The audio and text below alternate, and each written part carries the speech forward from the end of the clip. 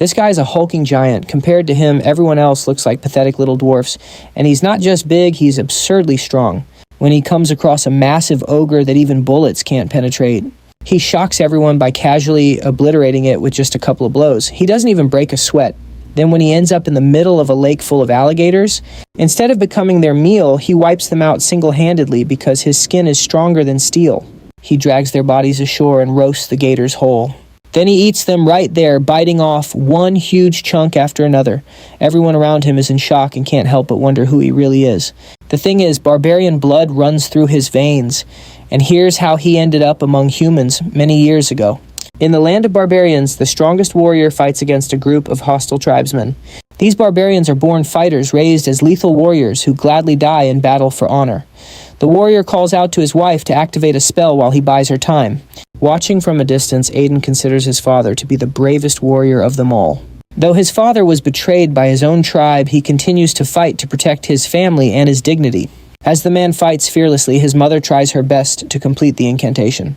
She eventually succeeds in activating the magic, causing a strong beam of light to emerge. She pushes Aiden toward the light, wanting him to go anywhere in the land of stars because any place is better than this bloody battlefield. With tears in her eyes, she bids farewell to her son. Even though Aiden feels scared, his father reminds him to become strong, as that is the only way he will be able to protect what belongs to him. Our protagonist cries hopelessly, but still decides to follow that advice. Even while facing death, his father feels neither regret nor fear. Carrying only the pride of a true barbarian, the scene shifts to show a modern city. There, a group of bullies gathers around a boy who looks quite wealthy. They demand he hand over all of his possessions.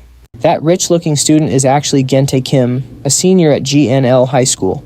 He requests that they stop before things get serious, but the leader of the bullies mocks him for the warning. Gente tries to tell them that his friend is on his way. The leader sarcastically dismisses this friend, asking if he is the Hulk or some kind of monster. Before the bully can hit Gente, someone breaks the wall beside him and lands a powerful blow on the leader. The bullies stand stunned at the sight of the crumbling masonry. Suddenly, our boy emerges from the broken wall. This guy's name is now Chelu Kang, and he is also a senior at GNL High School. The panicked bullies demand to know his identity. Chelu reveals that he is Gente's friend, though internally he is the only one who knows he is actually a barbarian. After taking care of the bullies, our hero and his friend leave the area. Gente mentions how impressive it was to see him smash a wall with his bare fist, even doubting if Chelu is human. Our protagonist flinches and insists that he is indeed a human. Internally, he reflects that it has been a decade since he arrived on Earth. Gente still seems suspicious, which makes Chelu wonder if he still gives off barbarian vibes. Ignoring his friend's statements, he decides to head home. Once there, our boy finishes 3 bowls of rice. Yet his old man thinks he is eating too little. While starting his 6th bowl, Chelu explains he has lost his appetite lately. He expresses concern for his grandfather, who isn't eating at all. The old man explains that he can't properly digest food anymore and feels full just by watching his grandson eat. Our hero feels grateful for this elder. Back when he first appeared on Earth, his gramps took him in without expecting anything in exchange. In the present, the old man reveals that a Director Park called him earlier. He asks if Chelu told the director that he wants to become a boxer. Our boy instantly clarifies that he does not want to become an athlete. This leaves the old man in shock since he doesn't understand the reasoning. As far as the old man remembers, Chelu has been winning awards in every sport. On the contrary, our protagonist internally points out that humans and barbarians are totally different species. He believes that participating in human sports would be a violation of fair play and sportsmanship. Even though he doesn't want to disappoint his grandfather, he knows that a barbarian can only truly be a warrior. Recalling his last moment with his father, Chelu decides not to play sports made for humans because he desires a bloody fight against someone who matches his actual strength. The main problem is that Earth is simply too peaceful. Soon, however, the old man sees shocking news on the TV. In Chengdu, many people have lost their lives, and the government has decided to investigate the matter thoroughly. Gramps reveals that around 120 people have died. According to the news, the incident is related to some kind of monster. Some new footage pops up on the news showing an unidentified creature that was spotted nearby. The second Chelu sees it, he starts to tremble. This gets the old man worried, but our hero knows it's time to hit the road. A little later, he and Gintai are on their way to Chongju. They're cruising in Gintai's dad's brand new car. While they're driving, Gintai gives his buddy a friendly reminder that he still needs to get a driver's license. After thanking him, Chelu can't stop thinking about the creature from the news footage, recognizing it from his time in the land of barbarians. He figures this whole incident has to be connected to his old home world. Out of nowhere, their car gets stuck at the entrance to the Yongamam tunnel. There's a huge crowd gathered, which can only mean something serious is going down. Ginty spots soldiers mixed in with the crowd, and our boy puts two and two together. This must be the disaster area. Noticing his impressive build, a stranger walks up and asks what company he's with. Turns out these guys are from Nuong Development Incorporated. One of the guys hands Chelu a business card asking him to join their crew. Holding the card, our protagonist wonders if it's some kind of warriors guild. The stranger just laughs and explains that their organization is in the business of colonizing a planet. So they're looking for laborers, not warriors. After a brief pause, Chelu rips the business card to shreds. The idea of a proud warrior being reduced to a simple worker is a major insult to him. The company man is absolutely furious at the rejection. He starts mocking Chelu for going on about being some kind of warrior. The tension skyrockets as they both get ready to throw down, but their little scuffle gets cut short when something totally unexpected happens. A dark void materializes at the tunnel entrance. People start bracing for whatever's coming through, while poor Gintai just stands there in shock, completely bewildered by everything. All of a sudden, a system window pops up in front of a giant black sphere, announcing that the Doomsday exam is about to begin. Another window appears, revealing the chilling news: Doomsday is coming to Earth. A third pop-up explains that there's a refuge planet called Nova, which offers salvation for the people of Earth. The final message tells everyone to escape to Nova through the portal. Just then, a massive beam of light shoots down into the middle of a forest. Ginte and Chelu appear out of that light, finding themselves smack in the middle of the woods. Ginte immediately starts freaking out, totally lost on how they were just teleported to the middle of nowhere. He starts blaming our protagonist for dragging him into this mess, and of course panicking about his precious car. And just then another system window pops up, telling them they need to get 1 goblin coin to see the reward for advancing to the novice class. While Ginta is still trying to wrap his head around all this, our hero tells him to snap out of it and pay attention. Wouldn't you know it, they're immediately swarmed by a horde of goblins. Ginta just freezes up, completely stunned that the system actually expects them to fight and kill these things. Before Ginty can even finish his sentence, our boy is already charging forward at top speed. This is the moment he's been waiting for his entire life. With a confident smirk, Chelu decides it's time to test his strength and unloads a massive punch on the nearest goblin. The poor creature goes flying backward, crashing through everything in its path. Our hero finally feels that familiar, massive adrenaline rush, and it's driving him absolutely wild. His barbarian instincts are screaming for more. As he takes out the rest of the goblins with his bare hands, Chelu feels a thrill of excitement about finally facing Doomsday. Meanwhile, Ginty is just speechless, watching how easily his friend is wiping the floor with these monsters. The moment the last goblin falls, its body pixelates and vanishes into thin air, leaving behind a single shiny golden coin. A system panel pops up to explain that this is a goblin coin, the basic currency used on the planet Nova. Though this one is a special, non-transferable version that's only for the Doomsday exam. The instant the coin touches our hero's hand, another system window appears. It announces that he's now qualified to become a citizen of Nova and tells him to step through the portal to enter the new world.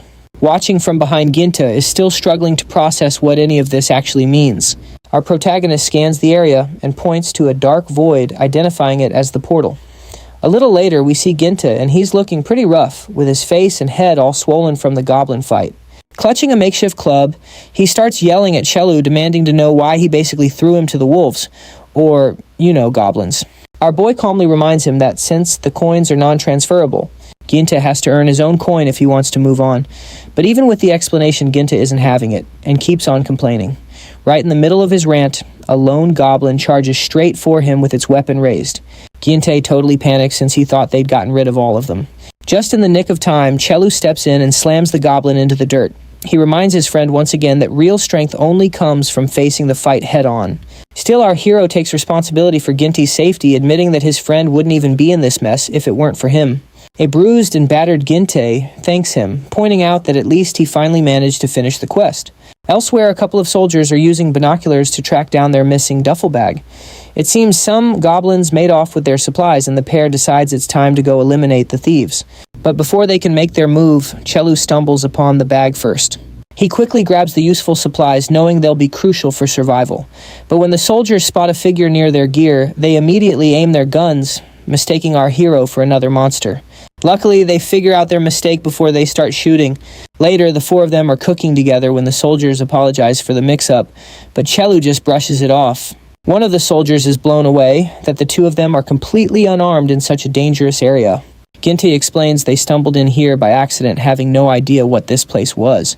He curiously asks if the military is involved and if the stuff on the system windows is legit. A soldier confirms it, revealing that the government is prepping for the end of the world. He explains that Nova is a planet stuck in a prehistoric era, and it's up to teams to rebuild civilization from the ground up. All sorts of companies and groups are already making moves competing behind the scenes to get a leg up in this new world. Our protagonist asks if Nova is as crawling with monsters as this training area. The soldier clarifies that this place is just a trial run. Nova is the real deal. He stresses how important it is to train here since the actual planet is going to be way tougher. Out of the blue, the soldier decides to give them a duffel bag packed with enough food and weapons for the both of them. While Ginta is genuinely thankful, hearing how tough Nova is only gets our hero more fired up. In the middle of the night, Chelu decides to go hunting again, dragging a very confused Ginte along with him. Ginte doesn't get why they need to fight more when they've already passed the test, but Chelu explains they can't afford to relax after what the soldiers told them. He's convinced they need to get a lot stronger.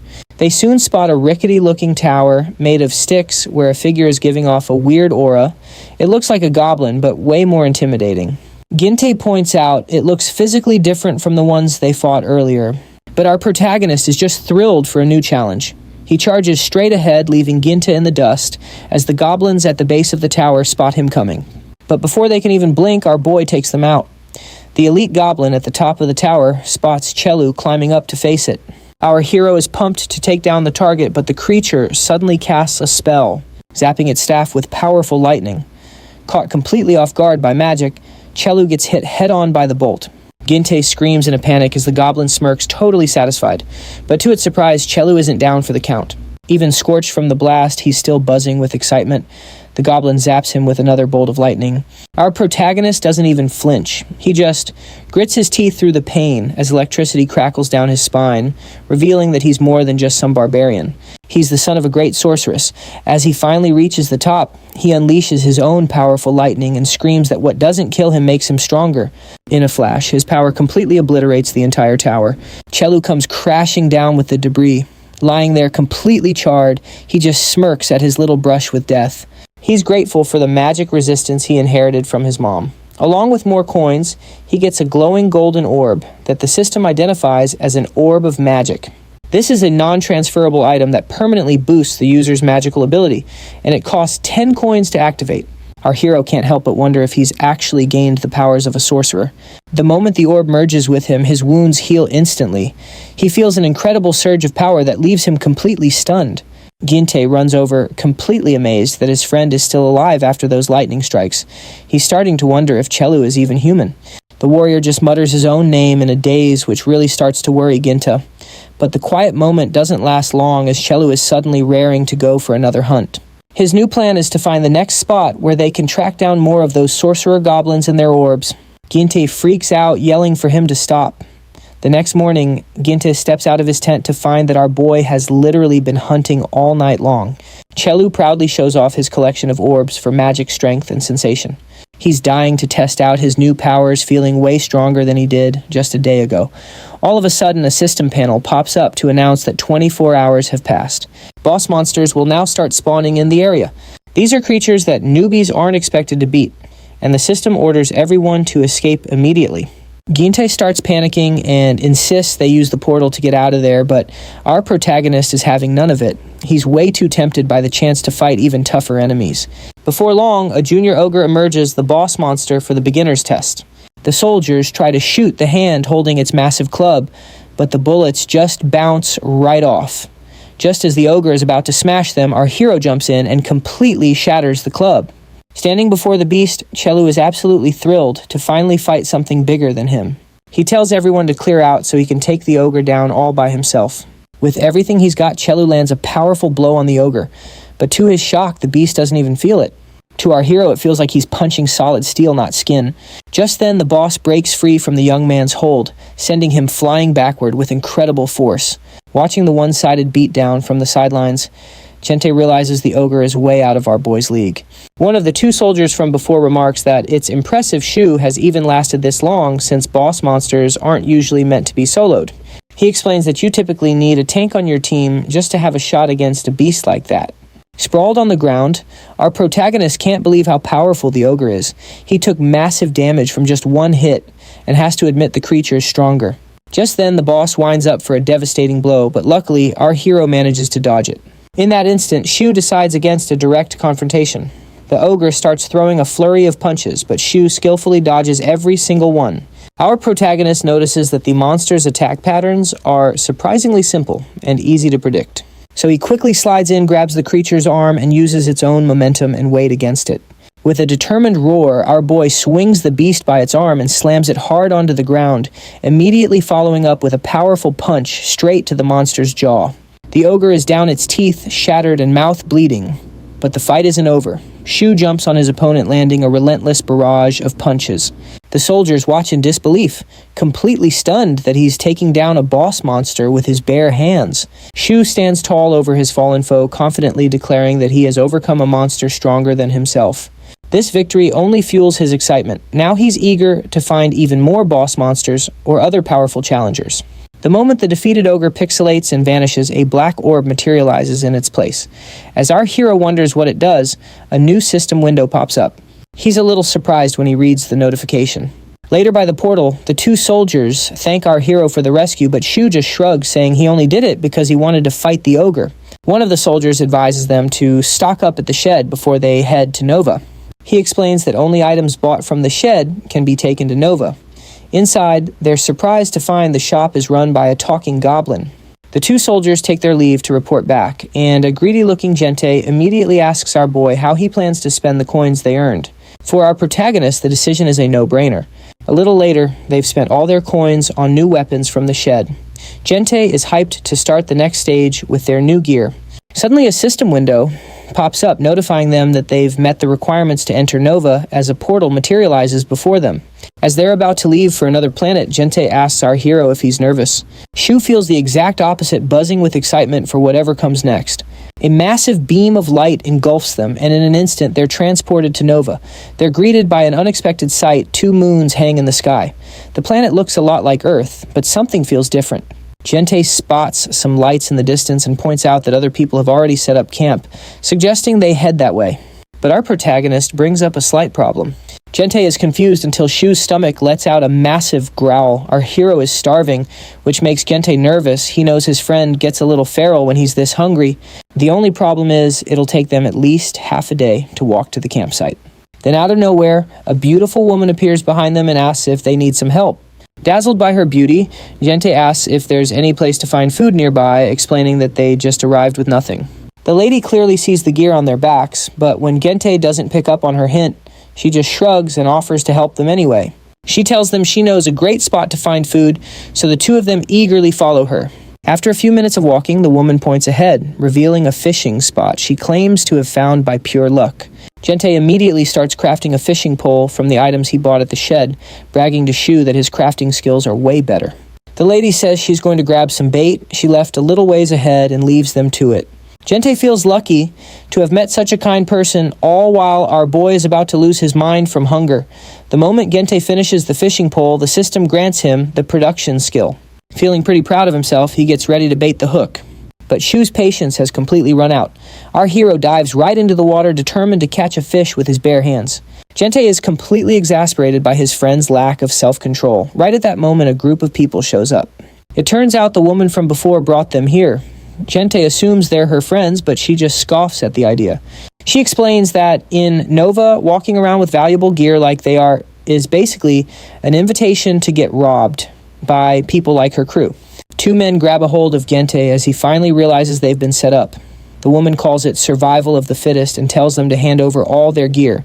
Gente warns them they'll be sorry if they hurt him. One of the men immediately slaps his face and wonders where the other guy disappeared to. Another guy in the group laughs, thinking our hero ran off scared. But right then, our boy emerges from the water, dragging along 2 terrifying crocodiles. He seems to be wrestling with the reptiles, while everyone else just watches, expecting him to become Croc Chow. Chelu reflects on how incredible his new skill is. Back when he found the black orb, the system revealed he could gain one of the ogre's special abilities. And now he hasn't gotten a single scratch, even with crocodiles chomping on him. Our protagonist got the ogre's skin, which is tougher than steel. After dealing with the crocodiles, he walks out of the water. Surprisingly, when he sees the thugs, our boy's only concern is that he only caught enough food for 2 people. Ginta immediately yells that these guys tricked them. But our hero is still just thinking about his crocodile dinner and asks if there's a problem. His friend frantically explains that yes, these guys are here to rob them, and already slapped him. 2 of the thugs step up to take the protagonist down, but Chelu immediately sends one flying with a single punch. Our hero furiously declares that he doesn't fix problems, he gets rid of them. After taking care of the thugs, our hero learns they're from the Yongu clan, a group that preys on beginners. The thugs' leader notes that Chelu is pretty young and wonders what clan he belongs to. Our boy asks if he's the boss, but the leader reveals their real boss is Yongu, the strongest man in the area. Another person adds that our protagonist isn't totally screwed since the boss got super strong by stealing ability stones. While chowing down on the cooked crocodile, Chelu figures their boss must be a real piece of work too. Watching him tear into the crocodile with his bare teeth is enough to make the thugs feel sick. Tossing a piece of crocodile at them, our hero demands to be taken to Yongu. Later, they arrive at the Yongu clan's base. Inside, our protagonist takes out even the higher-ups with a single punch, making every member feel totally outclassed. Chelu has now completely digested the crocodile, which was tough as leather. The clan members are desperate to know who this guy is, but all they know is that he showed up with those younger guys. They start mocking Zhongdu, the thug leader from earlier, for bringing an enemy right to their doorstep. Hearing this, Zhongdu realizes they think he betrayed the clan. Now he's screwed, even if the boss wins. Just then, our hero shouts for their leader to come out and fight him like a man. Hearing the challenge, Yongu finally makes his appearance. Seeing his massive build, Ginte's jaw drops. The boss looks even bigger than Chelu. Yongu furiously demands to know who's been messing with his kids. The 2 of them stand face to face, sizing each other up. Yongu points out that our protagonist is way too young to be talking to him like that, but our boy just scoffs, retorting that the boss must be proud of being old enough to pick on the weak. But to his surprise, the boss lands a powerful punch square in his face. Yongu asks if his mother never taught him to respect his elders. Catching the boss's fist, our hero replies that she did. And she also told him to become the strongest man there is. The boss laughs amused that our protagonist managed to block his punch. Now, genuinely interested in Chelu, he offers him a deal. If the boss wins, Chelu has to join his clan. Our hero agrees and counters that if he wins, he gets to take the group of thugs with him. The thug leader is completely baffled by this. With the terms set, the fight continues and our boy lands a solid blow that sends the boss slamming into the ground.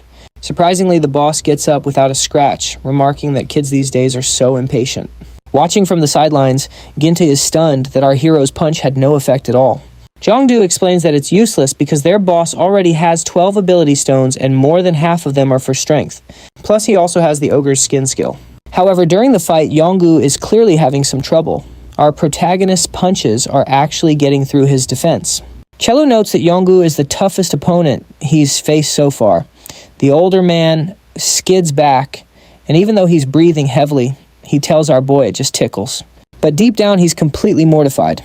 He then charges at our protagonist to land a punch only to be intercepted by a counterpunch. Shockingly, the old man feels a sharp pain as his own knuckles shatter from the impact. A system notification pops up. Ogre's skin has been activated by the hit. This means our hero's skin has now become tougher than steel. Next, he grabs the old man by the neck and advises him to stay still unless he wants to bite his own tongue off. Just as Yongu's crew tries to jump into the fight, Zhongdu and his squad step in making it clear that no one is to interfere with the duel. One of Yongu's men gets furious, accusing Zhongdu of betraying his own clan, but Zhongdu coolly states that his loyalty lies with the strongest. Deep down, though, he knows this is the right move since they've already written him off as a traitor anyway. A moment later, our protagonist sends Yongu flying with a single blow. Everyone is stunned to see the clan leader so utterly defeated. Yongu slams hard into the ground, causing his men to cry out in worry. Trembling on the floor, he prays that Chelu won't come to finish him off. Our hero draws back his fist for the final blow, only to stop it just inches from Yongu's face. Our boy remarks that he thought he'd finally met a tough opponent for a change, but it's just pathetic to see a boss begging for his life. Afterward, our hero's group helps themselves to everything that belongs to the Yongu clan. As they're getting ready to leave, a kneeling Yongu asks which clan he belongs to. Repeating the word clan, Cheej, our protagonist reveals he's just a high school senior. Elsewhere, Chelu's newly formed group begins to set up a tent. Meanwhile, Jongdu thanks him for taking them in. Our hero immediately tells them to make themselves useful. He then reflects on how barbarians get stronger through battle, realizing he has just acquired his first ever underlings. Still, he feels he's weak for hesitating to finish off Yonggu. He knows his father would have been disappointed to see such a thing. Chelu gets frustrated with himself, regretting that he didn't just go for the head. He then turns to Ginta, addressing him as sub-leader, and asking if he's given the new recruits their orders. Ginta is visibly thrilled at his new title. With a huge smile, Ginta nods, confirming he told them to set up the tents. With that sorted, our hero decides it's time to get going. When Ginta asks where they're going, our boy smirks and says they're headed to their next destination. Ginta presses him, asking what could possibly be in that direction. With a look of pure confidence, our protagonist reveals that his instincts are screaming that they'll get stronger if they go over there. Up ahead looms a massive pyramid radiating an ominous energy, and that's exactly where Chelu is headed. The system, however, identifies it as the Holy Pyramid. The next morning, the newly joined members are all lined up in front of Chelu. He praises them for setting up the tents, then explains his plan to cross the river. He orders the group to stay behind and guard the camp. Internally, Jongdu reflects that Chelu is about to conquer a new territory that no one else has ever dared to approach. When Jongdu asks when they'll return, our protagonist admits he hasn't picked a specific time. He does, however, plan to be back before it's time to return to Earth. Jongdu helpfully mentions that the next portal opens in 4 days. The portal operates on a 5-day cycle, and since it opened yesterday, 4 days remain. He adds that 1 day on Earth is equivalent to 5 days in Nova. Ginta sighs in relief upon learning the portal opens regularly, as he had been terrified they were going to be stuck on this planet forever. Based on this new information, our hero decides he'll be back within 3 days.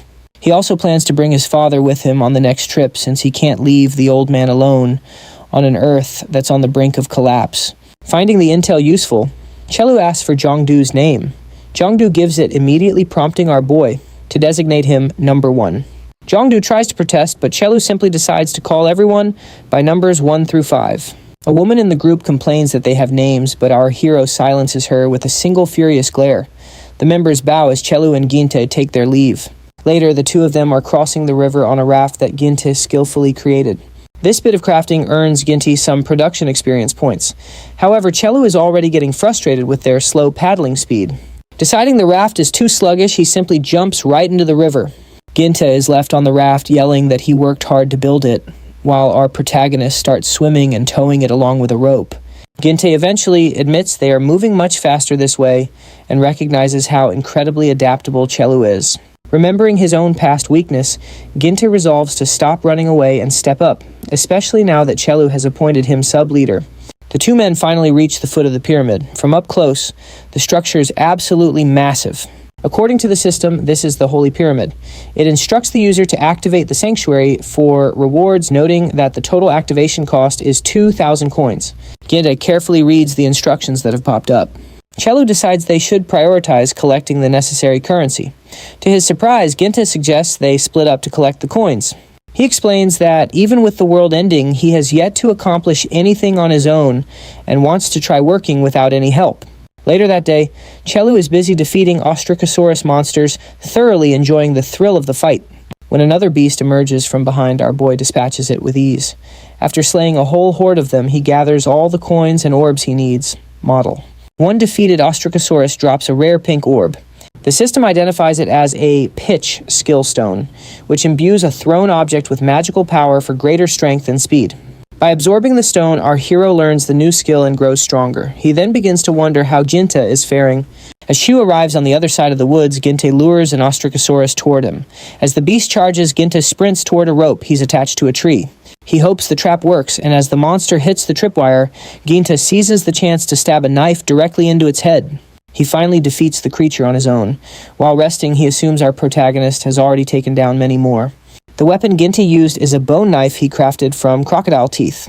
He sits up to reflect on his personal hunting style, but his thoughts are interrupted when a massive wood orc discovers him. Ginta barely dodges the initial attack. Seeing the creature up close, he finds it's even larger than Chu. As the orc prepares to finish him off, an object hits the beast with incredible force. The blow is so powerful that the orc instantly collapses. Before Ginte can even process what happened, our boy makes his entrance. He just used his new pitch skill, filling a thrown object with magical power. Later, the two of them cook the Ostracosaurus meat. Chu feels grateful he could save his friend in time, but Ginte is disappointed that he couldn't handle the orc himself. He explains that his family is very wealthy, so he's never had to do anything for himself. Chu offers him a piece of meat and tells him not to be so hard on himself. He says that being weak right now isn't a sin and advises him to just focus on training to become a great warrior. Ginte is stunned by these words, feeling that Chu has matured significantly since arriving in Nova. While eating, our hero reveals that he is actually a barbarian. He notes that his kind is naturally different from humans. Ginte is confused and repeats the claim, so Chu explains he's a barbarian from a different planet. This information hits Ginte like a ton of bricks. He asks if Chu means barbarians like the warmongers in video games. He realizes he's seen too many strange things for Chu to be a normal human. Chu points out that he thought Ginte already knew the truth, but Ginte stands up and shakes his head, arguing there was no way he could have known. Now Chu is the one who's shocked, while Ginte is just as surprised by the assumption. Our protagonist lets out a small laugh, explaining he only wanted Ginte to stop comparing their progress because they're fundamentally different. The next day, they return to the Holy Pyramid. Upon paying the 2,000 coins, the pyramid activates. The system grants an initial reward, giving Ginte 2 inventory points and Chu 5. Ginte is excited, wondering if the pyramid contains a subspace, while our boy guesses the rewards are scaled based on the coins contributed. Another system notification appears, granting both men the Holy Blessing, which doubles their recovery rate for 24 hours. Feeling refreshed by the buff, Ginte believes he can finally become stronger and stop relying solely on our hero. Out of nowhere, the orc from before returns with 2 larger companions seeking revenge. Ginte instinctively hides behind Chu, but the barbarian wants him to stand and fight since the rewards have made him stronger. Our hero steps forward, declaring that Ginte has no reason to be scared. Chu instantly dashes forward, leaving one of the orcs for Ginte. Ginte panics, having assumed they would fight the horde together. Without hesitation, our hero drives his spear through one orc, lifting the creature high into the air before slamming it back down to the ground. Just then, another orc appears directly behind our boy, ready to land a lethal blow. Fortunately, Ginte intervenes, just in time attacking the monster and drawing its aggro. Now fighting on his own, Ginte struggles as the orc strikes from multiple directions. He feels like he's dying, his body beginning to bleed from the onslaught. Soon, however, his form starts to glow as the Holy Blessing kicks in, doubling his recovery rate for the next 24 hours. Pleased with this newfound resilience, he begins dodging with renewed determination, fired up by the desire to become strong enough to be a barbarian's true friend. Despite his resolve, Ginte takes a heavy blow that sends him slamming into a nearby tree. Kneeling on the ground, he admits to himself that he's relied too heavily on the blessing, but he notices a silver lining. He can finally see a pattern in his opponent's attacks. Dashing forward, he anticipates the orc's downward strike. After narrowly dodging the fatal blow, Ginte leaps up and pierces his knife into the enemy's throat, finally defeating it. Chu praises his progress, and while Ginte admits he's finally getting a handle on things, he stands stunned by how our protagonist has totally decimated the other 2 orcs with just a spear. A system notification pops up for Chelu, announcing that he's unlocked the spear mastery skill. He's thrilled to get a new skill just by using a weapon he looted from his enemies. Ginte points out it's probably just like how he got his production skill. The idea of learning skills just by trying out different weapons gets our hero all fired up. With stars in his eyes, Chelu asks Ginte if he's all rested up. Ginte immediately gets the hint the warrior wants to get back to hunting. Spotting some footprints, Chelu follows the trail to what he hopes is an orc hideout eager to find weapons other than spears. Before long, the pair finds the orc village and takes cover in some nearby bushes.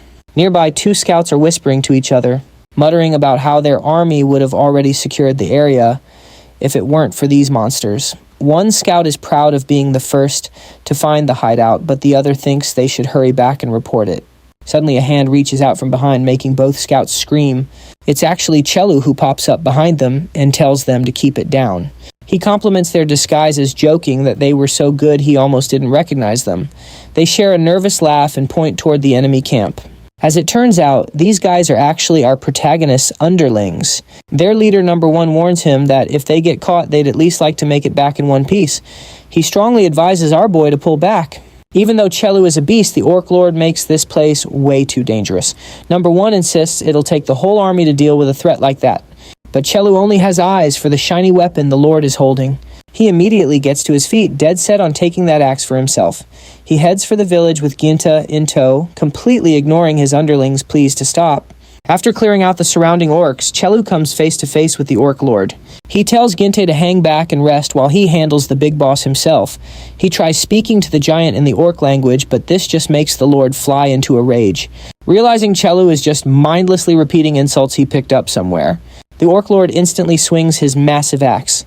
After dodging the blow, our protagonist lands a solid kick against the lord's armor, but the metal is surprisingly tough. Realizing he can't fight this guy barehanded, Chelu barely manages to dodge another swing. He knows if that axe connects, he's a goner. Even his ogre skin won't stand a chance against it. Spotting an opening, he grabs the lord's arm and decides to just take the weapon by force, hoisting the massive orc right into the air. The moment the axe is in his hands, Chelu strikes the orc down. A system notification then informs him he's unlocked the axe mastery skill. Watching from the sidelines, the underlings are completely stunned that he actually defeated the orc lord. Gint is just as impressed watching our boy take down such a formidable foe.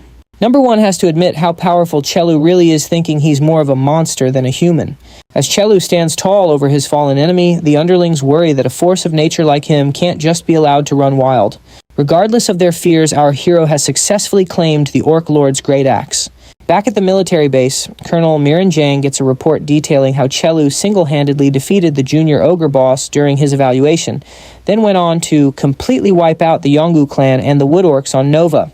The colonel wonders why such a talent has gone unnoticed until now, and the person reporting informs her it's likely because of his age. He's not even old enough to be enlisted yet.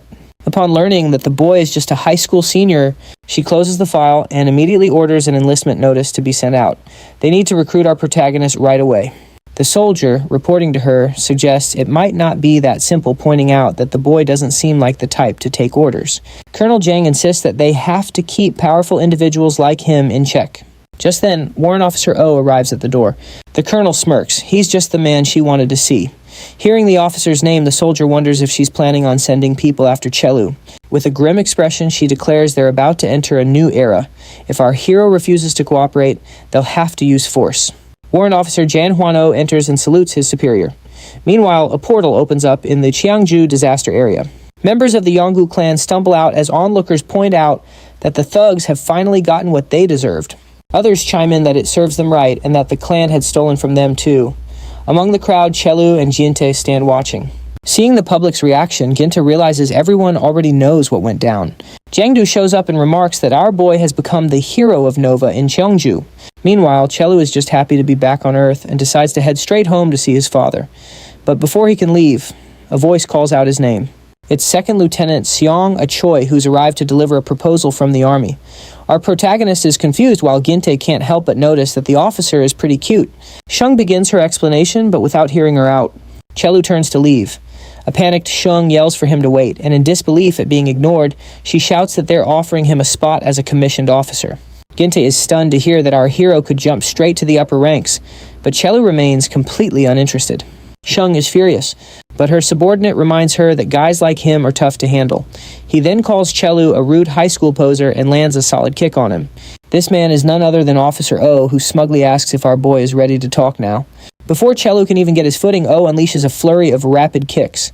Feeling the sheer power behind the strikes, Chelu has to admit the man is incredibly strong and fast. Officer O mocks him, calling him a total rookie compared to the fighters in Neo Soul, a name Chelu has never heard before. O continues his lecture, telling the boy to just accept his duty and serve, adding that he'd be the one to mentor him once he joins. Chelu realizes that all the true powerhouses must be on Nova. He knows that if he hadn't leveled up himself, an opponent like this soldier would have been impossible to beat. When O demands a decision, our protagonist just laughs, remarking that the officer certainly seems like a big shot from Nova. Chelu switches into fighting mode. He's going all out to win this because there's no way he's enlisting. Officer O thinks the threat is cute, right up until our hero attacks from a new angle, asking if he finds this cute too. With grim determination, Chelu starts landing heavy punches. The officer is immediately forced on the defensive, struggling to figure out where all this power is coming from.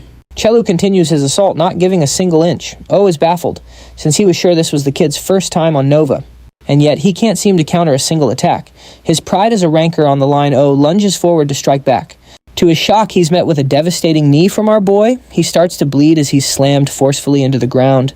Number one cheers, wondering if his leader has already won, while Ginta can only observe that the fight is simply inhuman. A panicked Shung rushes over to the fallen officer. Chelu remarks that it wasn't a bad fight and walks away, telling O he'll catch him later on Nova. Covering his eyes with one hand, O can only wonder how the boy is so strong. Shung asks if he's crying, but the officer just laughs it off, saying he simply got his butt kicked by a kid. He gets up with her help, vowing to never forget the name Chelu. Later, back at home during dinner, Chelu's father learns that the world might be ending soon. Our protagonist calms him down, reassuring him that he's there to protect him. Pointing at an orc axe, his father says he never would have believed the stories if his son hadn't brought something like that home. Apparently, you can bring items from Nova to Earth, but not the other way around. Chelu asks his father to come to Nova with him, but the old man refuses. He's just happy to see his son finding his own path and insists that his only duty is to keep farming right up until the end. Chelu points out that he could farm on Nova too. While they drink, his father sighs, saying he's an old man who doesn't have many days left and couldn't possibly adjust to a new place. Internally, our hero has to admit the old man has a point. The planet is far too dangerous, and there's no way his dad could pass the doomsday exam. He decides he'll bring his father over once he's gotten even stronger, telling the old man to just wait for the right time. Suddenly, the doorbell rings. His father wonders who could be visiting, while Chelu simply comments, "They're fast."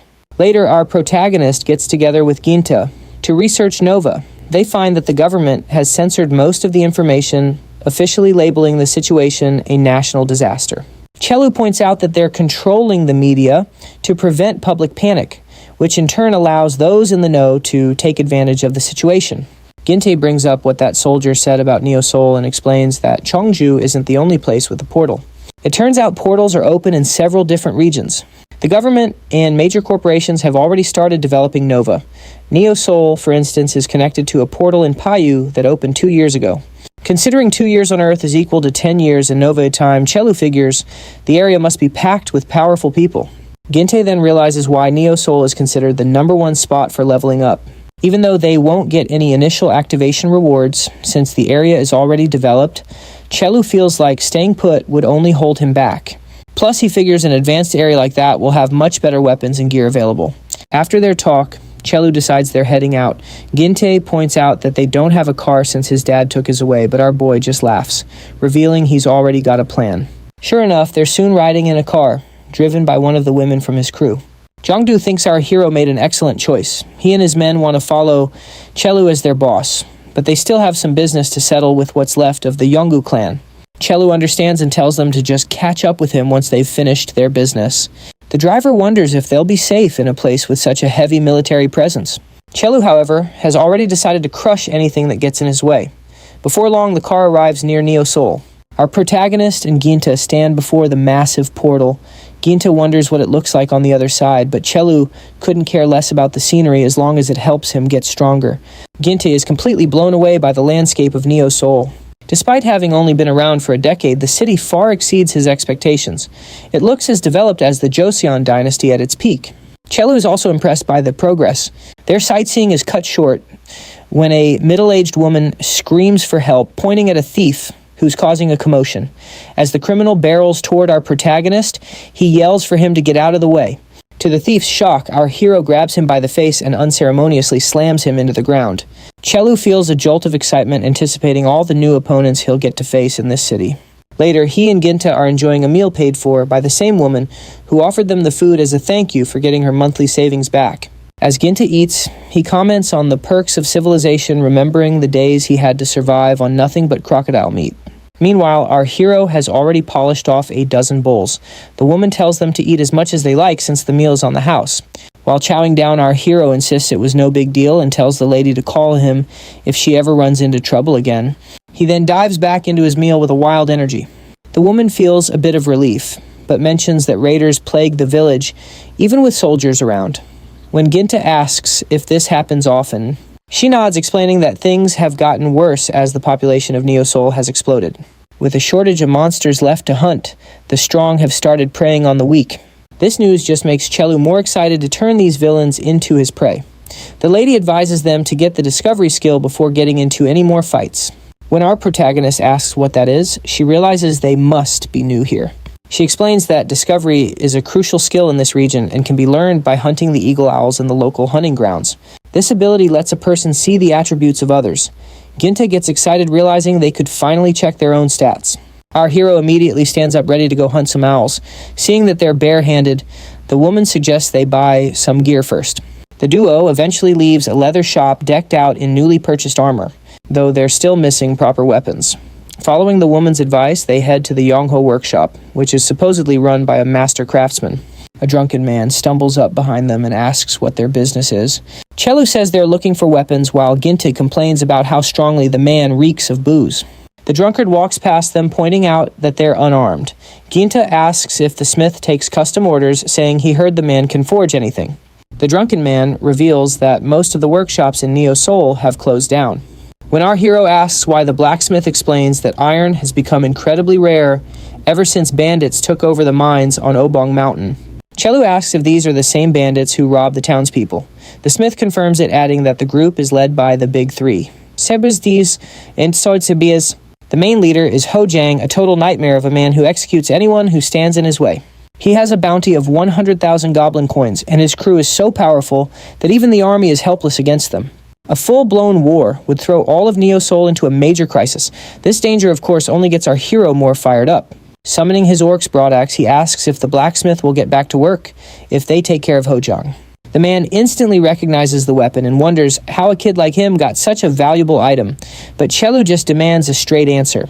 The blacksmith agrees, promising that if the workshop reopens, he will forge any weapon their hearts desire. Our protagonist tells the man to sober up in the meantime, declaring that he's going to wipe out the bandits of Obong Mountain. With that, the pair starts their journey toward the peaks. As they walk, Ginta asks why he needs another weapon when the axe is already so powerful.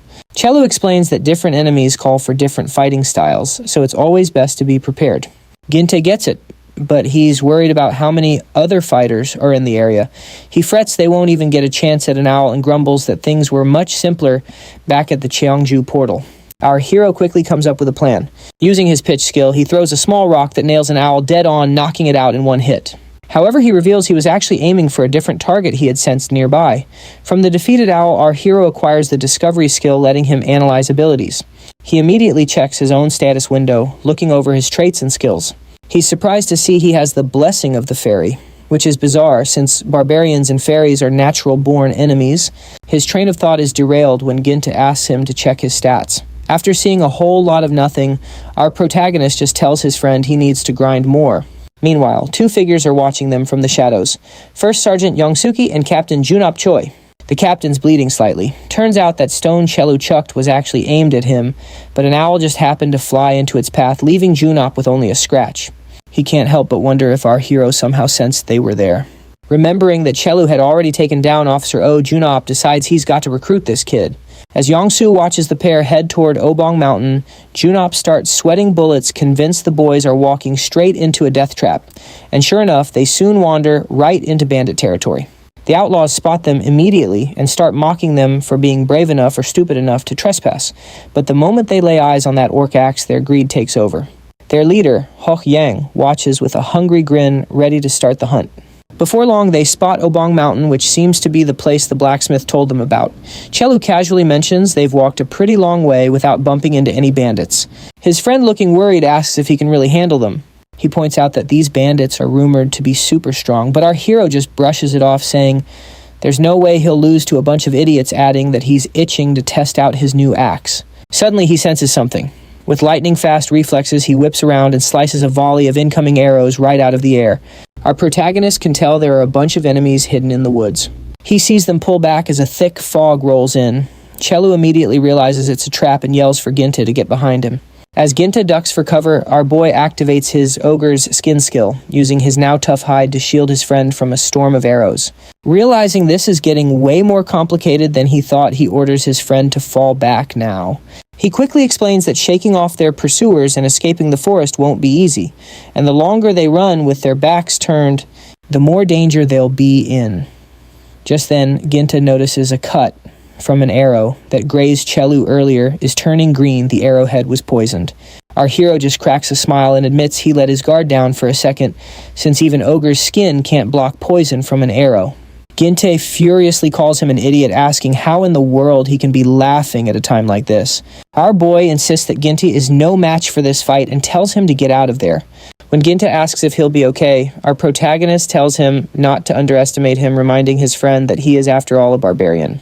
As Ginta runs off to get help, Chelu charges into battle against the forest bandits, a grin on his face. Several skirmishes later, night falls, but our hero is still busy taking down his enemies. However, the poison is spreading, and he's starting to get concerned as his body becomes harder and harder to control. But with the sheer determination and willpower of a true barbarian, he keeps mowing down bandits, leaving them completely stunned that he's still on his feet despite his condition. Pushing through the pain, Chelu decides he can't let this fight drag on any longer. He carves a path through their ranks and makes a break for it. He soon reaches the base of the mountain and thinks he might actually get away. But he skids to a halt, finding himself at the edge of a massive pit. As he stands before the drop, he's caught off guard by the bandit leader, Hoch Jang, who remarks on how much trouble he's caused. Completely poisoned and out of breath, our protagonist realizes they led him here on purpose. With a smirk, Hoch Jang remarks that Chelu is certainly an interesting target to hunt. Our hero asks if he seriously calls this hunting, which just makes Hoch Yang mock him. The leader admits it's impressive he can still move with all that poison in him, then declares that he'll be nothing but a smear at the bottom of that deep pit. Chelu's vision starts to blur and he can barely focus anymore. He thinks to himself that if he were some honorable warrior, he might risk his life here. But then he remembers he's a barbarian, and there's no way he's leaving his fate in the hands of some scummy leader. So to everyone's shock, he jumps into the pit himself, leaving the surrounding goons completely stunned. As he falls, our boy curses out the bandits. He hits the water at the bottom with a huge splash and wonders if this is really how it all ends. But surprisingly, he finds himself standing on the barren hills of Valhalla, and he looks like a kid again. He wonders if this is the barbarian's inner realm, a place his father once described as a space deep inside a warrior's mind, meant for training and healing. He questions why he looks like his younger self and starts to fear that he might be trapped in his own past. Soon he feels a pleasant tingling as tiny creatures appear all around him. He recognizes them as spirits controlled by fairies. He remembers his status window calling them a blessing. But for barbarians, things like this are considered a curse. These spirits have been with him since he was born, and with the innocence of a child, he once told his friends all about them. Of course, rumors spread. His secret got out, and eventually his family was branded as an enemy by the entire tribe. His family had to flee and back. Then he was convinced it was all his fault already. However, his mother had told him he wasn't to blame, as the spirits are an undeniable part of who he is. Since that day, he has always turned his back on these creatures and his true self. Tears begin to fall as our protagonist realizes his soul is still trapped in the past by that incident. Wiping his eyes, Chelu resolves to survive, no matter what, determined to honor the sacrifice his family made for his life. Sitting there, our boy wonders if perhaps he can heal his wounds in this realm. He begins to take control of everything from head to toe, mastering his mind and embracing the pain. Finally, he expels the poison from his body into the water. He starts to react, regains full movement, and feels better than ever, as if a massive weight has been lifted from his shoulders. The system shows multiple notifications for poison resistance and confirms that he has acquired the skill. After getting out of the water, our hero confirms this was indeed the power of the inner realm. Having survived a near-death experience, he is now one step closer to becoming a true barbarian warrior. Feeling a surge of excitement, Chelu now wonders how to get out of the pit. Soon he feels a breeze coming from one side and decides to follow the path. After shifting a large stone, he discovers a hidden entrance with a set of stairs. He descends to find a secret dungeon absolutely crawling with hundreds of NLs. A system notification informs him that he must clear the dungeon, which includes defeating the null boss, to receive a mystery reward for being the first to complete it. Viewing this as a golden opportunity, our hero prepares to face the horde with confidence. Meanwhile, Ginta runs desperately through the woods with bandits hot on his heels. One pursuer finds an opening and catches him from behind, raising a blade to take Ginta's life. Before the bandit can strike, an arrow pierces him, killing him instantly. His saviors are Sergeant Yong and Captain Choi. Ginta quickly scrambles to his feet, but before they can even introduce themselves, more bandits surround the trio. Yong and Choi prepare for combat as the enemy rushes in. Captain Choi orders his unit into action, and the battle begins in earnest. Back with Chelu, the warrior has already defeated a significant number of NLEs. Yet he notices there seems to be no end to the beasts. Even after slaying 100 of them, they just keep appearing. He finds this infinite cycle strange until he spots a different creature lurking in the shadows, the Null Chief. Making his way through the pack, our protagonist finally reaches the leader. He reminds himself that the main objective is to eliminate the chief to end the assault. Seeing him approach, the chief casts fire magic at Chelu. Our boy immediately activates Ogre's skin to protect himself from the flames, creating an opening for a counterattack. He then hurls his weapon using the throwing skill pitch, although the Null Chief manages to defend himself with his staff. Our protagonist uses the distraction to jump high into the air. The chief fails to realize the warrior is already above him until it is far too late. Chelu delivers a crushing blow that slams the monster straight into the ground. After defeating his foe, our protagonist retrieves his axe along with the chief's staff. Following barbarian tradition, he claims the head of the defeated leader to officially clear the dungeon. System windows immediately begin to rain down with notifications. As a reward, he earns the boss emblem, which grants the power to create a tribe and claim territory in major areas. He also receives the great staff of the Guardian for being the first to complete the challenge. Additionally, Chelu gets a bonus, the activation of the world map. As he wonders what this all means, a strange energy manifests on his arm, forming a permanent emblem.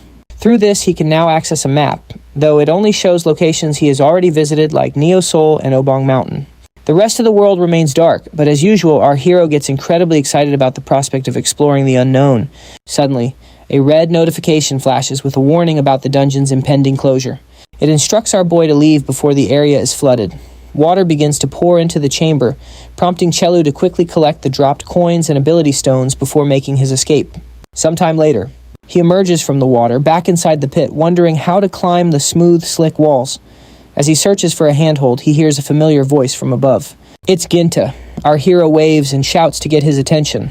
A tearful Ginta is relieved to find him alive and quickly lowers a rope. Our protagonist feels a sense of warmth, seeing his friend keep his promise. Once he climbs out, Ginta asks if he is all right. Chelu just laughs it off, confirming he's fine before showing off his brand new tattoo. Nearby, the captain and sergeant worry about their next move now that their cover has been blown. The captain decides they must follow Chelu as their orders are to protect and observe him. But he insists on hiding their military identities since the warrior is known to dislike soldiers. Ginta introduces the pair as the people who saved him, leading our protagonist to conclude they are good people. The soldiers introduce themselves and lie, claiming they are merely old college friends. Our hero wastes no time using his analysis skill on them, quickly realizing they're surprisingly powerful. The soldiers start sweating bullets thinking their cover is blown, but Chelu throws them a curveball by asking if they're also here to fight the bandits. Seeing a perfect excuse, the captain quickly agrees, claiming they've got a personal score to settle.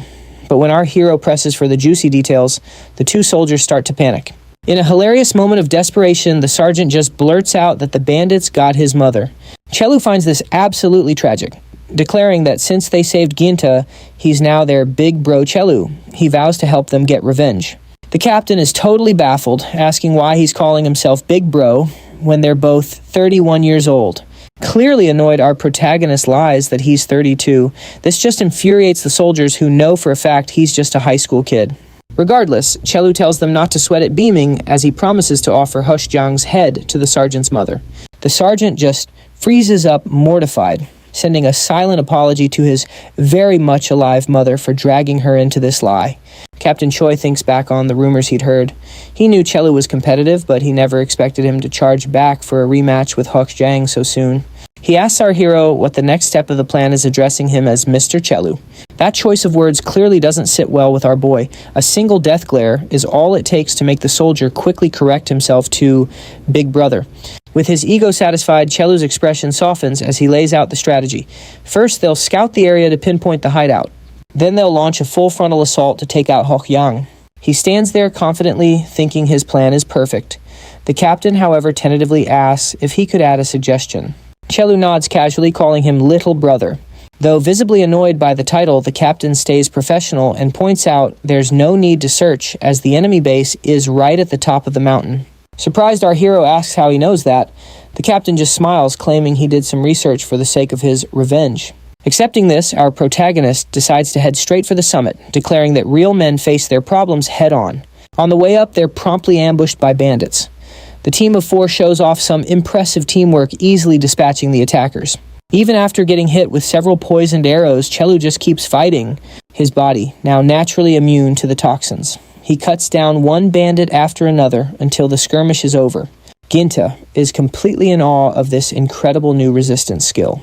Behind them, the sergeant whispers to his captain that while Chelu is reckless, you can't deny he's managed to get this far on his own. The captain agrees that at this rate, our hero might actually be able to take down Yang. The entire region is currently in a stalemate between three factions.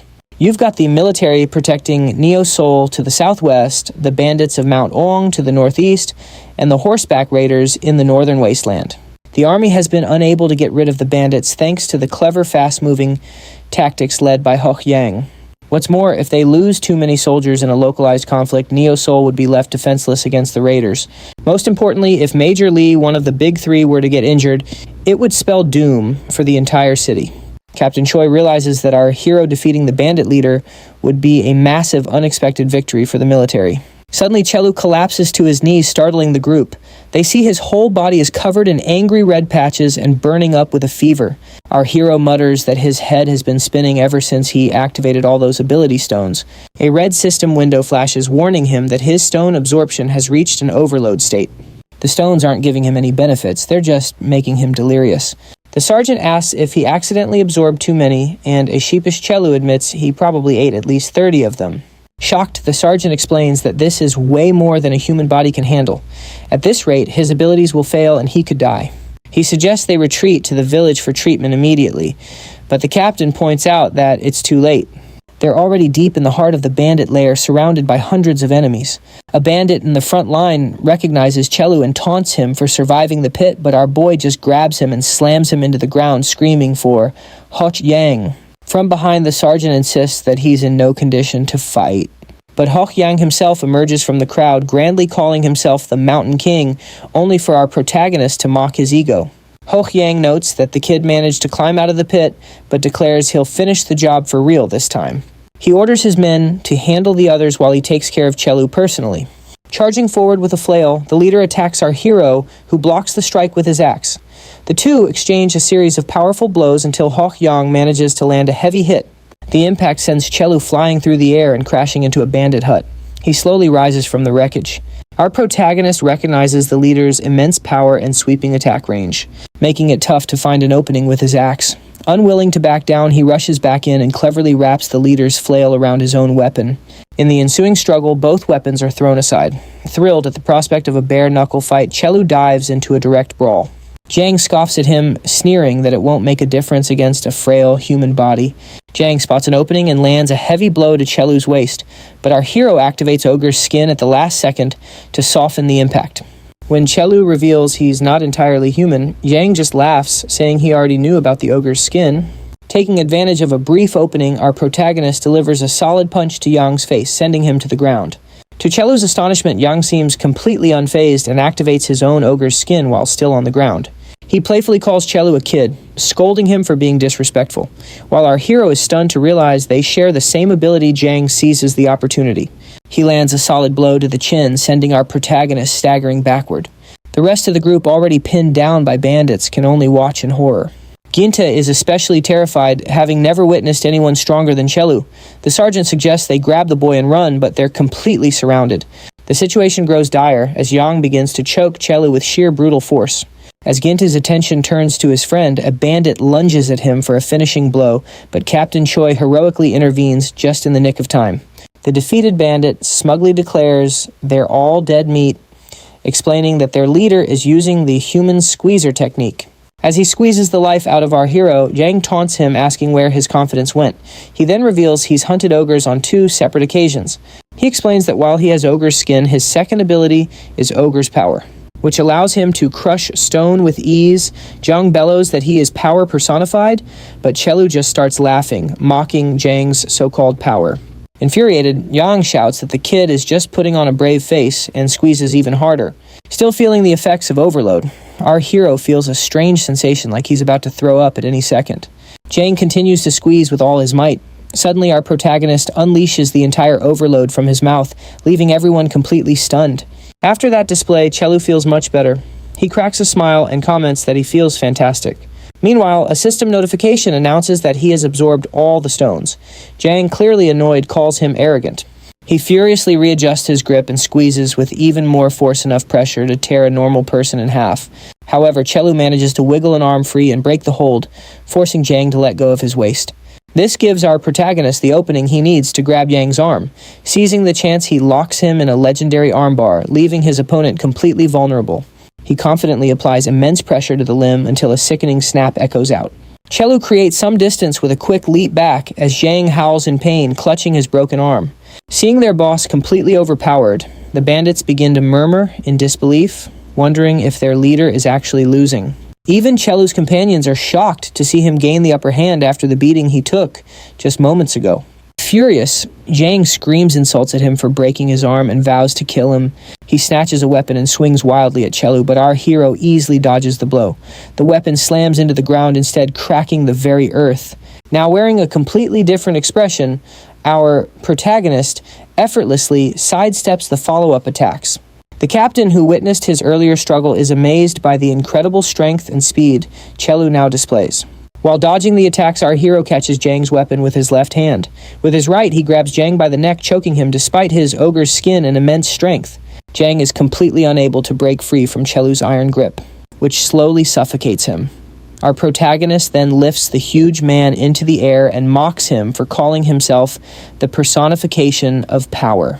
Gasping for air, Yang begs to be let go. He's stunned when our hero actually releases him. However, Chelu then picks up the discarded weapon, declaring that it's time to get revenge for Sergeant Yang's mother and the people of Neo Seoul. Jang can only watch in confusion as Chelu hefts the weapon. Preparing to strike, our hero remarks that he can't stand people who prey on the weak. He then brings the weapon down hard on Yang's head, knocking him out cold and ending the fight. Seeing their boss taken down so decisively shatters the bandits' will to fight, and they immediately consider begging for their lives. At that moment, Captain Choi is floored to see Chelu defeat one of the big three just like that. Suddenly, a treasure sack materializes above Jang's body. It's a ranker's treasure sack belonging to the novice ranker Ho-Chi Jang. Our protagonist turns to the goons asking if they're really trying to make off with the backpack. They immediately hit the deck begging for their lives. Our hero declares that he doesn't punish people for just following a terrible boss. He walks right over to Yang and retrieves the fallen backpack. But then, just like a defeated monster, Janang's body dissolves into thin air, much to our protagonist's surprise. The captain explains this happens because Janang was a strength-type ranker. He continues saying rankers are basically categorized in the same way as monsters. When our protagonist asks for the details, the soldier explains that to become a ranker, one of your 5 main stats has to be over 50 points. Checking his own status window, our boy sees that none of his stats are even close. This makes the sergeant even more dumbfounded that Chu took down a ranker using pure physical power. Choi chimes in explaining that everyone's abilities are different. Even with identical stats, 2 people can have completely different levels of strength. With that settled, our hero gathers his party to head back. The captain is still reeling from the fact that he beat Yang without even being a ranker, and he's eager to see what this kid will do next. Later on, the group makes it back to the village and sits down for a meal together. Our protagonist hands a bow to Ginta, telling him it was in the bag, and then passes out the other items to the rest of the crew. Touched by his generosity, the captain insists that they should be the ones giving him something. Our hero looks at him curiously and asks what they have in mind. The captain hesitates, thinking they shouldn't blow their cover, but since Chelu single-handedly defeated Janang, he finally comes clean, revealing that they're soldiers from the defense command. He admits they knew who the group was all along and apologizes for hiding it. Turns out our protagonist already had a pretty good idea they were soldiers. Gentai even adds that it was totally obvious from the way they talked. Chelu just says they helped save Gente, so he'll call it even. He then cuts to the chase, asking if they're here to try and recruit him again. The captain shakes his head, explaining their mission was actually to shadow and protect him until they could figure out if he was a friend or a foe. When our boy asks for the verdict, the captain calmly states that since he took out the bandits, they now consider him a friend and an ally to the military. Captain Choi asks him to report to headquarters the next day to collect the bounty for Janang's head. Chu's eyes light up at the mention of a reward, and he agrees to go casually, calling the captain little brother. The soldiers, looking annoyed, point out how much older they are than him, so our hero cheekily calls them his older little bros instead. This just gets under their skin, making both soldiers look like they're ready to teach him some manners. The next day at headquarters, an old man asks his young assistant why their hero still hasn't shown up. The assistant reports that Captain Park of the Special Forces went to pick him up. The elder repeats, Captain Park, with a chilling tone that makes the assistant flinch. The subordinate quickly corrects himself, stammering that he meant Commissioner Park. At this, the old man finally cracks a smile, pleased with the promotion. This is Major General Junpil Park of the Neo Seoul Defense Operations. Just then, he gets word that Chu and Gente have arrived and tells his aide to show them in. As our boy walks in, the general notes the powerful aura coming off him. He greets the young man and formally introduces himself. Our protagonist bluntly asks if he's the big boss of Neo Soul. The old man, who clearly enjoys a bit of drama, is amused and wonders if Chu likes to role play too. They both take a seat to get down to business. The general starts by thanking him for saving the people of Neo Soul and brings up the bounty money. Then he slides a new proposal across the table. Our protagonist eyes him suspiciously, saying that if this is about joining the army, he's not interested. The general just laughs, assuring him he won't be forced to enlist. Instead, he wants Chelu to form his very own mercenary squad with the full backing of the military. The general adds that this would be the perfect way for him to build that tribe he's always dreamed of. This definitely piques our hero's interest, an independent group free from all the military red tape. He asks just how much support they're talking about. The general promises full access to the base use of all Neo Soul's facilities, requisitions from the armory, and even hot soup from the mess hall. The mention of hot soup really gets Chelu excited. He's already sold on the perks.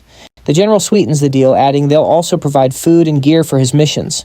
Thinking this all sounds a little too good to be true, our boy asks what the catch is. The general explains it's quite simple. He just needs him to take care of a few unwanted elements. The first mission is to wipe out the horseback raiders. Chelu's confused by the name, but Gente explains they're one of the 3 ruling powers, asking how they could ever pull off something like that. All of a sudden, a voice from behind a curtain scoffs at them for getting scared before the fight has even started. A beautiful young woman steps out, asking how they expect to defeat the horseback raiders when they're already falling apart at the seams. Both our hero and Ginty turn their attention towards her.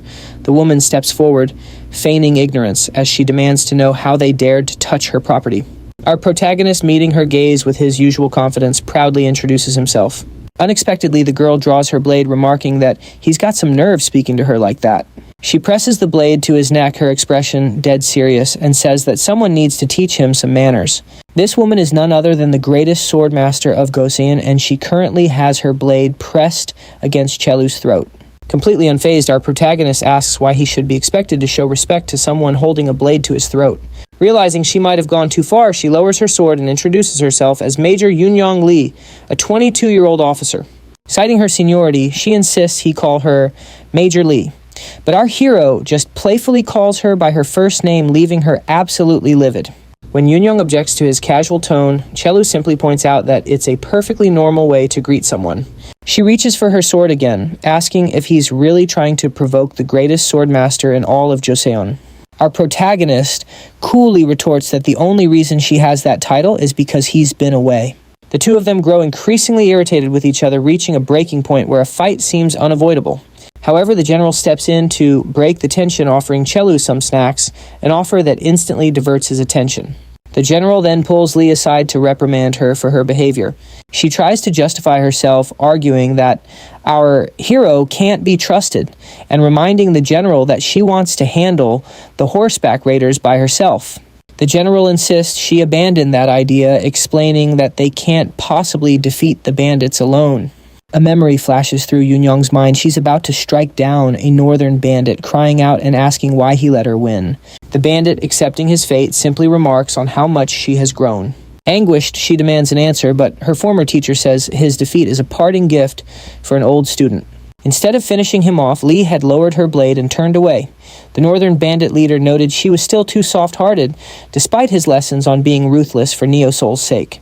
She refused to accept a victory handed to her by a traitor, declaring the army would eliminate the swamp bandits in his place.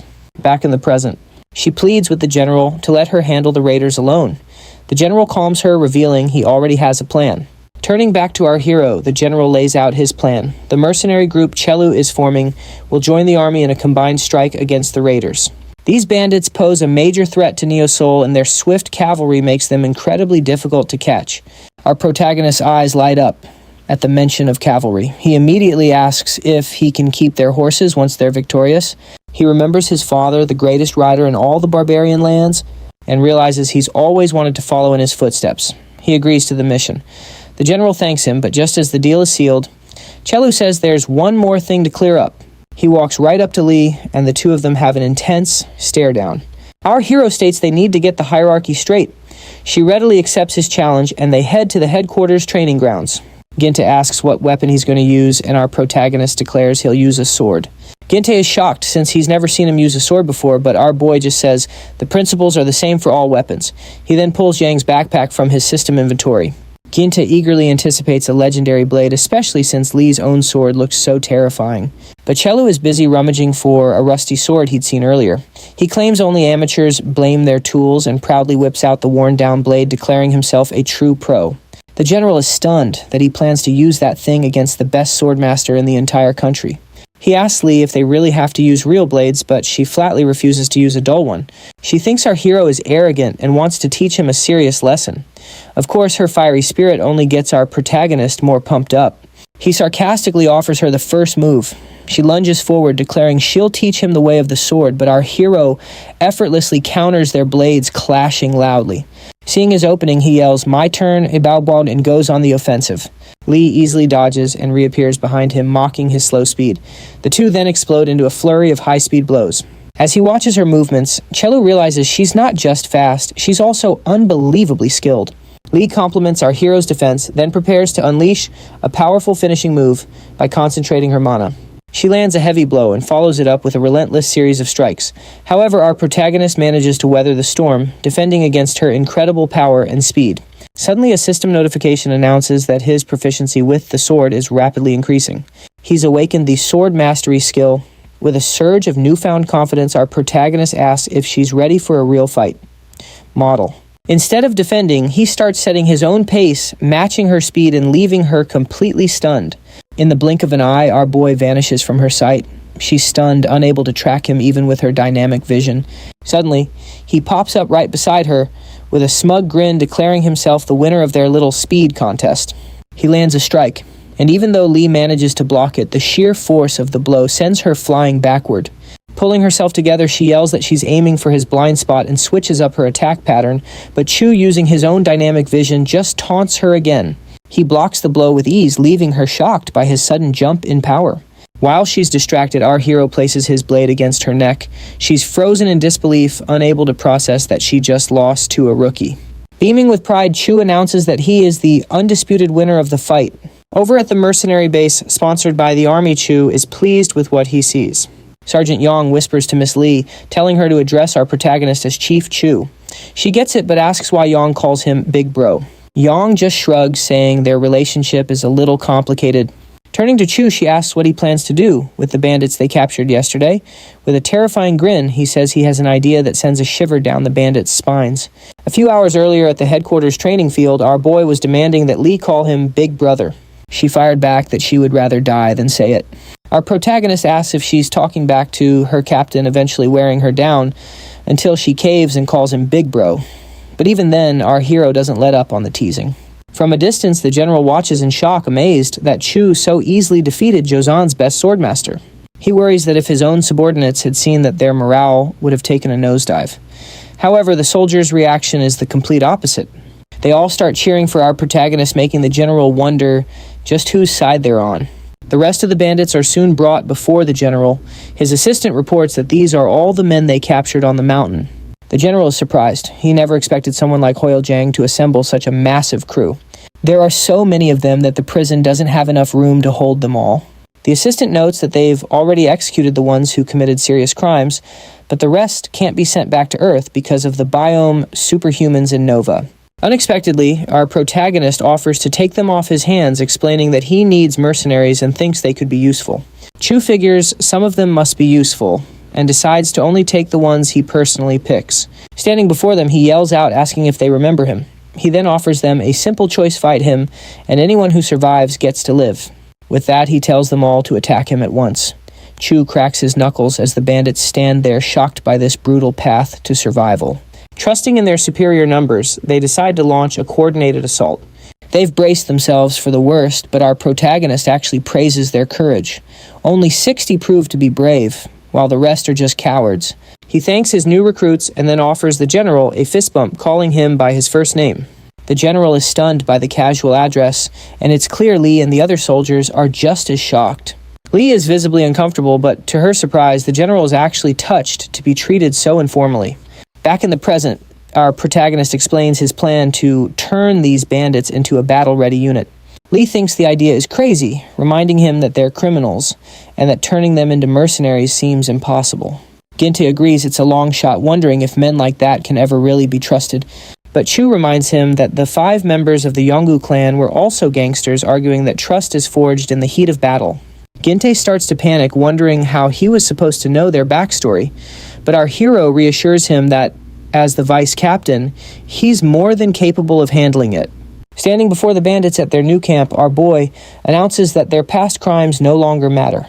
From now on, they're his mercenaries, and he asks if anyone has a problem with that. The former bandits roar back in unison that they have no objections whatsoever. Captain Choi finds their sudden discipline incredible, but Lee comments that Chu, who was already powerful, has now gathered his own loyal followers, making him even more dangerous. She advises the captain to keep a close eye on him and report back. A week later, a report lands on the general's desk labeling Chu as a threat to the government. The general finds the accusation absolutely outrageous. But the person reporting clarifies that the claim comes from a Colonel Moran, the very same officer who sent Warrant Officer O to capture him. Holding the report, the general realizes Moran is just holding a grudge because she failed to recruit him herself. The messenger suggests they try to smooth things over with the government, and the general agrees, noting that the last thing they need is the state going after their own mercenaries. He's wondering how they'll establish legitimacy for Chelu's squad just as soldiers arrive to report on the man's recent activities. They hand over a scroll detailing everything. The general is worried that our protagonist might already be causing trouble. But the report tells a completely different story. Chelu forced the mercenaries to build a cabin in a single night. Afterward, he began training his squad relentlessly, taking on all 60 mercenaries by himself. He doubled the training for anyone who hesitated and severely punished those who tried to escape. Through this intense regimen, the former bandits were forged into something entirely new. The night before the raid, the mercenaries are told to get some rest, while Chelu picks up his axe from the forge. Most importantly, he uses a tribal chief emblem, which lets him create a tribe within a territory. He hits the confirmation button on his system window and names his mercenary squad Iron Head. The tribe's capacity is set to 200 members. Everyone congratulates him on finally turning the men into real warriors, but Chelu's real plan is to convert the squad into a full-fledged warrior tribe. The general is shocked that our hero got his hands on the emblem so quickly, knowing that item is usually exclusive to the ranker shop. Captain Choi explains that he earned it as a reward for clearing a new hidden dungeon, which also gave him a world map. The general calls it an incredible reward, pointing out that the chief emblem makes the group immune to government interference. His assistant adds that the emblem also allows the mercenaries to be tracked. If any bandit tries to make a run for it, their location pops up on the captain's map. The general believes this is more than enough to persuade the government and is curious to see how the upcoming raid will play out. As night falls, Chelu decides to set up camp for the evening. Lee feels anxious about facing the raiders again and starts to wonder if she's really strong enough to defeat them. Soon our protagonist shows up and asks if she wants to eat, but she claims she has no appetite. He insists she eat well to keep her energy up for the battle, leaving her shocked by his apparent concern. No one has ever cared for her like this before, despite her being the best swordmaster, and she feels a confusing new emotion. For a moment, seeing Chelu reminds her of her own mother. However, to her surprise, our protagonist just says it's a shame she won't eat, and then starts chowing down on her food himself. She realizes he was only pretending to be concerned, so he could steal her meal. Furious, she tells him to leave her food alone and eat his own, but he's already finished it. Suddenly, our boy stands up, having noticed something in the distance. This makes Lee ask what's going on. Our protagonist says he hears something and grabs his axe. Meanwhile, at the top of a nearby mountain, the raider group is facing off against a pack of monsters. Their leader orders his men to wipe them all out, shouting that the beasts can't match their speed. He yells for them to show the real power of the horseback raiders. The leader is Chunai Kim, known as one of the Big Three. The battle rages at the foot of the mountain as the raiders clash with green monsters. Their leader scans the chaos looking for the boss monster. And once he spots his target, he takes it out with a single swift strike of his spear. This secures their victory, and he promptly orders his men to regroup. However, what he didn't see coming was Chu standing high above them on the mountain. Our protagonist shouts the leader's name and confidently announces that he's come to wipe them out. With a stylish landing, he drops down right in front of the group. The raider leader demands to know who he is. So our hero introduces himself and states his intention to kill the man and take his horses since he's a big fan of the animals. The leader remarks that he's heard rumors about him, specifically that he was the one who wiped out the bandits of Mount Oban. He asks the young man to hear him out, acknowledging that this mission was probably a military order, but he questions why someone as capable as Chelu would get mixed up with people like that. With a wide grin, our protagonist dismisses the comment as nonsense, insisting he's just here to punish some thieves. He then leaps toward his target with his axe. But the leader defends himself with a spear, remarking that they aren't thieves since they've never actually stolen from anyone. While preparing a counterattack, he insists that the horseback raiders are simply explorers. Holding tight to the spear, our boy says that this story is completely different from the reports he got. He adds that he can't just take the man's word for it. On the other hand, Chunai is stunned that Chu can hold on to the spear with sheer brute force. Realizing his opponent is on another level, he lets go of the weapon, thinking that his raiders will be in serious danger if this fight continues. Our hero places his axe against the man's neck. The leader says that if he won't believe the truth, he can go ahead and take his head, but warns him that doing so would mean taking an innocent life. Shu finds himself in a tough spot. He wonders if he could really be about to kill an innocent person. He remembers feeling that something was off when he killed Jiang too, making him wonder if he should actually believe this man. He needs to be certain that he's doing the right thing. Right on cue, Lee arrives with the mercenaries. She chews out our protagonist for coming alone and acting so recklessly, though she does admit that he at least managed to nab the traitor. Our boy tells her to hold on because he wants to confirm the situation first. He demands an explanation about the horseback raiders. Lee looks a little uneasy, but admits that, if she's not mistaken, they are considered dangerous. She states that Kim is a traitor who was once a soldier just like the others, but he had frequent disagreements with Chief Park about the future of Neo Seoul. Eventually, Kim left the army and formed his own organization that opposed the military, making them the government's #1 target. Our hero asks if this means they're dangerous but not actual thieves. She explains that they have a bad reputation, but nothing has been officially recorded, nor has any actual damage been reported. However, Kim has insider knowledge about the military, which is what makes him a threat. Kim calls out to Lee, insisting they have never misused information or attacked Neo Seoul, and he pleads with her not to turn a blind eye to the truth. Watching the exchange, our protagonist finds it strange that Kim is so calm, even with his life hanging by a thread. Kim then asks if our protagonist has finished sizing him up, and if he's finally going to take his head. He adds that if his death will prove his innocence, he only asks that his men be spared. Our hero is surprised that Kim would offer his own life for his subordinates. Making his final decision, he declares that he won't kill him.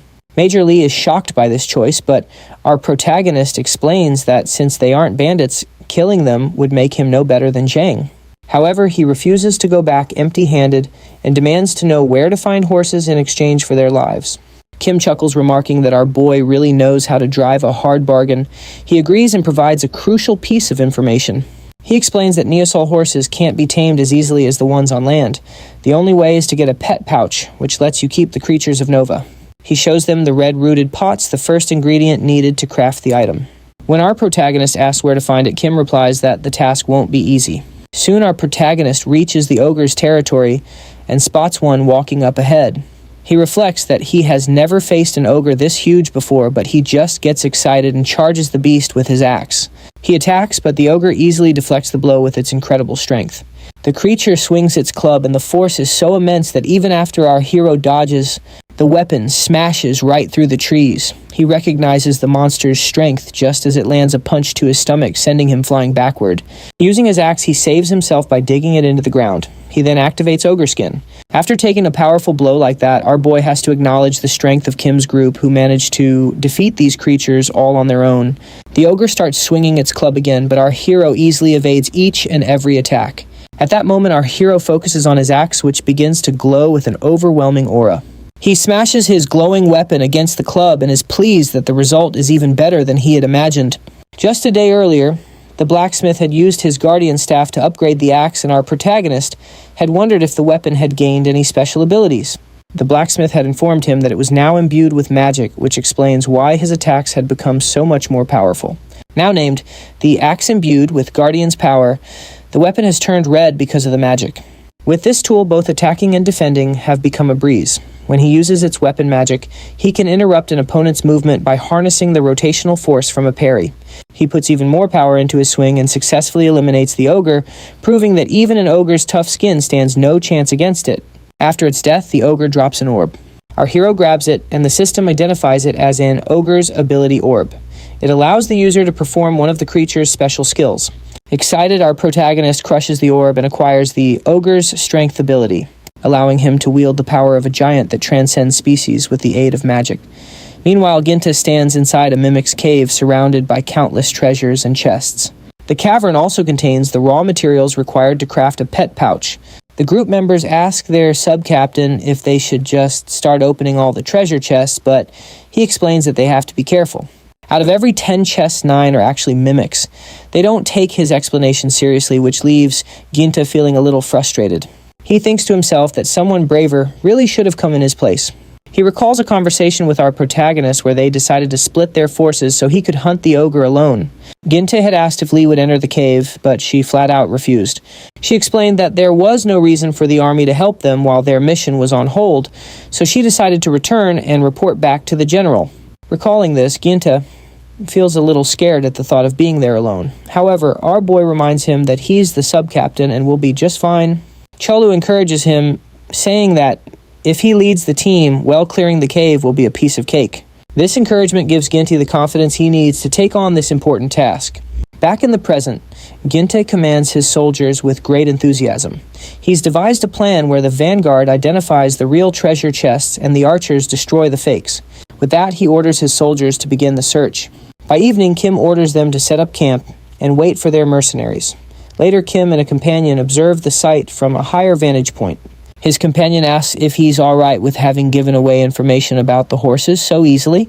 He notes that if the military discovers how the horses are tamed, they'll be in danger.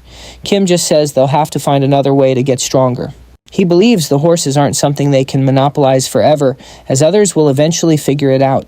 The companion adds that even if others learn the method, the materials aren't easy to get, especially the ones from the ogres. Kim asks if his companion really believes that, adding that he has a feeling our hero won't have any trouble at all. After nightfall, Chelu and Ginta arrive at the camp. Kim walks over and asks if they've gathered everything. Our protagonist explains that it would have taken too long otherwise, so they split up to speed things up. They then lay out all the items they collected. Ginta collected a considerable amount, and Chelu gathered a huge number of pots, leaving everyone astonished. In a flashback, we see our boy received a pot after defeating his first ogre. Realizing this, he decided to defeat as many as possible to get a high yield. Back in the present, Kim curiously asks for his secret to acquiring so many. Our hero replies that there's no secret. He simply wiped out the ogres and collected the items. Kim asks if he did it all by himself, and when Chelu confirms it, Kim is completely floored. Later, a large pot is simmering over the fire. Checking his system, our protagonist sees that the abandoned alchemist lab feature can be used to create pet pouches. This is new information for Chelu, as the horseback raiders had only just discovered this lab themselves. Kim explains that's just how things work in the unknown world of Nova. Information is power. Those who prioritize exploration are the first to make new discoveries. He then tells our boy to craft his pouch. Chelu throws in the necessary materials, and the combination costs 78 coins. A short time later, he opens the pot, and a cloud of smoke billows out. The system notifies him that the pet pouch has been created and added to his inventory. Our hero picks up the pouch feeling totally hyped.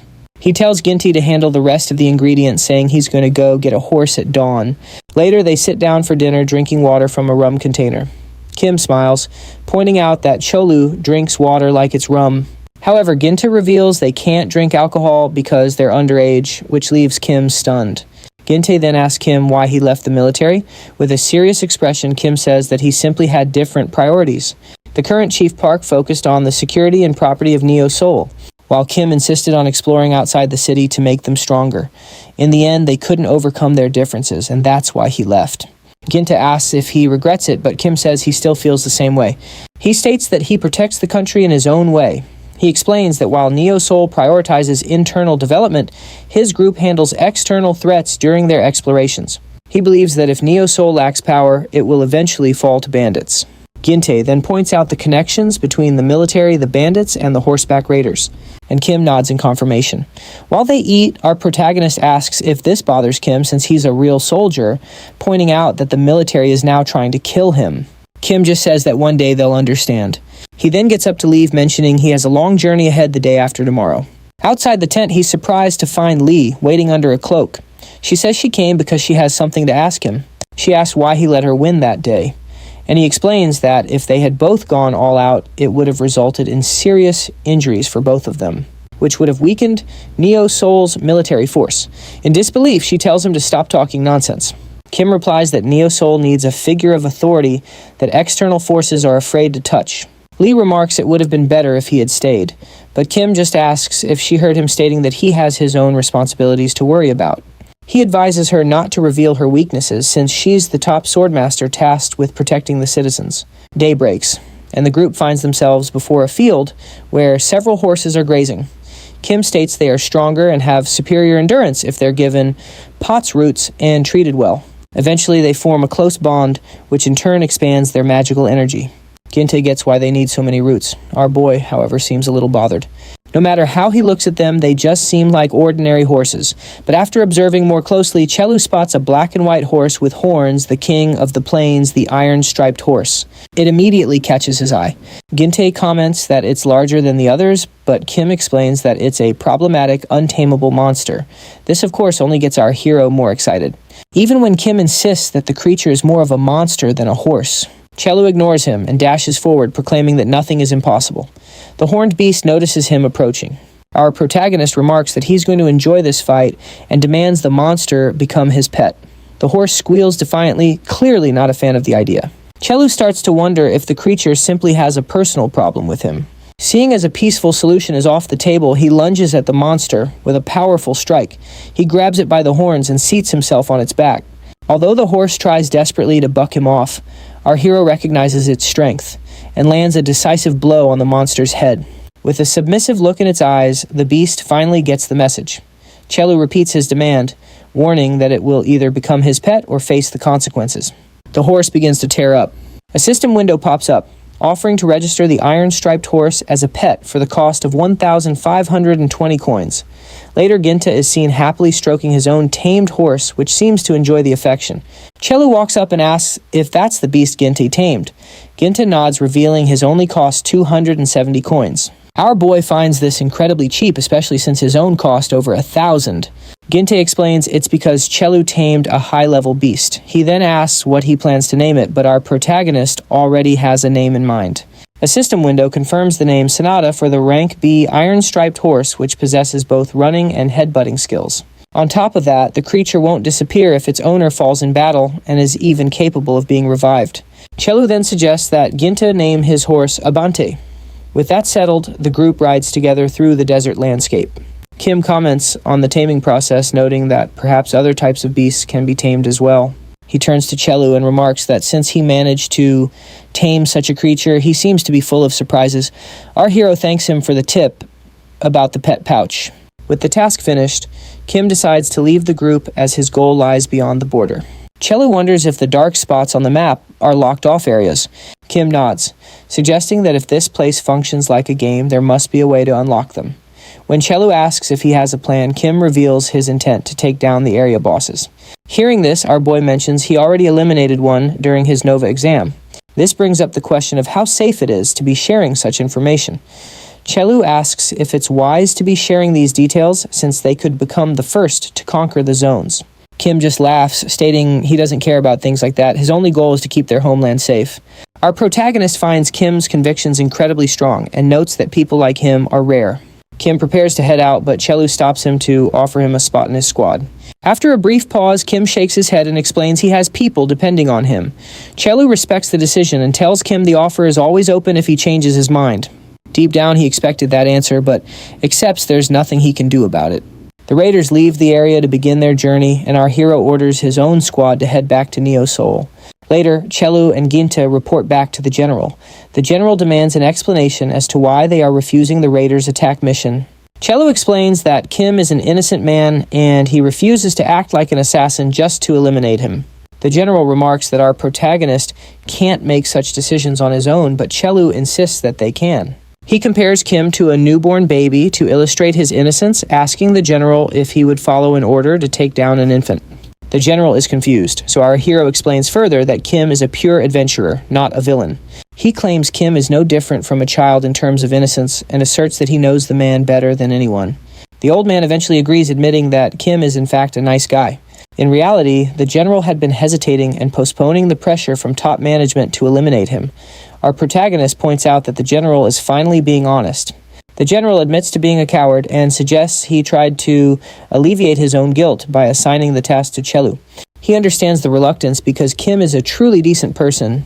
Our boy mentions he tried to recruit Kim, but the man refused. General Park describes Kim as someone worth having, but notes his strong rebellious attitude is something no ordinary leader could handle. Cholu reflects that he still has a long way to go. The general asks if they are hungry, and Cholu notes it is nearly time to eat. He asks if soup will be served, but the general knows a simple soup won't cut it. He announces that a proper meal has been prepared. Ginte gets excited as the general explains they deserve a real feast. He then offers them a drink, but Ginte points out they are still underage. General Park counters that the new year has begun on Earth, making them adults, and insists they should have their first drink. However, our hero declines wishing to have his first drink with his grandfather back on Earth, though he remains eager for the food. The next day, Cholu and Ginte head out alone, leaving their squad behind. Ginte is worried about this arrangement, but our protagonist is carefree, noting he can simply punish anyone who tries to escape later. Still, Ginte believes they need someone to keep the troops in line and train them. They are soon spotted by General Park. The general examines their horses and learns their names are Sonata and Abante. He dislikes the names and suggests Grand instead, but both boys find the idea terrible. Dropping the jokes, the general reveals he is also returning to Earth. He is not going back for family, but because he has been summoned due to Earth being in trouble. He was stuck in Nova because the portals only open every 5 days. Cholu asks about the nature of the trouble. Although he is not supposed to reveal anything, the general explains that Korea is in a state of chaos. A coup has occurred in North Korea led by Goryeo General Seok Lee, who claims to be from Nova. As a result, the entire public now knows that Nova exists. Colonel Moran appears worried while Warrant Officer Janu Oh remains calm. She remarks that the coup in North Korea means the existence of planet Nova will be revealed to the entire world. Expecting a massive influx of people, Oh asks to be sent back to Neo Seoul, but the colonel is not pleased. She has already stationed him on Earth to round up draft-dodging Novas and cannot risk their base in his absence. Furthermore, she is concerned about Director Park, whose recent suspicious behavior makes her fear a potential coup in South Korea as well. Oh questions her suspicions regarding Director Park and highlights the man's contributions to Neo Seoul. He adds that Cholu has also proven his worth through his actions. The colonel wonders why Oh trusts Cholu so implicitly, sensing he has a special reason for taking his side. Internally, Oh reflects that there is no hidden motive. In the past, he and Cholu cleared all the monsters in the east to protect the citizens of Nova, earning them both the gratitude of General Park. Before being assigned to hunt deserters, Oh was a man who sought strength to create a free world. He constantly tested himself because he loved Nova. Back in the present, the colonel ends the discussion by refusing to send him back, insisting they focus on national security. Knowing he belongs to Nova rather than the military, O immediately places his resignation letter on the table. Moran is stunned that he would leave at such a critical time. O states that, while national power must be solidified, he believes that power depends on how well a country utilizes Nova. He claims to know the right man who holds the key to it all. Meanwhile, Cholu arrives on Earth. In a car driven by the former thug lady, our protagonist points out that she should not call him Big Brother since she is older than him. Ginta asks how their allies knew exactly when they would emerge from the portal. One member explains that they waited at the portal just in case, though number one had already predicted their arrival. Our hero is satisfied with this, then asks about the new business number one opened. The lady chuckles, noting that the company name is a surprise for their leader. They eventually arrive at the new establishment titled Cholu Solution. Inside, number one greets Cholu respectfully. Our protagonist appears confident but questions the name, remarking that it sounds like they're in the thigh business, not to mention the office is located a little too close to his home. Number one immediately apologizes. However, our hero clarifies that only his grandfather would dislike it because the old man hates thugs. Number one finally realizes why his men were constantly being kicked out of the area. Cholu asks if his grandfather is present, and number one nods before receiving praise for hiring 20 employees, as number one bows in gratitude. O steps inside with a curious expression, asking if this is a gathering of gangsters. Surprised, our hero recognizes him as the soldier he fought previously and notices his arm has completely healed. Seeing the crowd of men, O wonders if this is a gang, but Cholu explains they are mercenaries. O remarks on how much the squad has grown. Our protagonist then offers him a position in the group. O is surprised by the sudden proposal, but Chelu says they both know why he is here. Impressed by the kid's sharp thinking, O shakes his hand, immediately noticing the incredible new strength behind Chelu's grip. As it turns out, our hero was looking for someone to whip his mercenaries into shape. O is skeptical about getting a job offer from a near stranger, but Chelu insists he can spot a good soldier when he sees one.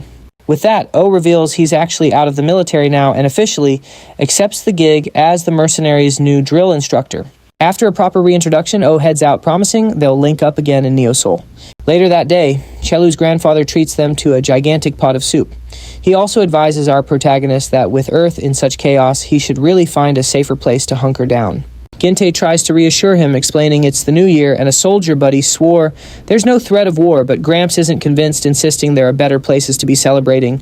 Ginte's eyes bulge at the sheer size of the meal, but the proud grandfather just laughs, boasting about his grandson's legendary appetite. When the boys ask for some alcohol, Gramps cheekily asks if this means they're finally official adults. Our hero beams, announcing that he wants his very first drink to be with his grandfather.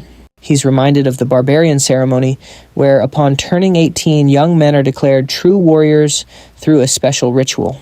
Chelu wonders if this means he can be reborn as a true barbarian, but quickly decides he might not be ready just yet.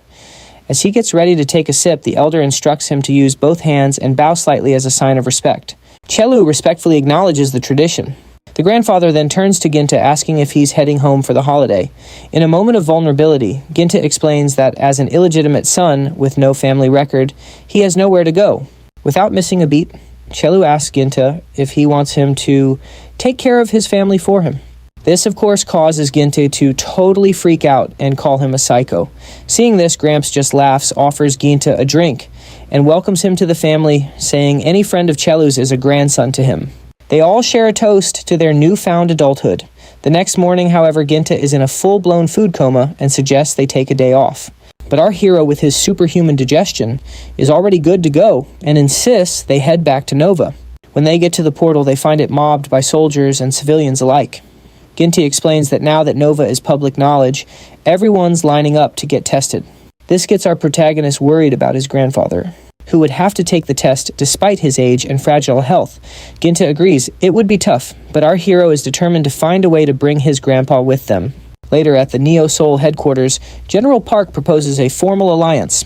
Now that the frontier is open, the competition between nations is heating up. The general proposes a formal contract between the army mercenaries and other guilds to spearhead the exploration efforts. Without a second thought, Chelu signs on the dotted line. The general remarks that he's a little too trusting, but Chelu just smiles and guarantees there's no room for deceit between friends. Still, the general warns that South Korea is playing catch-up with the other nations that got a head start. When our protagonist asks who's leading the pack, Park points to Japan. Chelu immediately suggests they need to expand the map and fast-track their technology, proposing that hunting down field bosses is the quickest way to do it. The general is taken aback, asking if he means the Cyclops. Chelu is thrilled to learn the military has already pinpointed its location. The general reveals that a military intelligence unit led by Captain Choi and Sergeant Yang Su has already locked onto the target's coordinates. Our hero is totally pumped for the mission, and the general confirms that the stage is set. After getting the green light to attack with full force, Chelu is determined to take down the Cyclops in one clean strike. Jun Hwano is introduced as the new sub-leader of the operations unit, receiving a warm welcome from the soldiers. While some of the mercenaries seem relieved to have him, others are sizing up the new guy who will be giving them orders. Jun Hwano greets the troops and gives them a formal introduction. Our hero then orders Ginte to stay on housekeeping duty, explaining that they're now operating with a dual sub-leader system. When Jun Hwano asks Chelu about the specific operational plans, our protagonist puts on a classic display of laziness, showing a complete and utter lack of initiative. The newly appointed sub-leader is completely baffled, questioning why he was chosen, and seeming a bit insecure about his own abilities. But our hero simply tells Junhwan to make his own calls, showing his complete trust in the new guy's instincts. Accepting the responsibility, Junhwan decides to completely reorganize the unit's structure. Despite his laid-back demeanor, it's clear he's got a plan.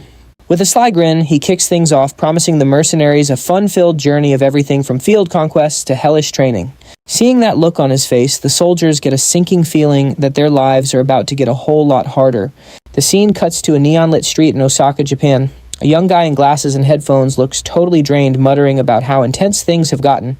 Suddenly, a woman slams into him, desperately pleading for help, which only seems to annoy him even more. He quickly spots a crowd of people sprinting the other way, screaming in terror. Another man frantically rushes by, shouting for him to get away. Suddenly, terrifying goblins with glowing red eyes swarm the streets, sparking mass panic. The young man watches the horrifying scene completely stunned. A blue system screen pops up in front of him with a message. Doomsday exam. The mission: clear the area, collect goblin coins, and escape to Nova. 5 days later at Neo Soul headquarters. The general and his assistant are discussing the portal openings and the goblin outbreak in Japan. The Japanese government has declared a state of emergency in Osaka, but they're keeping the details under wraps. A frustrated General Park points out that Japan is viewing this disaster as an opportunity. He notes that ever since the apocalypse began, countries have been fiercely competing to colonize Nova, and Japan probably sees this outbreak as a twisted way to train new Novas. The assistant predicts the population in Nova will increase, and Park realizes Japan is trying to get a leg up in the colonization race. However, he's still concerned about how they managed to open the portal. He then asks for a status update on our hero. The assistant reports that Captain Choi and Sergeant Kai headed out yesterday and should reach their destination tonight. Meanwhile, the mercenaries are marching in perfect disciplined formation. Junhwan barks at them to stay in line, prompting an embarrassed apology from one of the soldiers. Another soldier mutters that Captain Junhwan is way smarter than their leader. While Chelu just resorts to physical punishment, the captain uses mental torture, which feels way worse. Choi remarks that the mercenary corps has stricter discipline than the army, addressing Junhwan as Officer O. But Junhwan quickly clarifies that he's retired and insists on being called by his name. Choi asks why he returned to the field after vowing he'd never come back to Neo Seoul. Junhwan quips that while beating up deserters in street clothes sounded fun, the novelty wore off. When Choi asks if he joined the mercenaries because he was sick of General Park's drama, Junhwan admits that was a big part of it. Choi notes that our protagonist seems to have been a major motivation for him. The soldiers hiss at each other to stay in line to avoid getting an earful from their sub-leader. Junhwan reveals that the unit was a total disaster when he arrived, so he had to whip them into shape. He admits that life in the mercenary corps is actually quite fun, wondering if he was ever this motivated back in his army days. Choi is pleased to see his growth and glances over toward Chelu, noting that he really is a good guy. Just then, our protagonist orders the group to halt, announcing they'll be making camp for the night. Later inside a tent, our hero gathers the unit leaders to go over the plan, analyzing the map. Chelu points out that they'll reach the target before dawn. Captain Choi briefs them that hunting an area boss is a lot like a dungeon raid in a game. The target forest is split into central and outer areas, protected by ogres and NLs. Chelu suggests a direct charge, but the captain shoots that down, revealing there are over 100 NLEs. On top of that, a countdown starts the second they step into the forest. Choi explains that they have to win within a specific time limit, or they'll be forcibly teleported out just like in a game. Our hero decides on a lightning-fast strategy and is still totally pumped to hunt the Cyclops. At dawn, the squad reaches the location as the system announces the event and starts a 30-minute countdown. Ginte leads the main unit in an ambush on the left side of the forest, using the rough terrain to their advantage.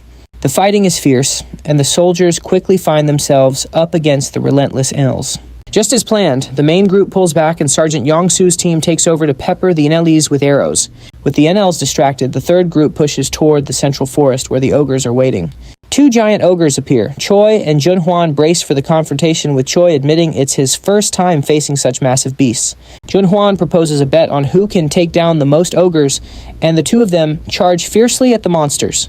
Meanwhile, our hero is blazing through the gorge on his Mount Sonata, with only an estimated 20 minutes to reach the target. He pushes his mount to go even faster. Suddenly, our protagonist learns the iron-striped horse skill, which activates automatically. As he cuts down ogres in his path, the system announces he has also acquired the mounted combat skill. Chelu hurries, reaching the center of the forest with only 2 minutes and 30 seconds left on the clock. He notices the boss is nowhere in sight, but upon touching a tree, he realizes it's some kind of holy ground. The tree glows brilliantly, emitting immense energy. A window explains that this is the World Tree, which is here to test our protagonist's qualifications. A vortex of energy swirls into existence, and a colossal, imposing monster emerges from the whirlpool. The area boss has finally revealed itself. It's the Cyclops. Chelu is impressed as he observes his massive enemy. The Cyclops smashes its weapon down, shattering the ground. Chelu sees the attack's got a wide, dangerous range, so he meets it head-on with his axe. Their weapons clash, but our hero quickly realizes that despite his best efforts, the giant isn't even fazed. Since his attacks aren't doing any real damage, he starts to wonder if the monster's massive size is the problem. He figures there's no point in trying to fight from a distance against a weapon with that much reach. Determined, our protagonist decides to close the gap and go for its legs. He unleashes a powerful attack and scores a direct hit, but the leg is completely fine. Looking closer, he sees he only managed to leave a tiny scratch on the leg's rocky surface. Our guy realizes it's not that the creature has tough ogre skin or anything, it's just too enormous to take any real damage. Realizing this is going to be a tough fight, he switches tactics and starts unleashing a relentless flurry of axe swings, landing one blow after another. The giant is stuck in place, and our hero notes that it's impossible to hit someone up close with such a long weapon. Before long, the giant roars and raises its massive foot to crush him. Luckily, Chelu dodges the stomp and lands another heavy blow, making the giant roar in pain. He can't help but smile proud of his axe skills. But even as it's roaring, the Cyclops swivels its massive eye, takes aim at our protagonist, and fires a powerful beam. He barely manages to dodge the attack, jumping back just in time. Coughing from the effort, our hero now sees the giant for what it is, a beast that was holding back its true power. A digital screen pops up with a countdown timer showing that only 5 minutes are left. This is alarming for Chelu. Just then, Cho and Junwan arrive on the battlefield, drawn by the sound of explosions. Suddenly, the giant attacks again, and the soldiers are stunned by the sheer power of the creature. Our hero orders them to aim for its leg, since he's already managed to damage it, and says he'll act as a decoy. The two men immediately start attacking the giant's legs. Meanwhile, Chelu figures that while the beam is deadly, it must have a weakness. Our protagonist spots a pattern the eye beam fires at regular intervals. He dodges another blast and jokes that the giant should be protecting the forest, not wrecking it.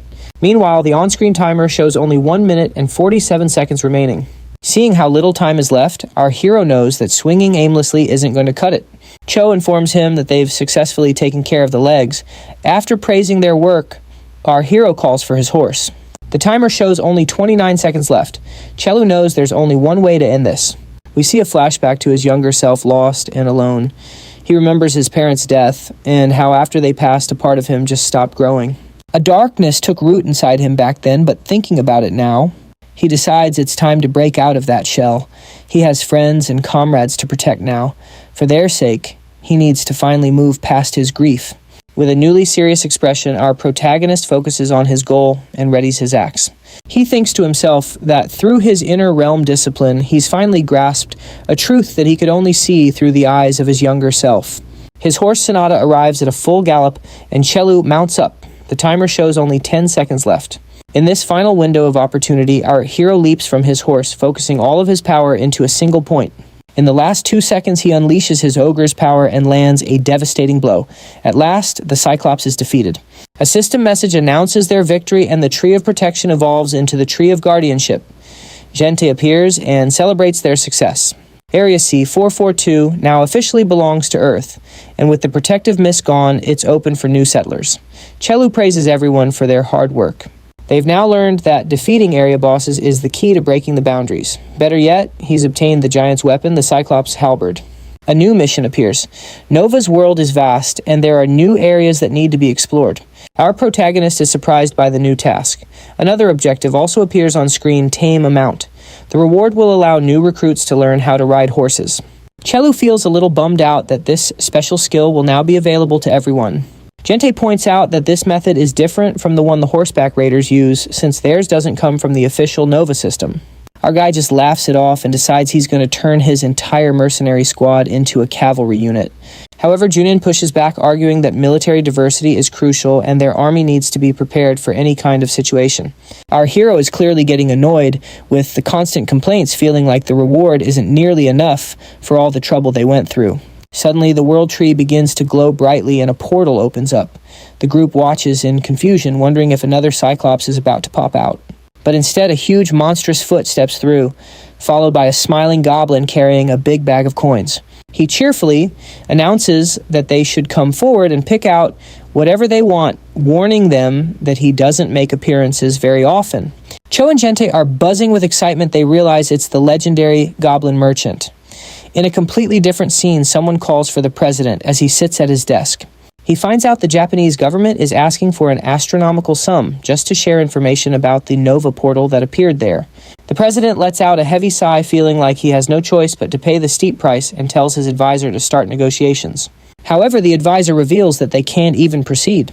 He informs him that South Korea has been completely shut out of the talks.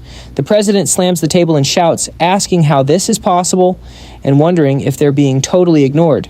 According to the Japanese embassy, the country will only be open to discussions in the summer. The president complains that summer is half a year away, which is like 3 long years in Nova's time.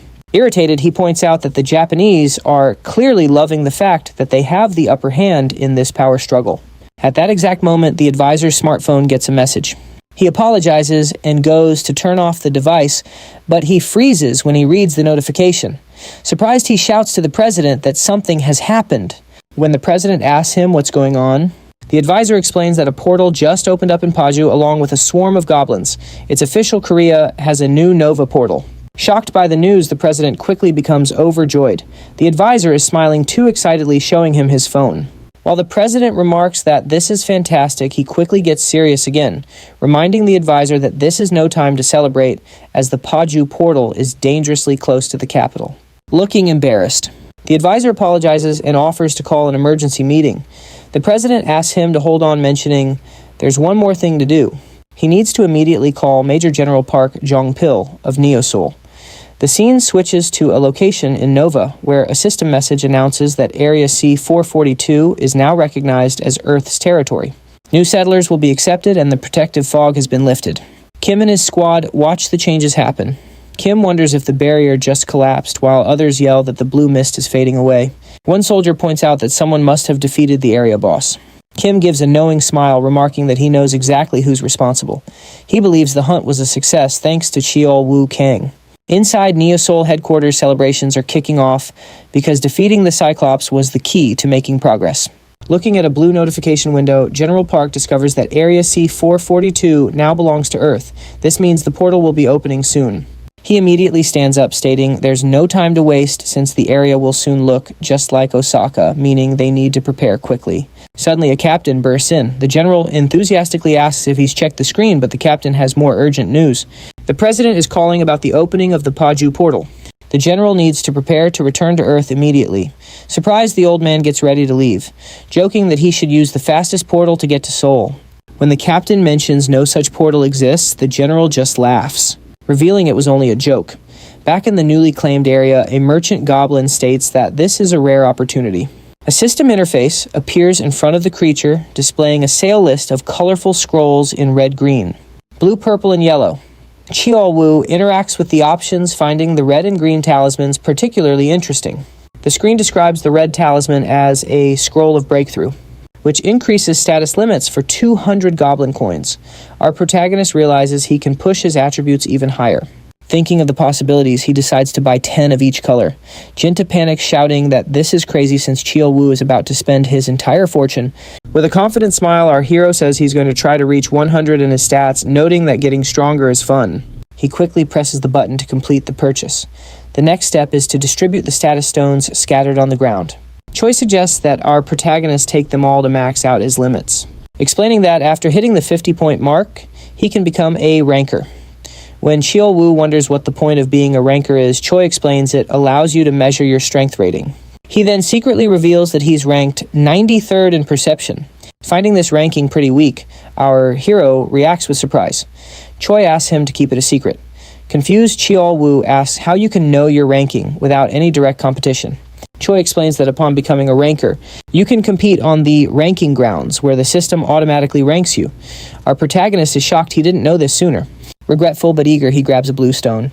The system reports he has used 2 status stones, bringing his strength to 43 dexterity, to 35 stamina, to 50, perception to 38, and magic to 9. With 50 points in stamina, the system announces his transportation to the ranking grounds. Cheol-woo is ready and excited to see the new place.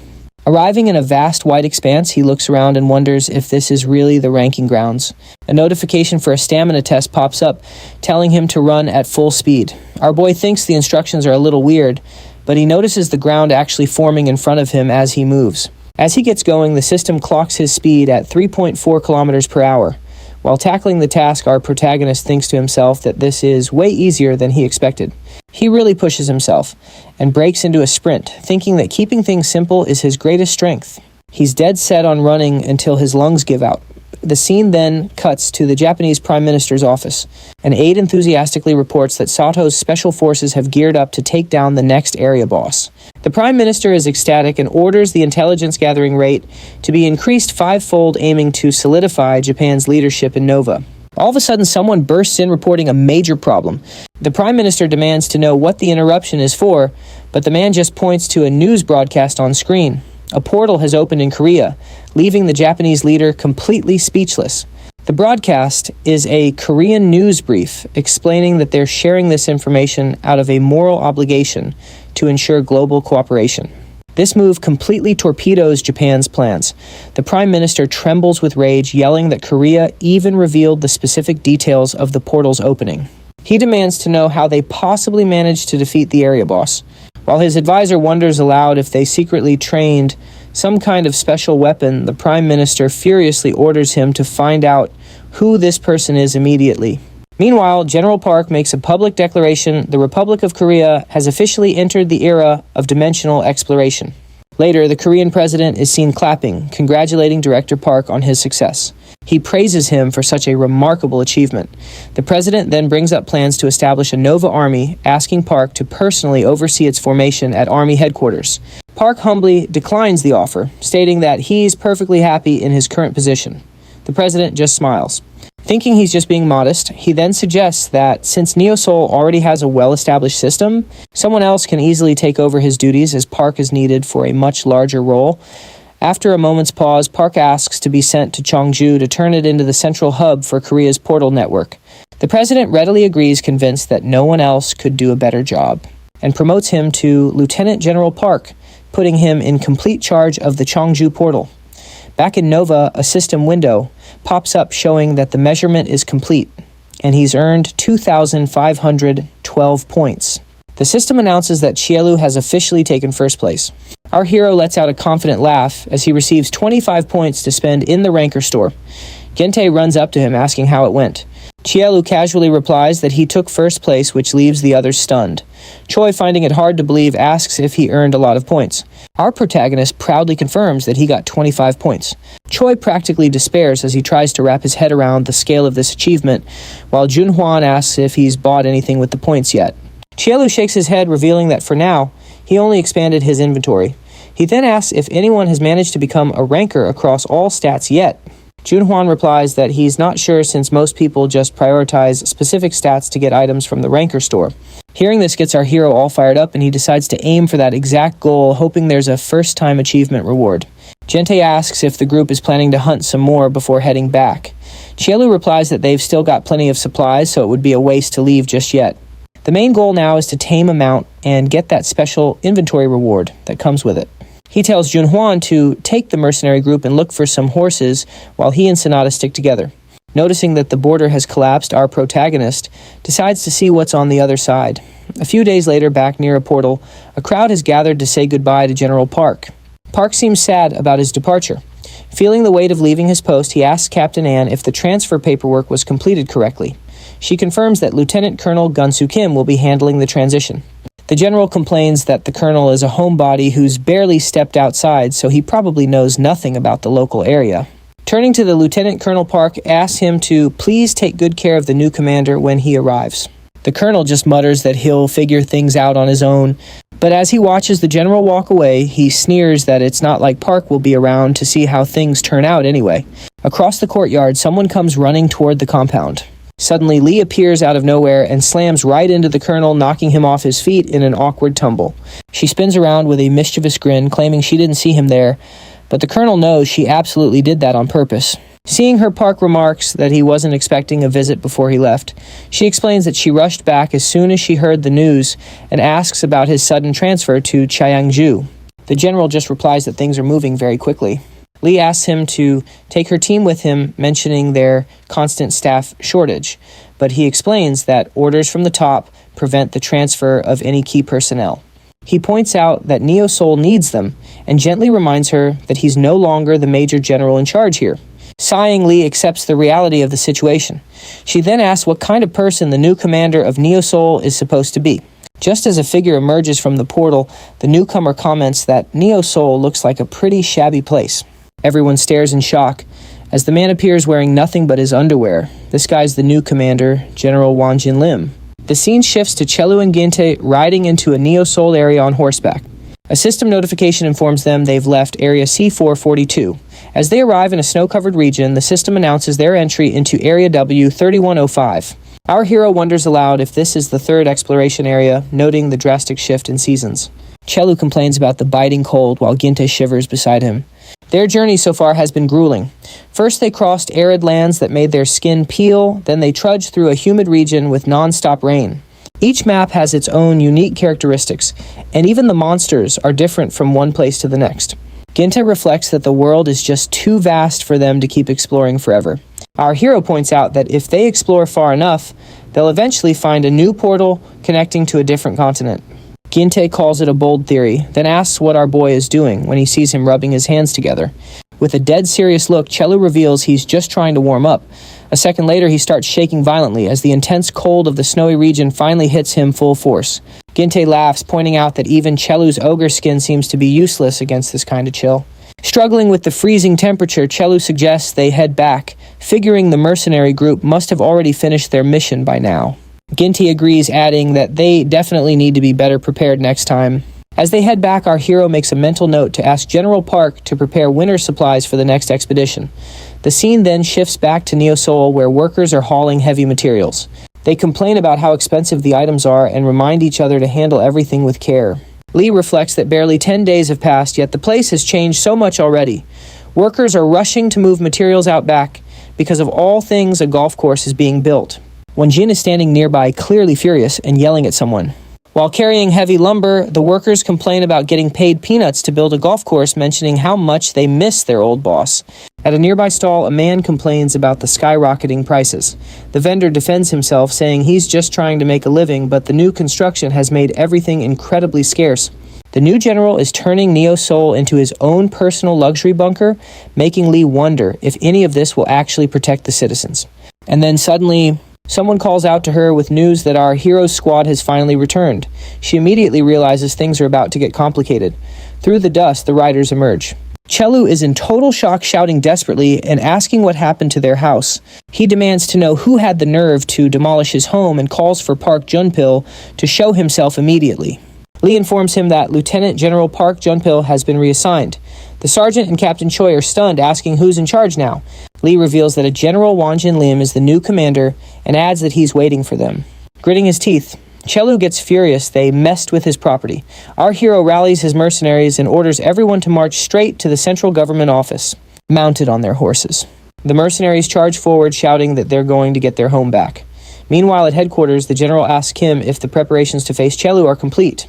The colonel confirms they've gathered more than 600 men, including armed soldiers, reservists, and civil defense members. The general remarks that our boy is the key to Neo Seoul's success, so he figures they should just force him to join their side. His subordinate confirms that everything is ready. The old man boasts that it doesn't matter how strong the target is. After all, our protagonist is just a 20-year-old kid who needs to be taught a lesson. Suddenly, the whole building starts to shake. The general wonders if it's an earthquake, but Kim quickly realizes the tremors are being caused by the Ironhead mercenaries. Sure enough, our hero and his crew arrive at the headquarters moments later. Standing out front, the general smirks, commenting that their return was a bit noisier than he expected. Chelu angrily demands to know if he was the one who destroyed their house. Outraged by his tone, the colonel yells at the boy to show the general some respect. Completely ignoring him, our hero grabs the colonel by the mouth and demands an answer. He repeats the question menacingly, wanting to know if it was the general who demolished their home. The colonel struggles to breathe. The general starts laughing, wondering aloud if Chelu is really this worked up over one little house. Annoyed, our hero shoves the colonel aside and tells the general to stop laughing and start explaining. The general explains that the territory now belongs to him and anyone who wants to use the land has to pay up. He claims he had the site demolished simply as part of his official duties.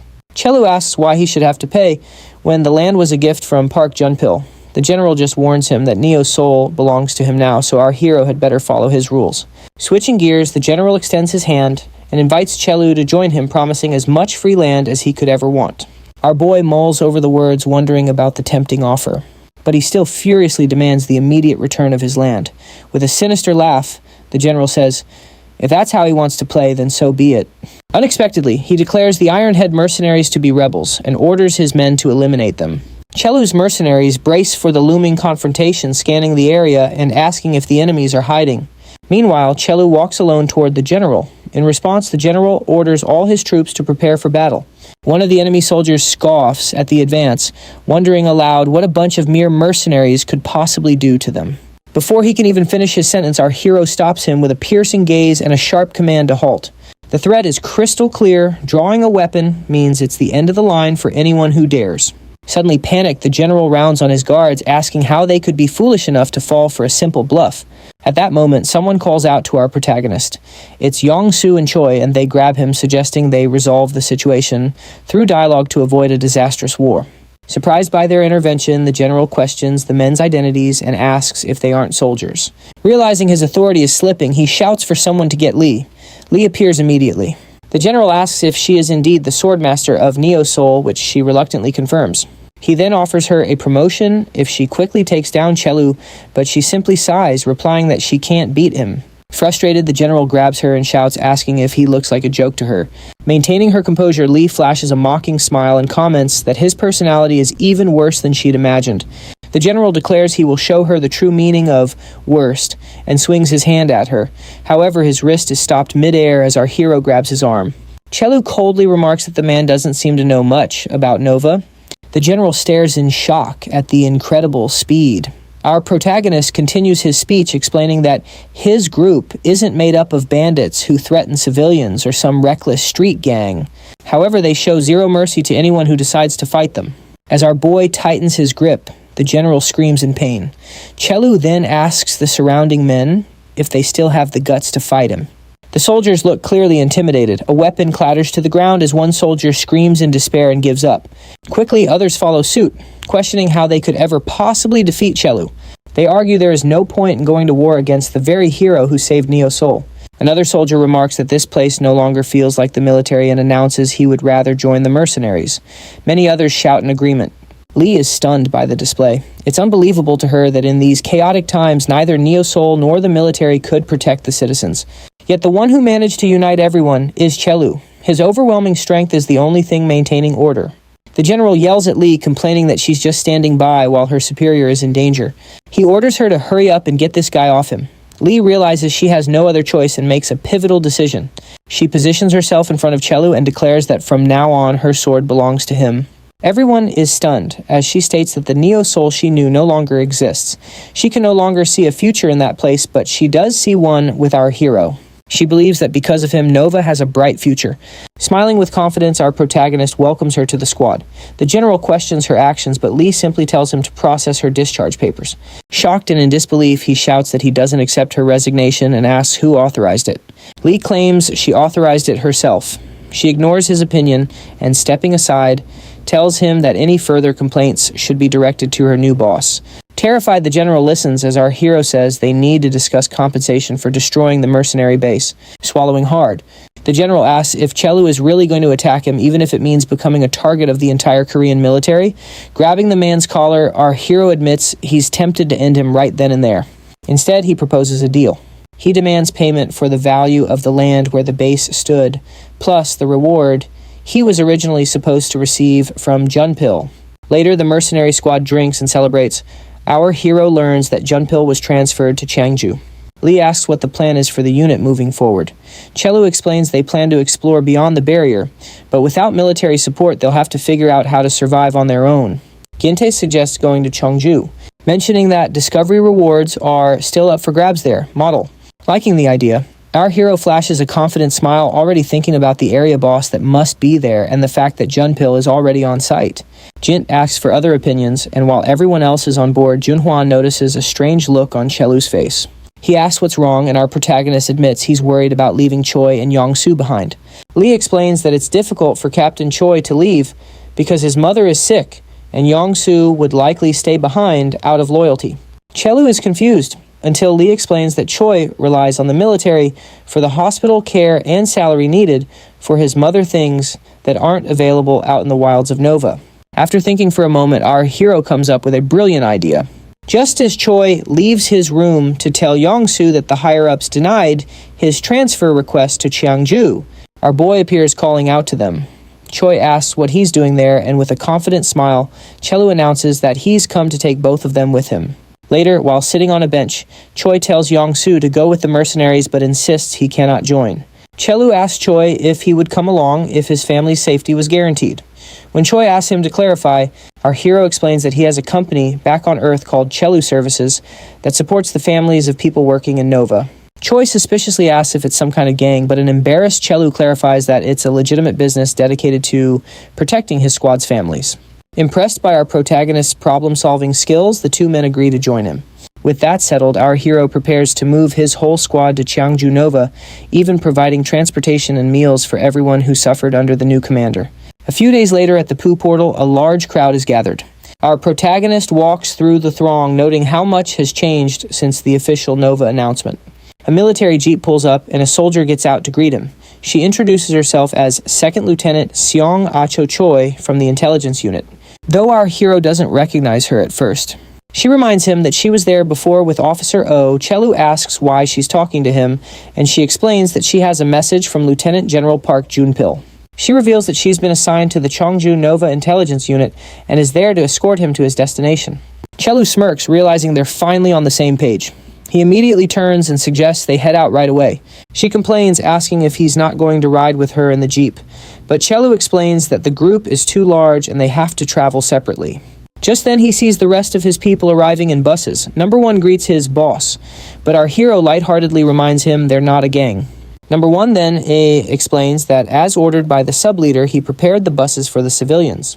Chelu praises him and Gintai for their hard work.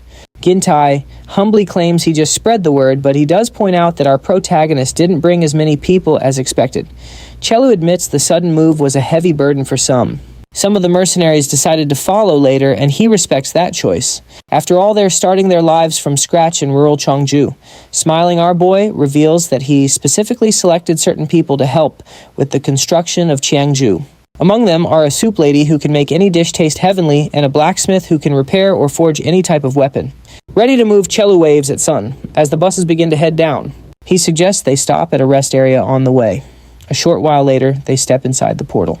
Looking around, Chelu comments on how much the place has developed in such a short time. Gintai notices the people's clothes and laughs, remarking that he can already feel Lieutenant General Park's influence. Chelu jokes that they left Neo-Seoul only to find another place exactly like it. Suddenly, the general excitedly shouts for our hero. Chelu greets him with a laugh, mentioning he was worried when he heard the general had been kicked out. The general just laughs it off, saying it's normal for a soldier to change posts. Chelu comments that he almost slapped the guy who replaced him, and the general agrees it's a good thing he didn't. Our protagonist then mentions he brought some gifts. The old man is curious until, he recognizes that the newcomers are merchants from Neo-Seoul. Chelu explains his plan to establish a village here. He says he was worried about the general being all alone, so he brought everyone who was willing to come with him. Overjoyed, the general admits these are exactly the people needed to accelerate Nova's development. The merchants warmly greet the old man, telling him how much they've missed him. The general thanks Chelu for his help, and our hero proudly says that's what friends are for, telling the general to consider it thanks for lending him his men. Soon after, Lee Choi and Yanu arrive in Cheongju. Lee happily greets the general, noting it's been a while. Chelu explains that these newcomers are now part of his mercenary group and will be assisting with the development. After a brief pause, the general points out that they've all left the army now and then bursts out laughing. He says they did the right thing because he was worried about them, model, adding that he's thrilled everyone could make it to Hanyang. Full of excitement, he invites the whole group to share a meal. As they walk through the village, Chelu asks what this place is all about, wondering if it's going to be another Neo-Seoul. The general, anticipating the question, reveals its name, Hanyang. He explains the goal is to create an agricultural hub to guarantee a food supply for future generations, preparing them for monster invasions. They've even built an earthen fortress for defense. What's more, once the roads are developed, the place is set to become a major commercial hub enabling trade with every continent. Our boy is amazed by the whole concept of an agricultural village. The general proudly explains their secret weapon discovering rice seedlings. He adds that every region has unique items you can find. Thrilled by the news of rice, Chelu eagerly asks if this means they can finally have rice soup instead of barley. The general just laughs, amused by how pure and innocent he is.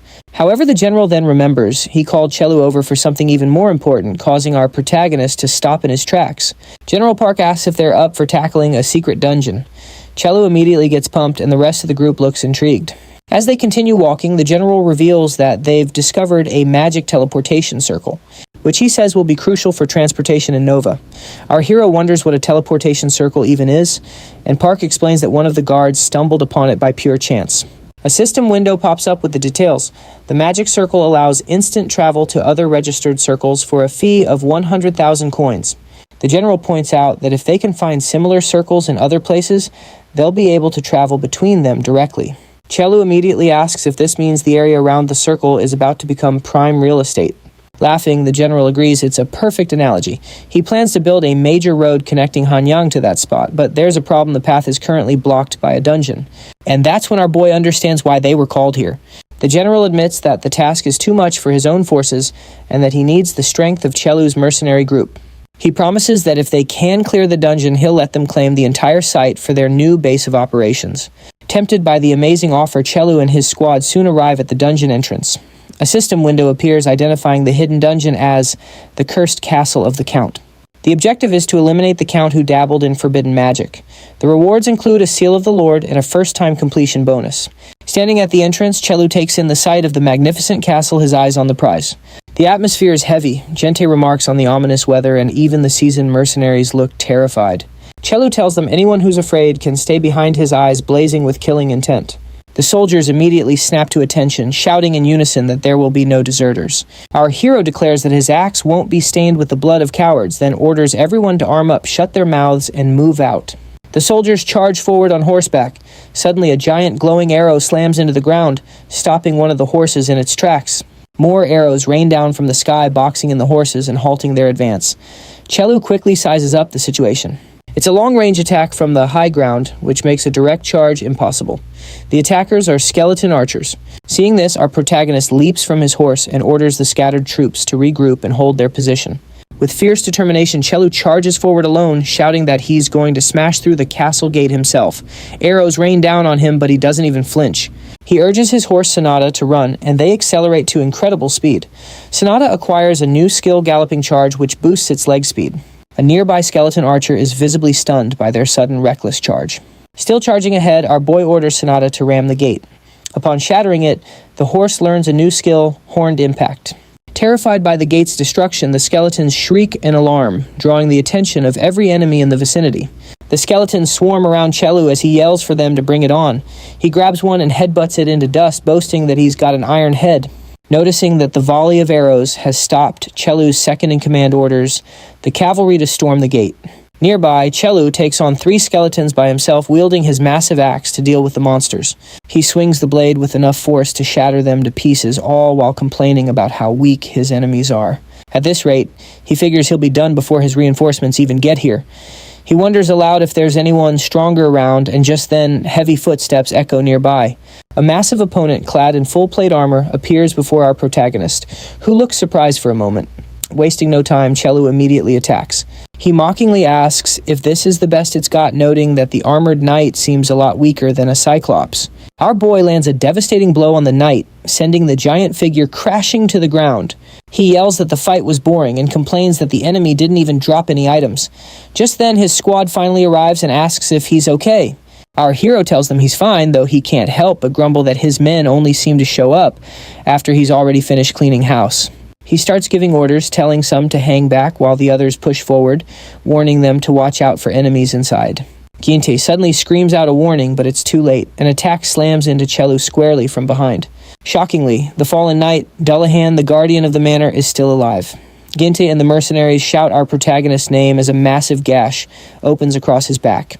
He can't believe he let his guard down, having just assumed the monster was dead. As the giant moves in for another strike, Lee swoops in and lands a powerful blow. After striking from multiple directions, she knocks the knight down once more and rushes to Chelu's side. Our hero points out that the creature still isn't dead. He notes that the enemies survived their previous all-out attack. In the meantime, skeletal creatures begin to pop up again while the Dullahan reconstitutes its body. Lee wonders how they can possibly move if they're already dead. Chelu explains that black magic is controlling the corpses. Recalling the description he saw earlier, our hero realizes that, to finish them off, they have to defeat the Count who controls them.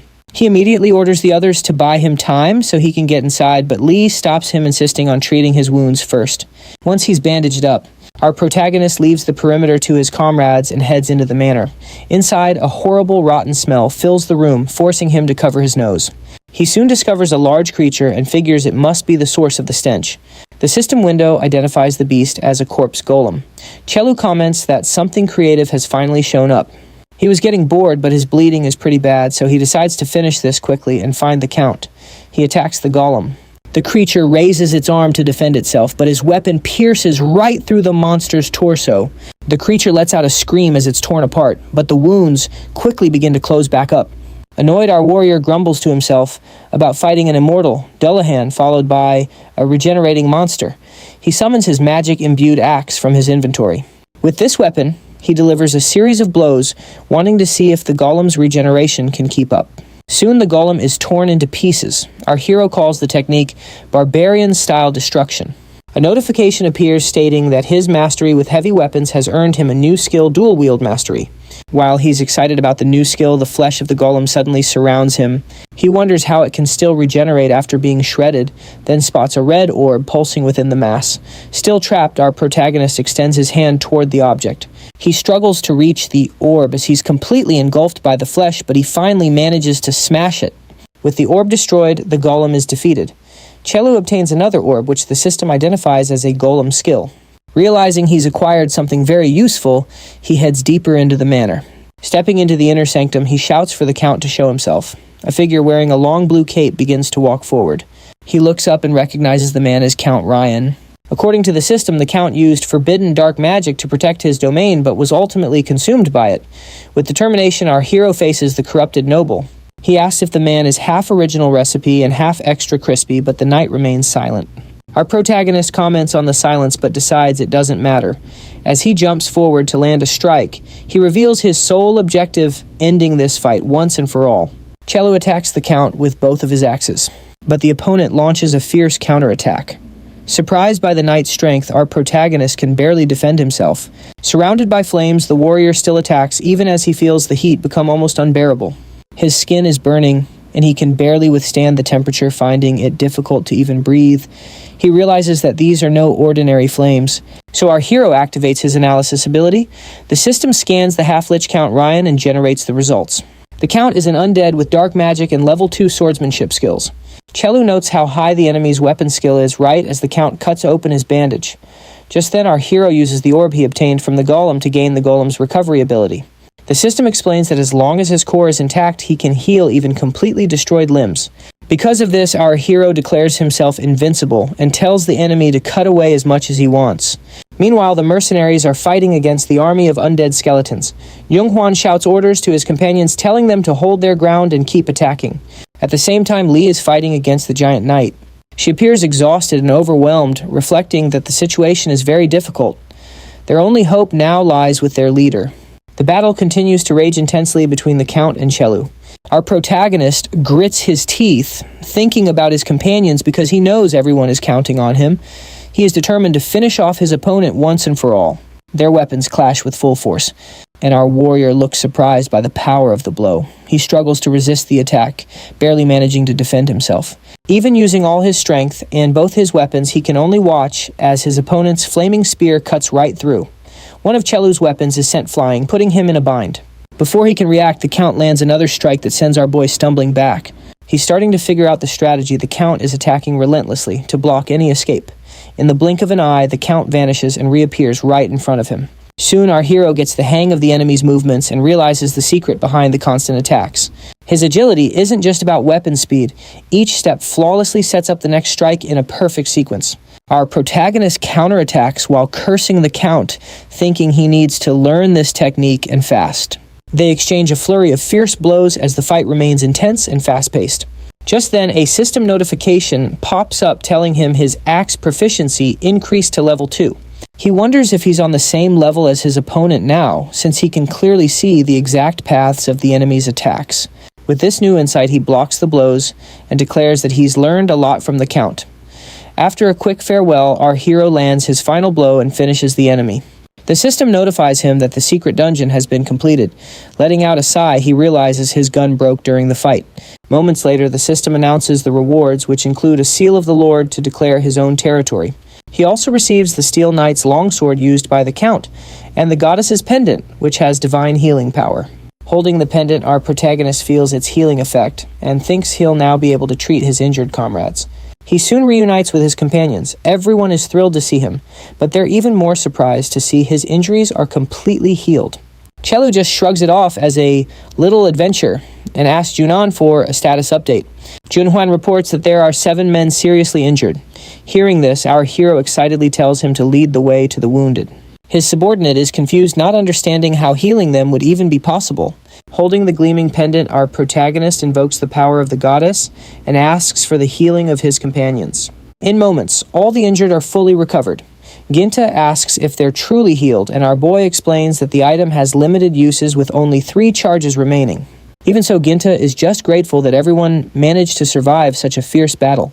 However, the mood turns somber as Lee and Janu approach with sad expressions, revealing that unfortunately they had 3 casualties.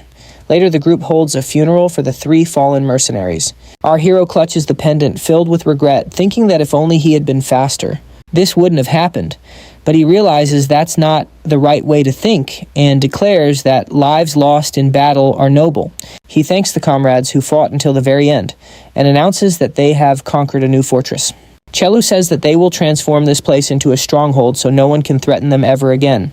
A system window appears asking if he wants to use the Seal of the Lord to make this area his territory.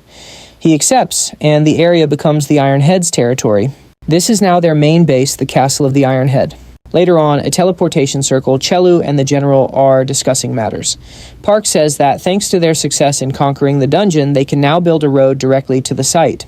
He asks how our protagonist feels about being a lord, and our boy replies that it's not bad.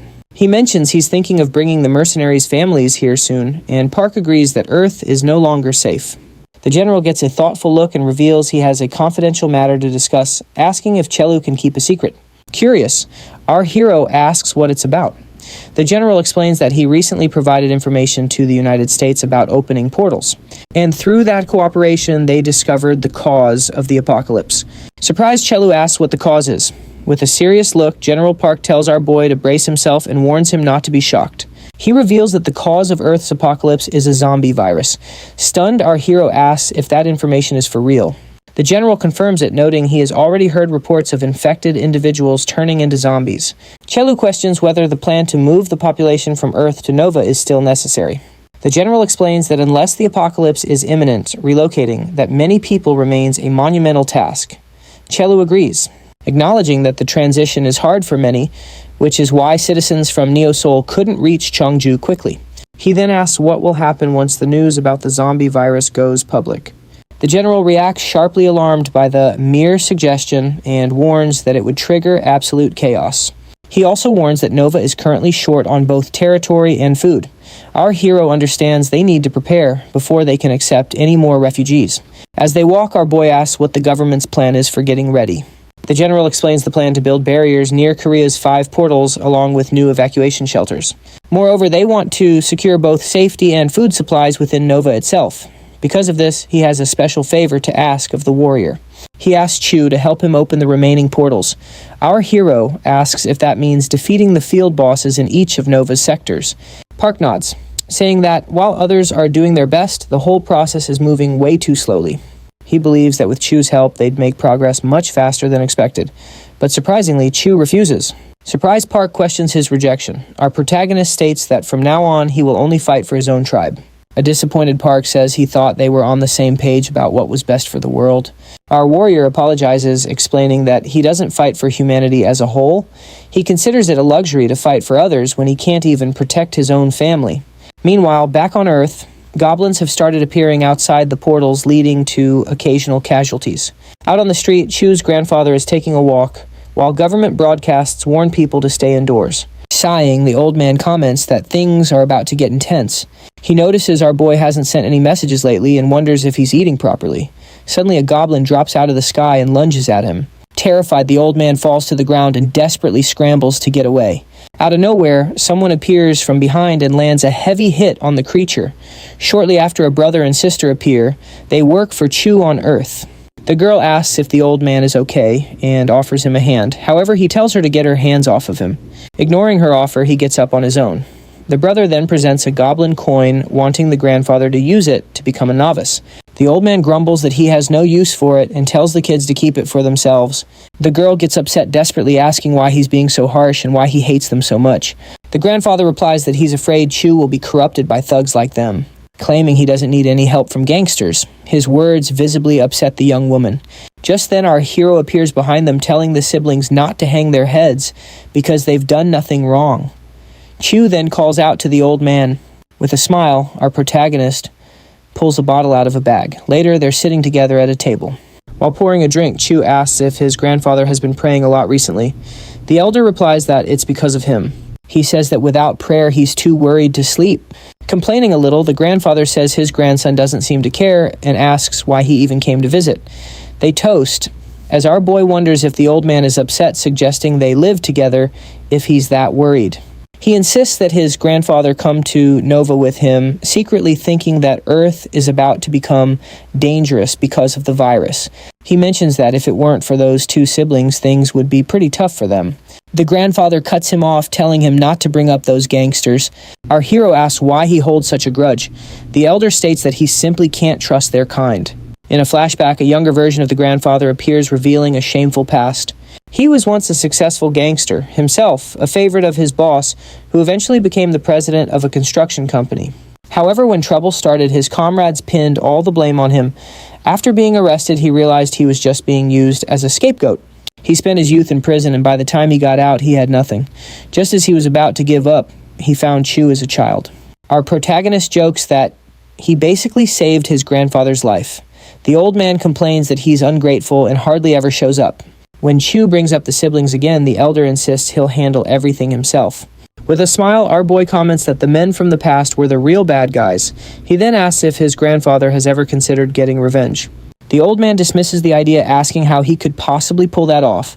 He notes that his former boss used loyal men as stepping stones to create the famous CK Group. The scene then shifts to the CK Group headquarters in Daejeon. We see Dongchan Kim, chairman of the CK Group and an affiliate of the Gangnong Nova Union, thanking the chairman of the Dugong Group, Dusk Choi. Accepting a glass of wine, Choi praises Kim for his efforts in Nova. Feeling honored, Kim thanks him humbly. Choi then asks the purpose of their meeting.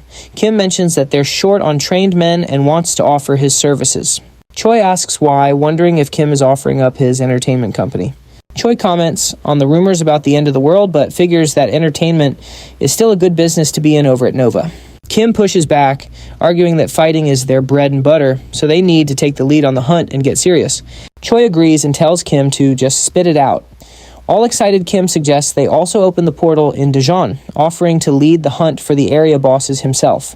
Choi voices his concern, pointing out how dangerous that could be. Kim just laughs, saying they've spent their whole lives in combat and can definitely do what some random kid did in Neo Seoul. Suddenly, an employee bursts into the room, shouting to the president that they have a huge problem. The man tells them intruders have forced their way into the building and are causing a scene. Annoyed by the interruption, Kim starts to complain. Choi grumbles that the vibe of the conversation is totally ruined and gets up to leave, promising to pick it up another time. The employee tries to stop him, but it's too late. Looking pale, the staffer reveals that the president is already gone. Furious, Kim takes his anger out on the employee, yelling at the idiot for just standing there and ordering him to get Director Jen on the line to handle it immediately.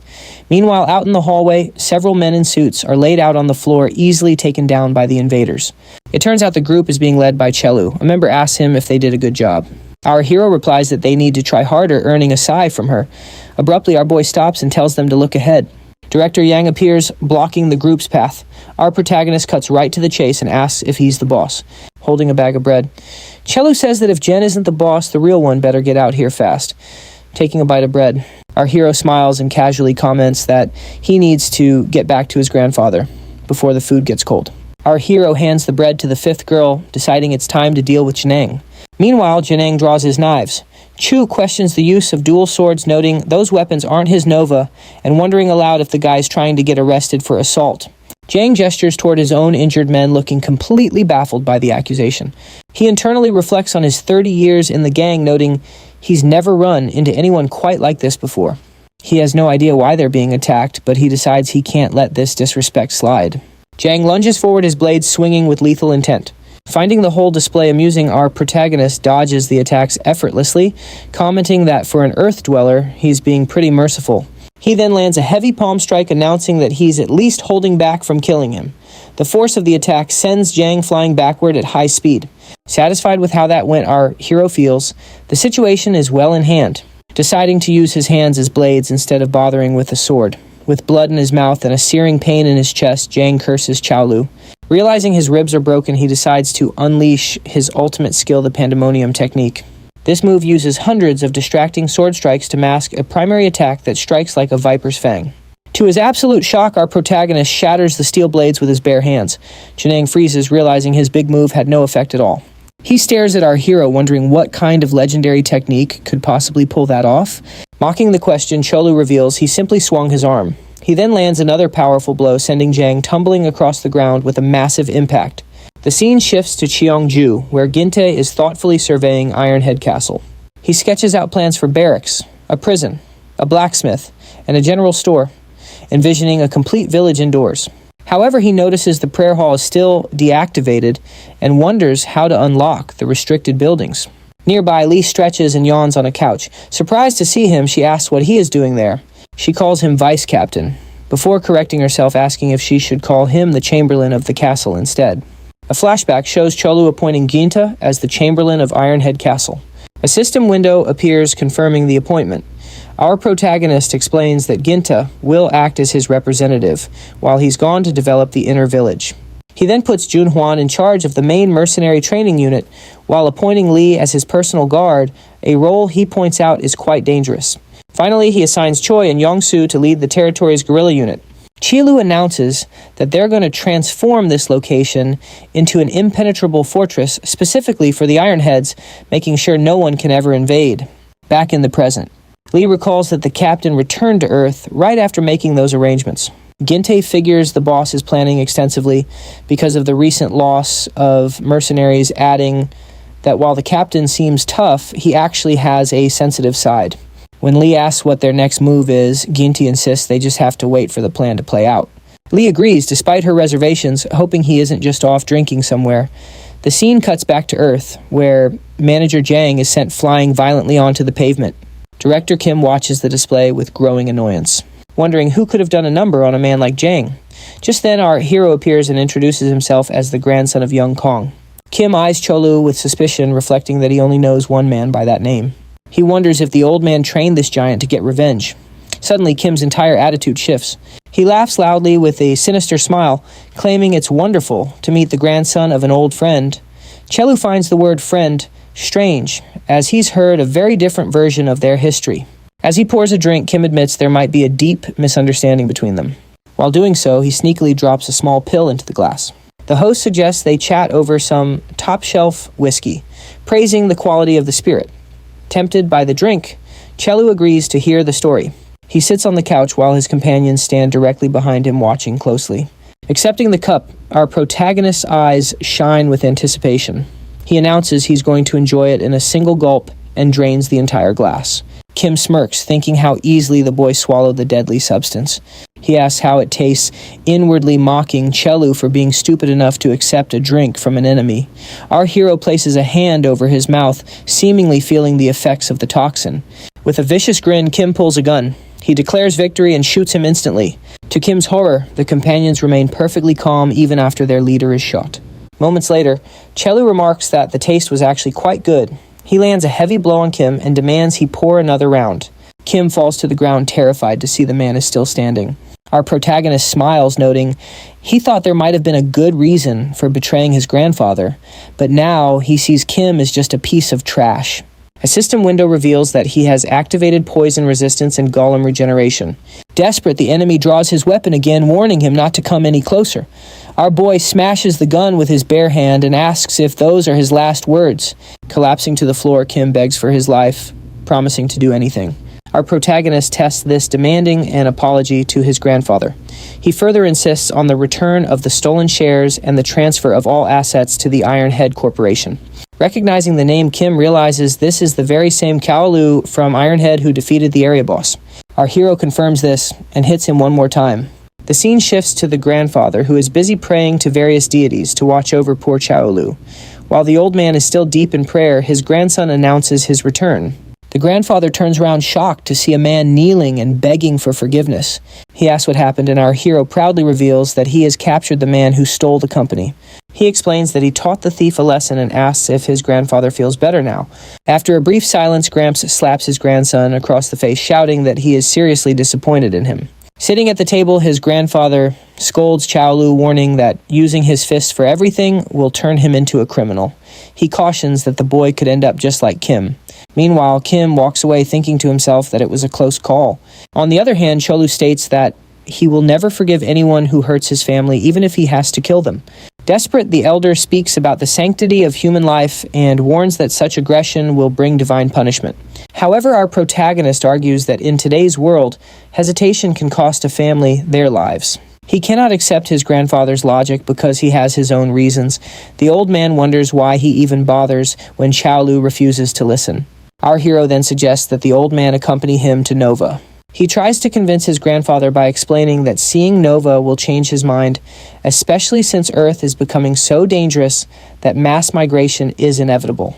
Grandpa ponders these words, wondering what kind of place Nova is and why our boy is so desperate to take him along.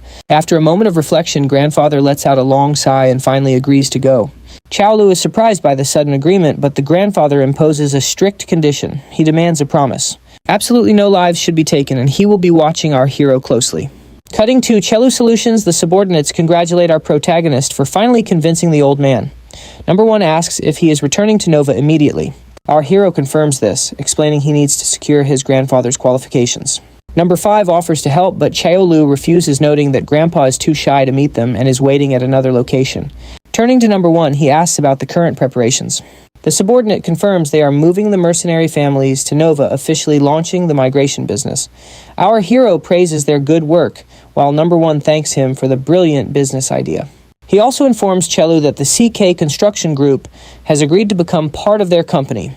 When Chelu asks about the new name, our protagonist reveals they've changed it to IR Holdings Company, with the IR standing for Iron Head. This official transition also makes our hero the new CEO of the firm. Later, Chelu and his grandfather arrive at the Pooh portal. Our boy explains that they're there to hunt goblins and collect coins. The old man immediately panics at the mere mention of the creatures and starts praying to God for protection. Our hero doesn't get the big deal, pointing out his own impressive resistance stat. But his grandfather reminds him that he's not invincible. Chelu just tells him they should stop talking and get moving. 2 hours later, Grandpa is sitting exhausted on a rock, complaining that all his bones are aching. Chelu looks around, finding it odd they haven't run into any goblins yet, and questions if this is even a spawn area. Suddenly his eyes widen as he spots something moving in the distance. Grabbing his grandfather, our protagonist takes off running and yells for them to move. The old man demands to be let go, calling him a brat as they tear through the dark forest. Pointing into the woods, Chelu yells that there's a goblin. Terrified, the grandfather wonders how on earth he's supposed to catch something like that. Handing him an axe, our hero says it's a gift for his grandfather to use. He jokes that the old man must have been pretty handy with one back in his gangster days, which only earns him an angry outburst. Laughing, Chelu says he'll only step in if things get really dangerous, since he could finish the beast in one hit anyway. He then urges the old man to go and catch it. At that moment, another young man appears, jumping into the fray with a baseball bat. He lands a well-aimed swing, hitting the goblin square in the head. The boy celebrates the successful headshot while his friend films the whole thing.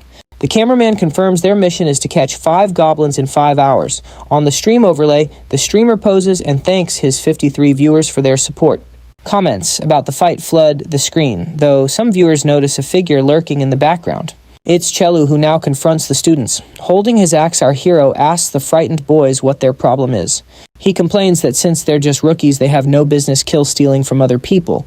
Grandfather tries to stop things from getting violent, but our hero is set on teaching the boys a lesson. The old man lectures Chelu on his behavior, threatening to stay behind and cancel the trip to Nova if he keeps it up. He calls the students over to him, telling our protagonist to stay put and think about his actions. The two students follow the old man through the dark forest. Worried that his grandson might actually hurt someone, Grandpa decides he needs to get the students to safety quickly.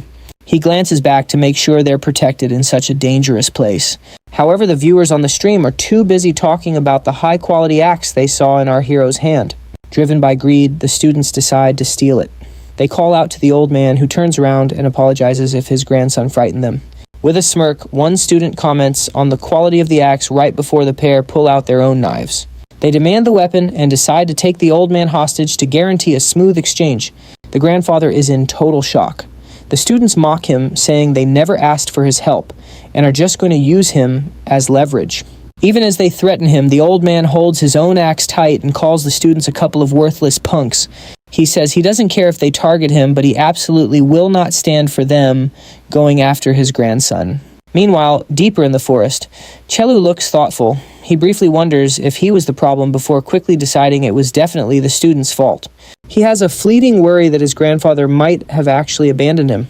Suddenly, a scream echoes through the trees. Our hero looks toward the sound and sees the two students fleeing in terror. Realizing something is terribly wrong, he rushes to the scene and finds his grandfather injured on the ground, coughing hard and looking desperate. Chelu takes out a golden pendant and begs the goddess to heal his grandfather immediately. After the healing spell works, our hero asks if the old man is okay. The grandfather apologizes to Chelu, regretting that he argued with him in front of trash like them. With a gentle smile, our boy says that everything is fine and that all that matters is his grandpa's safety. Helping the elderly man to his feet, Chelu asks if he can walk. When his grandfather asks where they're going, our protagonist reveals they're going after the cowards who ran off. The two attackers stop to catch their breath, both of them panting heavily. One student complains about the other using an axe when he doesn't know how, while the second one curses the grandfather and groans in pain. They agree they need to run before our hero catches them, but suddenly a hand clamps over one of their faces from behind. Effortlessly, Chelu hoists the student into the air with just one hand. The student dangles in shock, while his partner is frozen in fear, wondering how our hero got there so fast. In one swift motion, our protagonist slams one student into the other, taking them both out. The grandfather watches the whole thing go down as a baseball bat clatters to the ground near him. Chelu declares that the world isn't peaceful anymore. It's a battlefield where only the strong get to survive. He insists he's not a criminal, but a warrior protecting his family by taking out any threats. Elsewhere, Lee and Janwan watch the red moon with looks of deep concern, taking it as a terrible omen. A sleepy Ginta wanders over, rubbing his eyes and asking why they're staring at the sky. Once he spots the red moon, he casually mentions that Nova gets lunar eclipses too. This sends Lee into a panic, as he realizes the eclipse event has started at the worst possible time, while the boss is away from the castle. During this event, the moon's influence sends monsters into a bloodthirsty rage. Just then, Chelu arrives back in Nova with his grandfather in tow. A grin spreads across his face as he realizes he can finally show the old man around the city. His grandfather, however, just stares at the blood-red sky in total confusion, reminding Chelu that he promised this place would be nice. Chelu can only wonder what could have possibly happened to cause such a drastic change. In the background, his grandfather is still yelling, demanding to know what's going on, when Sun comes running toward them, shouting Chowlu's name. Our hero scratches his head, not recognizing her at all, which makes her desperately plead with him to remember. When he asks how she knew he was back, Sun explains that the military monitors the portal, so she rushed right over as soon as she got the report of his arrival. Chelu asks what's wrong, and she tells him it's an emergency. Commander Park is looking for him. A short while later, they arrive at the government building. Chowlu's grandfather gives a formal greeting to Commander Park, who politely introduces himself in return. The old man asks if they're imposing, but Park just smiles and assures him it's no trouble at all. He says he's been wanting to meet the grandfather of his friend now that he's finally made it to Nova. A system window then pops up displaying the grandfather's status. It reads Chelu Kang, a newcomer with no special traits or abilities. Park remarks that the grandfather must be very important to Chelu, noting that the two of them seem to have a very close bond. Chelu cuts in, wanting to get straight to the point. He asks about the red sky and why there are armed soldiers everywhere. The commander explains that the eclipse event is about to start, meaning hordes of enraged monsters will soon begin attacking humans indiscriminately. These creatures get a 50% boost to their attack power, And while the rewards are also increased by 50%, it's still an incredibly difficult event to handle. Finding the whole thing rather interesting, Chelu asks if the situation is stable for now. Park explains that while the main city has time to prepare its defenses, the real problem is Ironhead Castle. It's going to be attacked before they have a chance to get ready. Chelu points out that Ironhead is about to be overrun with monsters. The commander nods, adding that since this is our hero's first lunar eclipse, it's probably hard for him to grasp the sheer scale of the threat. Unfortunately, they don't have enough mercenaries to defend against the incoming waves. Realizing the gravity of the situation, the commander urges Chelu to return to his castle, immediately promising to send support troops to help out later. A short time later, Chelu is back at his castle with the reinforcements. Ginte spots him and is surprised to see his grandfather there too. He happily runs over to greet the old man, who smiles back, recognizing him immediately. Ginte asks how his trip was, and his grandfather replies that he actually feels much younger and healthier. Our hero chimes in, joking that his grandpa is tougher than Ginte, which leaves Ginte completely stunned. Before long, the Ironhead mercenaries arrive, led by Janan. They salute their leader, Lord Chelu, with absolute loyalty. The grandfather and the dispatched soldiers watch the scene with a mix of surprise and admiration. Gramps wonders aloud why they're greeting Chelu with so much respect.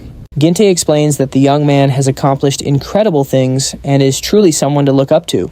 Visibly moved, the grandfather murmurs his grandson's name, filled with a deep sense of pride.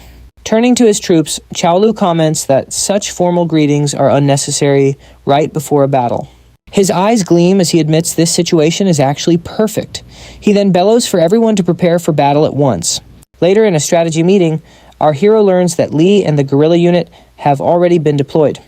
Janan reports that monsters are currently approaching from 3 different directions. Gnolls are emerging from underground, while orcs are advancing through the forest. Chelu figures it'll be tough if they try to attack the hordes head-on.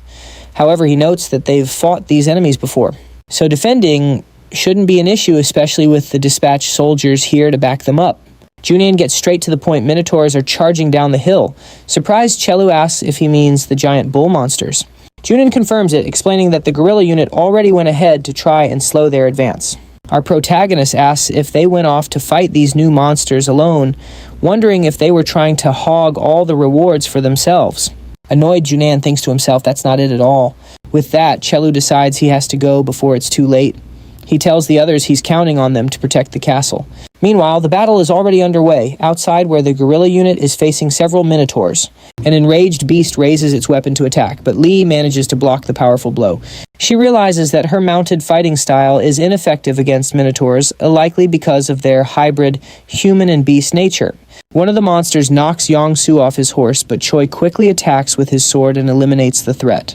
A worried Choi rushes to his fallen comrade and asks if he's okay. Yong-Su replies that he's fine. Despite the difficulty, Choi warns that they have to hold their ground. If the monsters get to the castle, they'll be in big trouble.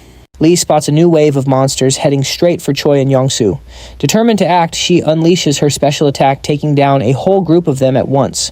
Yong-Su is amazed, calling her "my lady."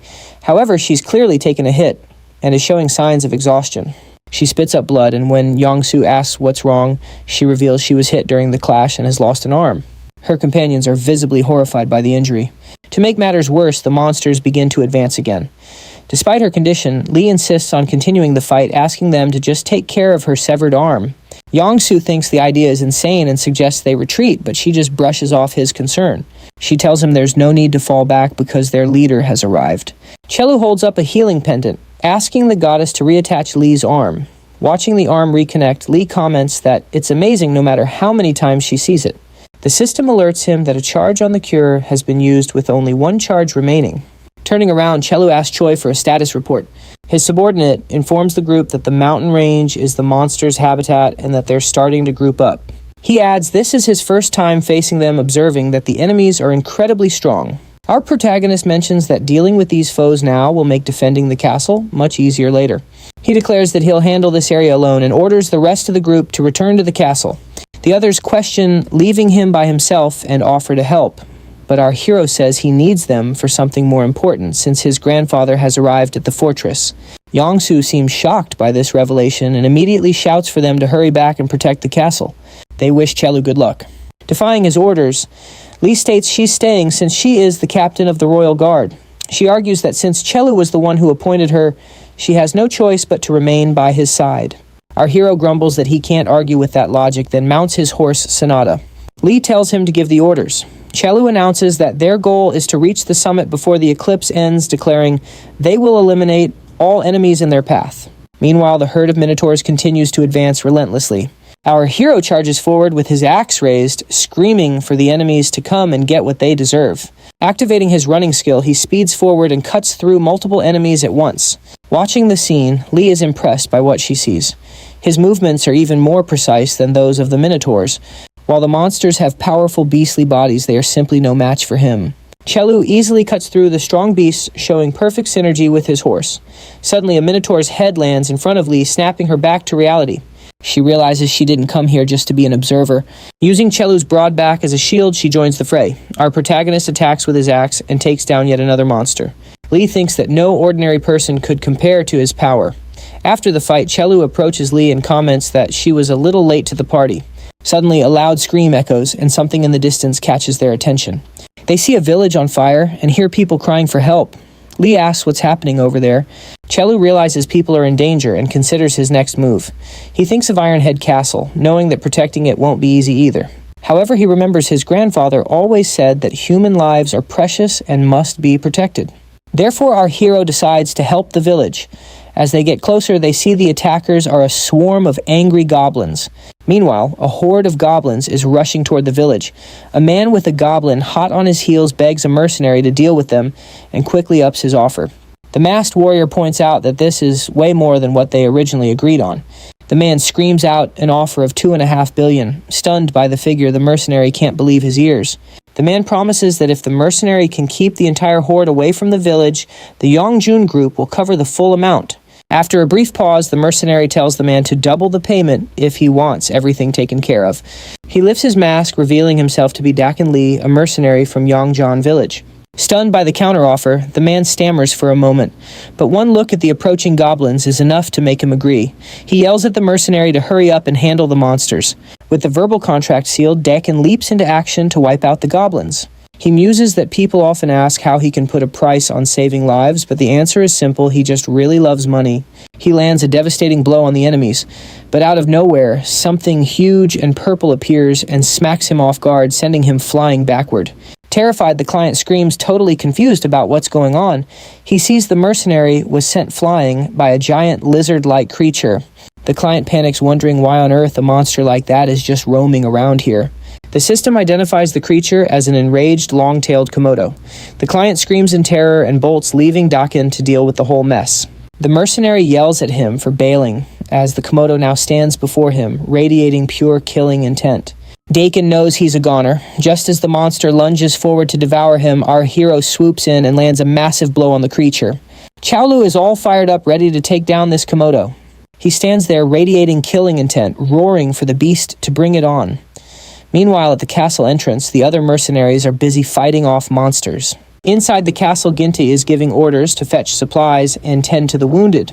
He soon spots Gramps praying earnestly for Chelu. Ginta notes that the old man hasn't stopped praying since he first arrived at the castle. Worried sick about the battle, the old man pleads with the heavens to hear his prayer and grant his wish. Suddenly, a brilliant light flashes as a system message warns him that the Earth Goddess Arena is watching. The old man is taken aback. Another message pops up explaining that it was a divine call and that the goddess heard his prayer immediately. The notification window shows that the Earth Goddess has a question for him. A divine figure then materializes, asking if the grandfather will accept her oath. A system window promptly explains that if he completes the pact, he can change his class to a priest of the Earth Goddess. At the castle gate, someone orders Echo to fire arrows at the invaders as one of the lizards charges forward ferociously. A mercenary named Joseph Felton cuts down a monster and shouts to Junan that the creatures are trying to scale the walls, telling him to stay sharp. Junhwan rallies his comrades, telling them to hold out until dawn. Suddenly, a lizard man leaps at Sunung, but Junhwan jumps in, landing several blows to save her. He asks if she's okay, and Sunung thanks him, calling him officer. Annoyed, he snaps back that he's not in the army anymore. Junhwan then asks what the intelligence squad is even doing here.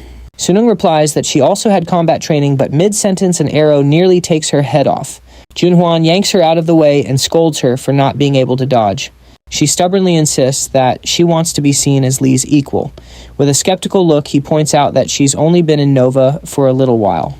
Sunung vents her frustration, saying she'll do whatever it takes to speed up her growth. Junhwan gives her a light bop on the head and asks if she's looking for a tragic ending, explaining that when it comes to growth, everyone feels anxious. He shouts that the Ironhead mercenary squad is full of people just like her and that every single one of them is struggling with their own issues. He says that Lee is no different, so she shouldn't rush and risk messing up by being impatient. He adds that their leader is probably fighting an even tougher battle right now. The scene then cuts to the nearby village where Lee is releasing her mana. The surrounding monsters are caught completely off guard by the wave of energy. Gripping her sword, she quickly charges forward and slices through several goblins. Meanwhile, Chelu unleashes his aura and prepares to fight. He lands a powerful punch on the Komodo and cheekily asks if it liked his special kick. He then swings his axe, yelling for the monster to eat this, but the creature's tail blocks the blow. Our protagonist realizes it's incredibly strong, but this fight is far from over. Leaping onto the creature's back, he shouts that this isn't nearly enough. However, the blade gets lodged in the beast's body. Our hero looks confused by this turn of events. Chelu realizes his axe is stuck in the bone and understands the limitations of fighting midair. The creature then uses its tail to viciously fling him away. Our hero slides back, realizing that a battle axe has a short attack range and that its swing radius shrinks even more in midair. He leaps right back onto the lizard, using the terrain to land on its tail and vault up again to retrieve his weapon. In a flash, our warrior plants himself firmly on the beast. With a confident smirk, Chelu notes that the lunar eclipse has certainly made his enemy stronger. He yanks the axe free and after jumping high into the air lands a devastating blow. After taking it down, our protagonist begins to collect the loot dropped by the monster. He gets the Komodo's tail and a troll heart which possesses a hidden power. Suddenly a voice calls out asking if he is Chu. Startled, he asks if Dakin knows him. The man nods, saying he'd heard the rumors, but that seeing him in person is truly impressive. With a proud look, our hero soaks in the compliment. Noticing the man's injury, Chelu uses his healing pendant. Our guy explains that he used its divine power to help, but now the item's charges are all used up. Impressed, Dakin points out that he used the very last charge just to save him. Our protagonist replies that helping someone who's hurt is just the natural thing to do. While examining the object, he murmurs that the divine power hasn't completely disappeared, and it might be possible to recharge it. Dakan thinks that Chelu has a huge heart which makes him reflect on his own more calculating nature. He thanks him for helping both him and the entire village. Our hero proudly responds that saving the weak is no big deal. Deeply moved, Dakan thinks that Chelu is incredibly humble. He insists he could never have done it alone and vows to repay him for saving his life. Our protagonist tells him to do as he pleases just as long as he doesn't steal any of his kills. He then heads straight over to Lee, who is still busy fighting goblins. A short while later, the two of them successfully wipe out the remaining monsters. A system message pops up congratulating the survivors for overcoming the onslaught of angry monsters and announces the completion of the lunar eclipse event. Lee sighs in relief, commenting that the eclipse is finally over. She then wonders aloud if Ironhead Castle is safe. Our protagonist reassures her that the castle is doing fine. When she asks how he could possibly know that, he admits he doesn't know for sure, but he has faith. Lee can tell that he was just as worried about them earlier. Chu proudly states that you can only trust people you believe have your back. He then praises Lee for being a huge help in the battle. Lee looks surprised by the encouragement, her face flushing with happiness. Our hero nudges her to start collecting the many status stones. As they gather the colorful gems, Lee thinks that this is enough to make her a triple ranker. Clutching a pile of the stones, our protagonist sets his sights on becoming a perfect ranker. Lee asks if he's really going to absorb all of them at once, afraid he might not be able to handle it, but he just tells her not to worry. A reddish energy begins to course through Chelu's body. Our boy screams, declaring that a challenge like this will never bring him down. He then appears in a white void where a punching bag materializes for a strength measurement test. Our hero faces the bag with a confident grin. Seeing that the test plays to his strengths, he prepares for the challenge. In reality, our protagonist is an elite athlete who has mastered every martial art on Earth. After punching the bag, he easily earns first place in the strength test, gaining 25 points for the ranker you store. This was just the beginning. Moving on to the agility test, our boy shows that he's got speed to match. Once again, he secures the top spot. Dodging obstacles with mastery, Chu proves his perception is top-notch and comes in first yet again. However, the final magic test throws him for a loop. He thinks he's great at everything physical, but he has never used magic for anything other than activating skills. This seems impossible to him. Then suddenly a strange sensation washes over him. Chelu looks up as familiar, small flying creatures appear, and he smiles as he recognizes them. A long time ago on a deserted hill within his own mental world, a younger version of Chelu used to train. Through immense effort, that younger version began to develop and grow right alongside his personal maturity. A small sprout appeared in the once barren landscape, showing signs of life, where a complete desert once existed. Our protagonist reflects on the things that spurred his growth, wondering if it was the departure of a fellow mercenary or perhaps that grueling fight with his grandfather. He considers that forming a new family might have matured him as he evolved through these new relationships. Ultimately, to become a truly great warrior, he must mature from the inside out. To achieve this, Chelu needs to face his own pain. He thinks about the spirits that act as both his friends and his enemies, doubting they would ever actually listen to him. Still, he invites them for a chat since it has been a long time since they last spoke. Soon, raw energy emanates from his hand as he feels the power of those very spirits. After grasping the concept and recalling his lineage as the son of a barbarian and a sorceress, he successfully passes the magic test and earns first place.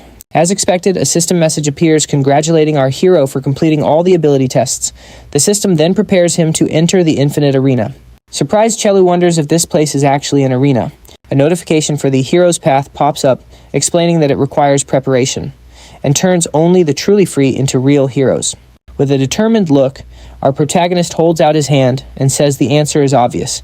He starts pushing open a giant door, revealing a plain white waiting room inside. Inside the infinite arena, Chelu is congratulated on becoming Earth's very first channel hero. He's thrilled realizing this is the place where he can fight strong opponents endlessly, just like he always wanted. A panel quickly appears displaying options like the Herald of Strength, Herald of Agility, and other attributes. Our boy notices the lack of detailed descriptions, which is giving him a headache. With a mischievous grin, he says that for moments like this, he has a special Chelu-style solution. After a quick random count to decide his path, his finger lands on the Herald of Resistance. He confirms his choice, and the system informs him that the Herald of Resistance is being summoned as a companion for tough situations, which he can summon and dismiss at will. A blue flame materializes, and as Chelu watches the light, he comments that the name makes it sound like a spirit. He tells the flame he's counting on it. Facing the imposing gate, our protagonist wonders if he should check out the arena right away, but decides it's best to come back later. He remembers that people are waiting for him and decides to head home first.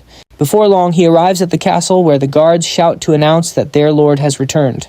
Junhwan congratulates the group on their safe return. Chelu praises him back and asks how the mercenaries are doing. Fortunately, while there are some injuries, there were no casualties. Our hero is disappointed that the pendant isn't working anymore, but Junhwan tells him not to worry. This leaves him confused until an intense light suddenly envelops a wounded soldier. Now fully healed, the man proudly shows off his restored arm. Chelu is shocked that the man was healed without the pendant and marvels at his grandfather's incredible power. The old man smiles, remarking that he seems to have picked up some new skills himself. Our boy is completely stunned to see his grandfather there. Meanwhile, Gintai shouts for Chelu. The old man excitedly rushes over to our protagonist and gives him a tight hug, saying how worried he was. Chelu asks what happened and comments on the old man's new outfit. Grandpa tells the boy to congratulate him because he has had a class change. A couple of hours earlier, a system message appeared regarding a divine call. As the Earth Goddess heard the old man's prayer, she offered him a chance to change his class to a priest of the Earth Goddess if he completed an oath. Grandpa was stunned by the revelation. Thinking about his grandson, the old man decided he couldn't be a burden to anyone anymore. With his hands pressed together, he accepted the offer, vowing to do whatever it took. The Earth Goddess extended her hand to him, and a notification confirmed his class change to Priest of the Earth Goddess. Along with his new rank, the system announced he had learned healing and blessing prayers. Back in the present, Chelu's crew is drinking together in a tavern. Our hero holds a shiny golden pendant, thinking about how his grandfather's new ability not only heals people, but can also recharge the item. He thanks the old man since these new powers have already healed so many injured people. Grandpa explains that the skill is actually meant for agriculture to help crops grow well. With a smile, Chelu remarks that his grandpa can now dedicate himself to farming as much as he wants. Ginte brings more good news, announcing that a previously locked building has now been activated. He explains that if they find the right people, other buildings will unlock as well. So he plans to start looking for newcomers with special talents. Our protagonist suggests they prioritize finding a blacksmith to activate the forge. Ginta agrees, mentioning many weapons were damaged in battle and says he already has the perfect candidate in mind. Chelu seems curious about the suggestion, but it turns out they're both thinking of the exact same person. Our hero praises Ginta for his hard work, but Ginta gives all the credit to the old man. Internally, our boy thinks about how he originally just wanted his grandfather to live a peaceful life as a farmer, and he now hopes this new responsibility isn't too much for him. A mercenary then thanks the elder for healing him while offering a plate of food. It looks like the old man is adapting well. Chelu admits to himself that having his whole family together feels really good. He calls for everyone to raise their mugs for a toast to celebrate all their hard work. The other men join in celebrating their victory and shouting, "Long live our leader!" Later, General Park laughs and brings up the people who helped Yongjeon village. Our protagonist just confirms that's how things worked out. The general considers them reliable, explaining that the village was actually created by the Yongjeon group. He notes that corporations are pouring money into new developments, predicting they'll stumble upon more villages like this one as they explore. The general expresses his gratitude to Chelu, but our hero is puzzled, wondering why he's being thanked when they aren't even from Hanyang. With a laugh, the general replies that even if they're not from Hanyang, they're all still citizens, and more importantly, human. Chelu feels a sense of gratitude, realizing the general's reinforcements are the reason the castle sustained minimal damage. The general, touched by the boy's sincerity, is visibly moved. For Chelu, this is a new experience, realizing just how different it feels to be the one giving help instead of receiving it. Inspired by this feeling, he makes an important announcement. He's going to help the general take down a field boss. And just like that, the boss appears, the Guardian Stone Giant, and it looks absolutely massive. Over at the boss's spawn point, Lee and Chelu find themselves facing a horde of orc miners. Our protagonist is practically buzzing with excitement, yelling to Lee that they're about to have their first joint hunt. Lee, however, isn't quite sharing his enthusiasm, especially about taking on a field boss with just the two of them. As two orcs pop up behind them, Lee swiftly cuts them down, all while complaining that his plan is completely reckless. Flashing back to a moment earlier, we see the general in disbelief, asking if they seriously plan to go by themselves. When asked, Lee confirms their plan to leave with their mercenaries, but Chelu cuts in, insisting it'll be just the two of them. He confidently states they're finally strong enough to handle enemies like this. Back in the present, Lee is still skeptical, questioning how they're supposed to handle this many monsters with only 32 minutes left on the clock. Without warning, Chelu starts riding off. Lee yells after him, asking where he's going when they're already running out of time. But Chelu just tells her to follow his lead, claiming he has a great idea. She can only wonder what's going through his head as the number of monsters keeps climbing. Still baffled, she asks if he has some kind of master plan. After they ride a bit further, Chelu abruptly stops and declares, "This is the spot." Stunned, Lee asks why he stopped here of all places, and more importantly, what about the horde of monsters hot on their tail? Our hero calmly informs her that from this point on, she'll be fighting alone. The bombshell leaves Lee completely floored, struggling to make sense of his plan. He explains that for this strategy to work, she's going to have to give it everything she's got. It dawns on Lee that Chelu has managed to aggro every single ogre in the area. Our boy just shrugs, saying there's no other way if they want to clear this in time. With a grin, our hero flashes the healing pendant, pointing out that even a broken arm is no big deal since they can just heal it. Lee can only conclude that he's absolutely insane. With that, Chelu decides to press on and take down the boss himself. Reaching his destination, Chelu gets closer to the main objective. A system window pops up, informing him that the Tree of Protection is summoning a guardian to test his worth. Moments later, the ground begins to tremble and a colossal stone golem erupts from the earth.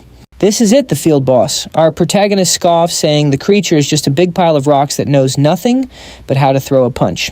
He sees this as a simple fistfight, so it makes no difference to him whether the opponent is made of stone or iron.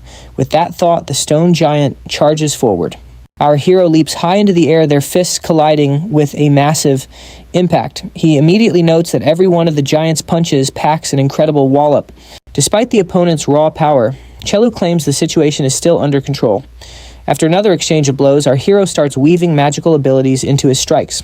He declares that he doesn't just fight with brute strength anymore, and to prove it, he lands a devastating punch on the stone giant, creating a huge shockwave.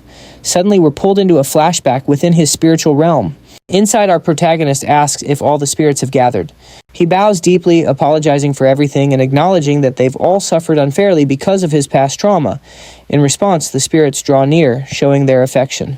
Watching them, Chelu realizes they've been waiting for him all this time. He makes a vow to never abandon them again, declaring that from now on they'll fight together. Back in the present, he reflects that out of the 5 spirits, these particular ones are the least compatible with his fighting style. And yet he never dreamed he could create this kind of synergy with them. Now surrounded by stone fists, our hero calls on the spirits to synchronize with him even more perfectly this time. Just then, the stone giant attacks again.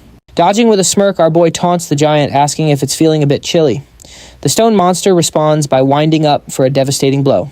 Chelu dodges the attack with a swift kick, complaining that bringing a weapon to a fistfight is just cheating. The giant's blow connects anyway, sending our protagonist flying a huge distance. Stunned by the sheer force, he barely has time to complain before the giant closes in. With no time to react, he takes a direct hit from a massive stone arm. The impact is powerful enough to kick up a massive cloud of dust. Crashing to the ground with a grin still on his face, our hero remarks that using a club is a bit overkill. He might be invincible, but that doesn't mean it doesn't hurt. Telling himself to get serious, Chelu picks himself up and leaps toward the stone monster, roaring that it's time to end this. Using the spirit's power, our hero launches himself into the air with stone pillars.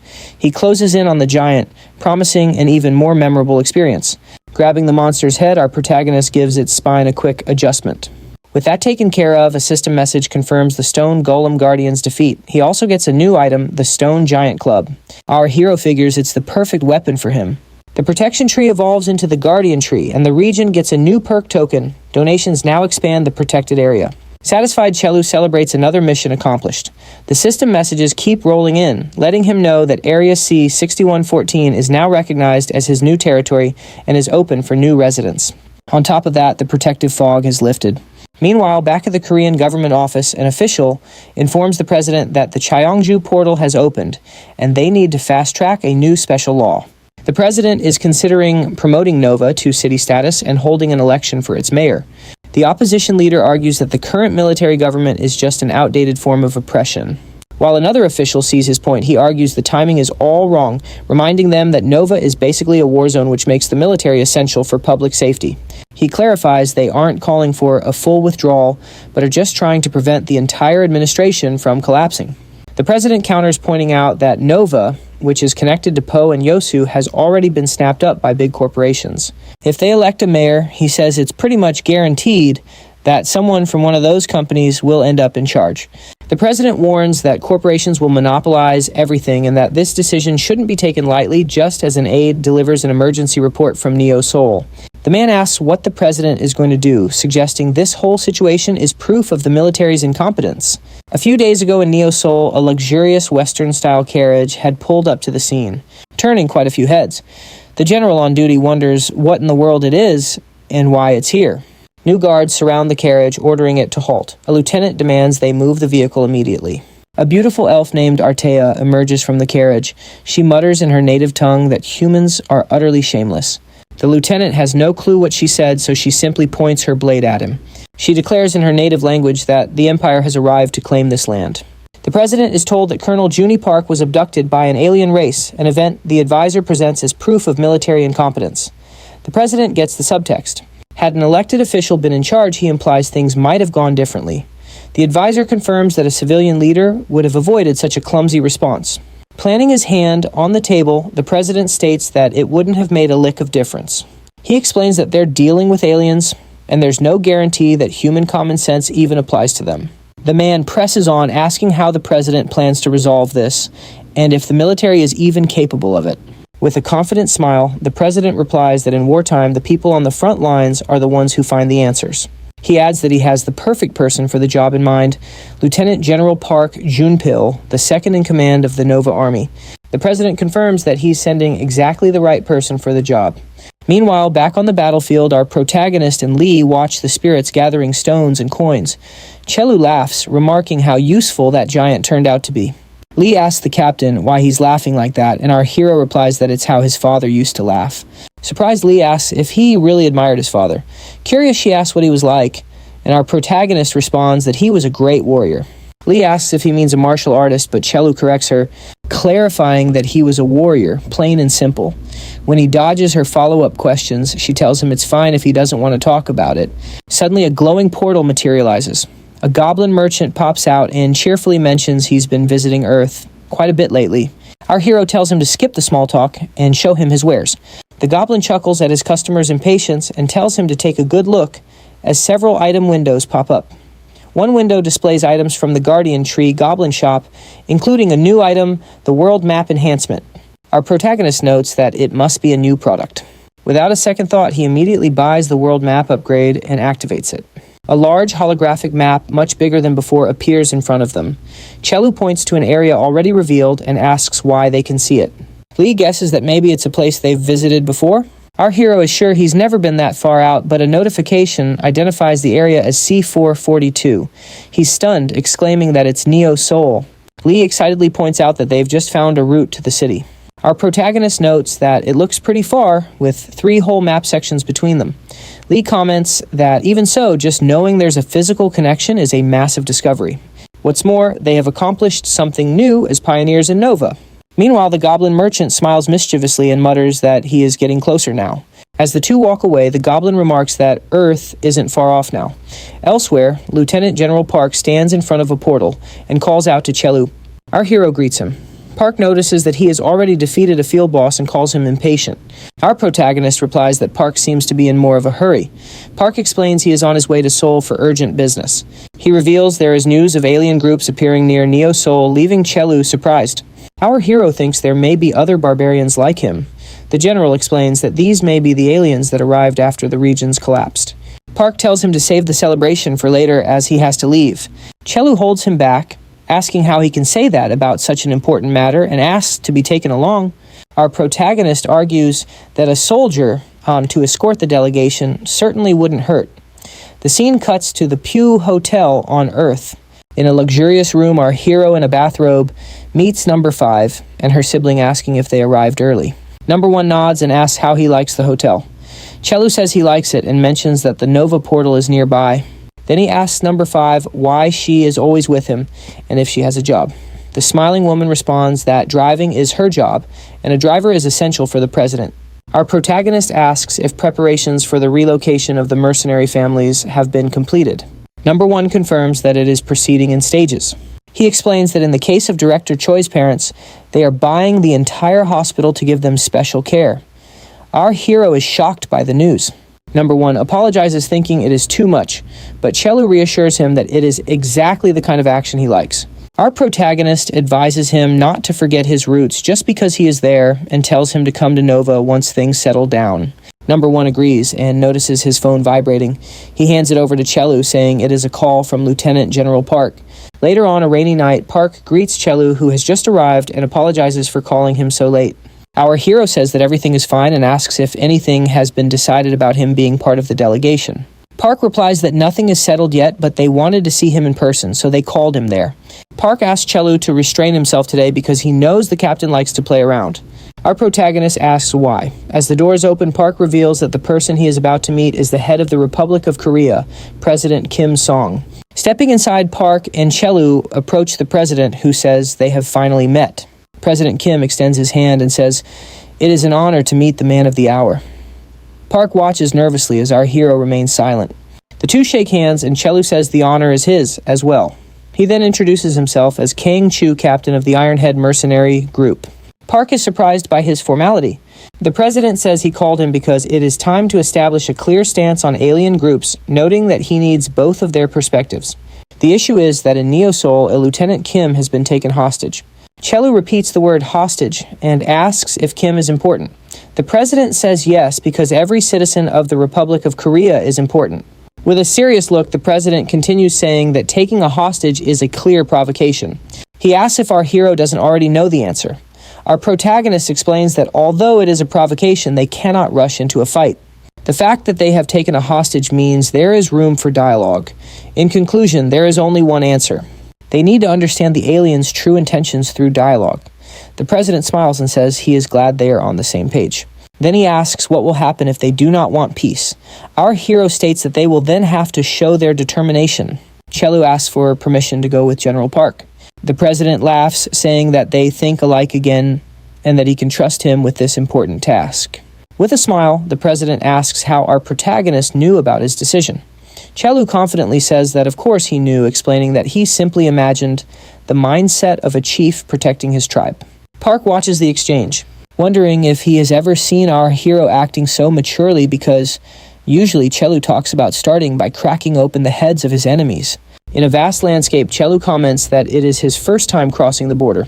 As they ride along, General Park mentions that the climate remains the same across the boundary, though our protagonist wonders if they are even on the right path.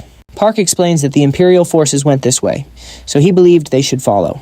After days of marching, Chelu notes, they have found nothing. Park regrets his inability to communicate with the native inhabitants of this land. Even though he's panting, the general praises Chelu for not looking tired at all. In reality, though, our boy is running on fumes, complete with some serious dark circles under his eyes. When Park asks why he won't get some sleep, Chelu explains that he's there on bodyguard duty to protect him. The grateful general urges him to rest, but our hero is having none of it. He can't relax when he suspects these aliens might actually be barbarians. All of a sudden, the general pulls his horse to a halt, having spotted something up ahead. Chelu cracks a smile, noting that the view before them is strangely familiar. A massive fortress stands there, looking a lot like Ironhead Castle. On the walls, several guards patrol with spears. The two men stand still to observe the scene, and Park comments on the tense atmosphere. However, our warrior is shocked when he recognizes the emblem stamped on the castle's flag. That banner belongs to the Imperial people who built an enormous fortune through trade and used their brilliant minds to accumulate power, known for being focused on profitable transactions. Chelu views these people as arrogant individuals who think they can possess everything with money. Despite this, they're known to welcome barbarians primarily because whenever food becomes scarce, they serve as perfect targets for stealing supplies. Inside, a luxurious scene unfolds in a peaceful atmosphere. Lieutenant Kim is getting pampered by two women laughing as they feed him delicious food. One of the women smiles and offers him another bite. Kim thinks to himself that this is the good life. Even though he doesn't understand the language, he considers the place a true paradise. Hugging the women, he justifies his actions by telling himself he didn't betray his country, as anyone would do the same against such powerful aliens. His expression changes in an instant when Artea appears. She questions him about the humans who have just arrived, asking if he knows them. Terrified and sensing her anger, Kim offers to tell her everything as long as she promises not to hurt him. Artea simply points at him, causing the man to shrink back in fear. She then uses magic on his eyes, which glow purple, and commands him to look. In his mind, Kim sees images of the general and our protagonist. As the elf questions him, Kim identifies General Park Junil. When she asks about the other man, he screams Chaolu's name. The spell shatters, leaving the elf surprised by his intense reaction. Desperately, Kim screams that he's totally screwed. Fearing they've come for him because of his betrayal, he thinks that even against the Empire, Chelu could take them all on. Artea states she has brought back something useless. And just like that, the man is struck by a fatal blow. In the name of the Empire, she sentences him to death. Outside, our hero never expected to see that insignia and wonders if he can find any information about the barbarians. The general shouts toward the castle, announcing that they were sent from Neo Sol to retrieve their man and that they wish to talk. A guard shouts back something incomprehensible. As the gate opens, Park excitedly suggests they go inside to speak with them. However, Chelu stops him and summons his axe, leaving the general completely stunned. Our warrior explains that the gates didn't open to welcome them. The occupants have no intention of talking. Surprised, Park asks if he understood the shout. Chelu activates a search skill, revealing the guard is named Goron, an Imperial Knight with level 3 swordsmanship. Chelu is surprised to find this level is higher than that of Count Ryan, whom he fought earlier. He wonders about the true strength of the Empire, calling them a bunch of pathetic fools. The knight declares that our hero has just made his final decision. Goron attacks, vowing to turn their territory into a desert, but Chelu defends against the blow with his axe. As their weapons clash, our warrior appearing entirely unintimidated questions, who decided their land would be trampled. Goron asks how a human can possibly understand his language, but our hero simply demands the return of his people, declaring that they can't afford to leave a translator alive. Goron advances with a series of quick blows. Chelu barely manages to block. The knight leaps into the air, calling Chaolu's challenge ridiculous. In response, Chelu flashes a wicked grin and calls the Imperials fools. This confuses the knight, who then detects a barbaric scent coming from our boy.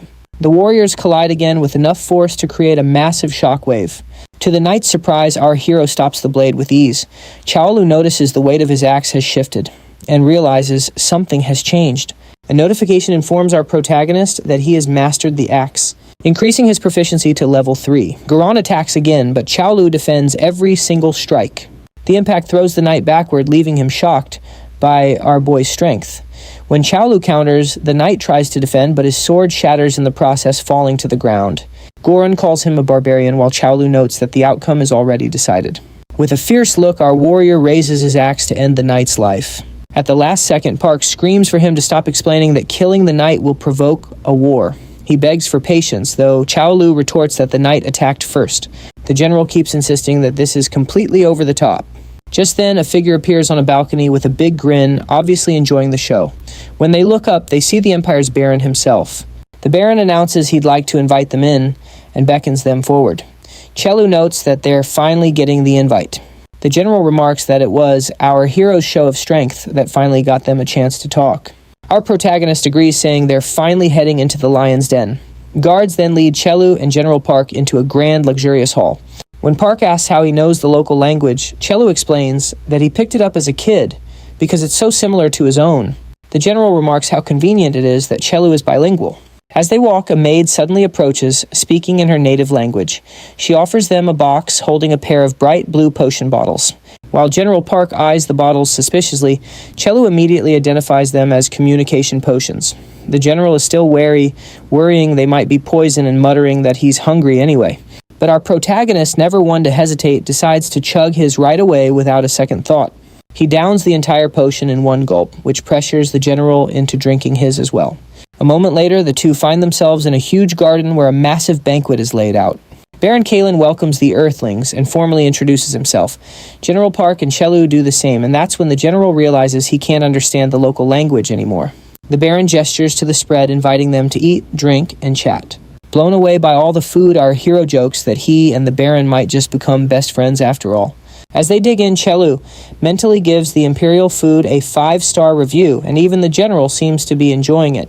Eventually, the Baron cuts in to ask why they wanted to see him.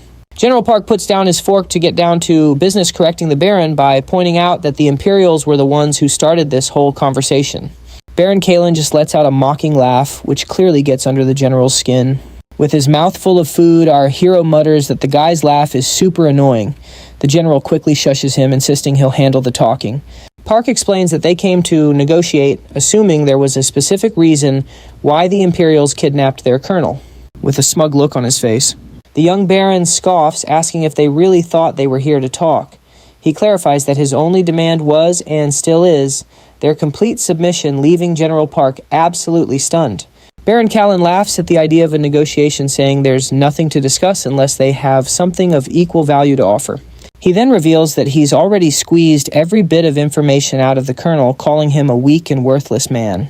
Getting up from the table with a new, determined glint in his eye, the Baron says he's had a change of heart after seeing such a powerful warrior among them. He makes a new proposal. To save their village from disaster, they must hand over Chelu as payment. Furious, the general slams his fist on the table, shouting that people are not property to be traded. He demands they return the colonel immediately, but the Baron coldly informs him that the colonel is already dead. They got rid of him once he was no longer useful. While the general seethes with rage, he gives Chelu the green light to not hold back anymore. Our hero is still completely focused on his food, yelling about how amazing it is. The Baron smirks, promising Chelu can have feasts like this every day if he just swears his loyalty. Our hero just argues that it would be rude not to finish the meal, especially after someone went to all the trouble of preparing it. And with that, he smashes the entire table to bits, shouting that you can still have a meal at a funeral. The Baron leaps back, laughing his head off. He finds the whole display hilarious and calls our hero a classic human barbarian. Chelu vows to give the Baron a serious attitude adjustment, but just then Artea appears out of nowhere holding a sword to the general's throat. Our protagonist is taken aback by her speed. He gets a better look at her slender frame and pointed ears and instantly recognizes her as one of the fairy folk, the sworn enemies of his barbarian people. The Baron taunts him, asking if he's already fallen for his beautiful servant. The general gives Chelu a look, silently begging him to be rational, but our hero just picks up a fork, casually remarking that taking hostages seems to be their go-to move. He decides to throw rational thought out the window and just go with his gut. Using his ability, he hurls the fork with incredible speed and force. Artea's eyes go wide as she spots the projectile hurtling toward her. She shoves the general out of the way just in time to parry the fork with her sword. Our warrior charges forward in a rage, yelling that she's using the same dirty tricks her people always do. Their weapons clash with incredible force. As they trade another powerful blow, Artea asks if he has some kind of grudge against her kind. Chelu senses something familiar about his opponent. He grits his teeth and vows to make her pay for threatening his friend. Artea just tells him to bring it on, and the two unleash a flurry of blows so fast they're almost a blur. Chelu dodges one attack that just grazes him, but a follow-up strike lands, leaving a cut across his back. As he's struck, Artea can't help but wonder where a barbarian gets all that power. The coming-of-age ritual mark that channels ancestral spirits, but she notes that Chelu is missing the traditional red tattoos. Despite taking a hit, our protagonist just shrugs it off, healing his wounds instantly with a golem regeneration ability. Artea believes a barbarian's true power is only unleashed when their anger is controlled by a strong spirit. Our boy decides to go all out, and Artea prepares to meet his full force with her own. As they charge, Artea mentions that she's fought against mana-infused swords before and asks if he gets her drift. As her blade begins to glow, Chelu smiles and says he can do something similar. He draws the Steel Knight's longsword, and spirits immediately begin to gather around him. Our protagonist cheekily suggests they take a break and enjoy a bonfire, which leaves Artea totally speechless and confused about why spirits are flocking to him. Chelu then lashes out at Artea with a barrage of powerful strikes. However, his opponent dodges them all without even breaking a sweat. Our protagonist unleashes his full power, but the fairy gracefully sidesteps every move as the fight's intensity ramps up. During a sharp counterattack, Artea nearly lands a hit on our boy, who just barely manages to back away in time. Watching this exchange from a distance, the young baron is blown away by the barbarian's raw power and decides to bolt while the two are busy fighting. Fortunately, the general spots him making a run for it and immediately dashes after him. Meanwhile, Chaolu's sword technique has maxed out the power of his blade by infusing it with magic. He figures this is the perfect time to test out this ability, since he's up against an opponent who's a master of the mystic arts. Frustrated by his skill, Artea demands to know how he can possibly use spirits.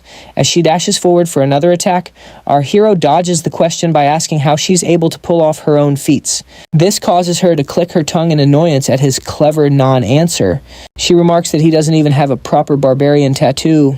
Chelu reflects that since he grew up on Earth and wasn't trained like a traditional warrior, it's only natural that he lacks those markings. Regardless, he's trained relentlessly to become a great warrior and has no intention of losing this fight. He strikes her with his magic blade just as she counters with her own spells. The protagonist notes that she's using some seriously complex magic before calling on his spirits to stay with him. As all four of his spirits merge into his body, Artea feels a sudden chill run down her spine. She sees four powerful dragons surging toward her, their force completely shattering her defensive shield.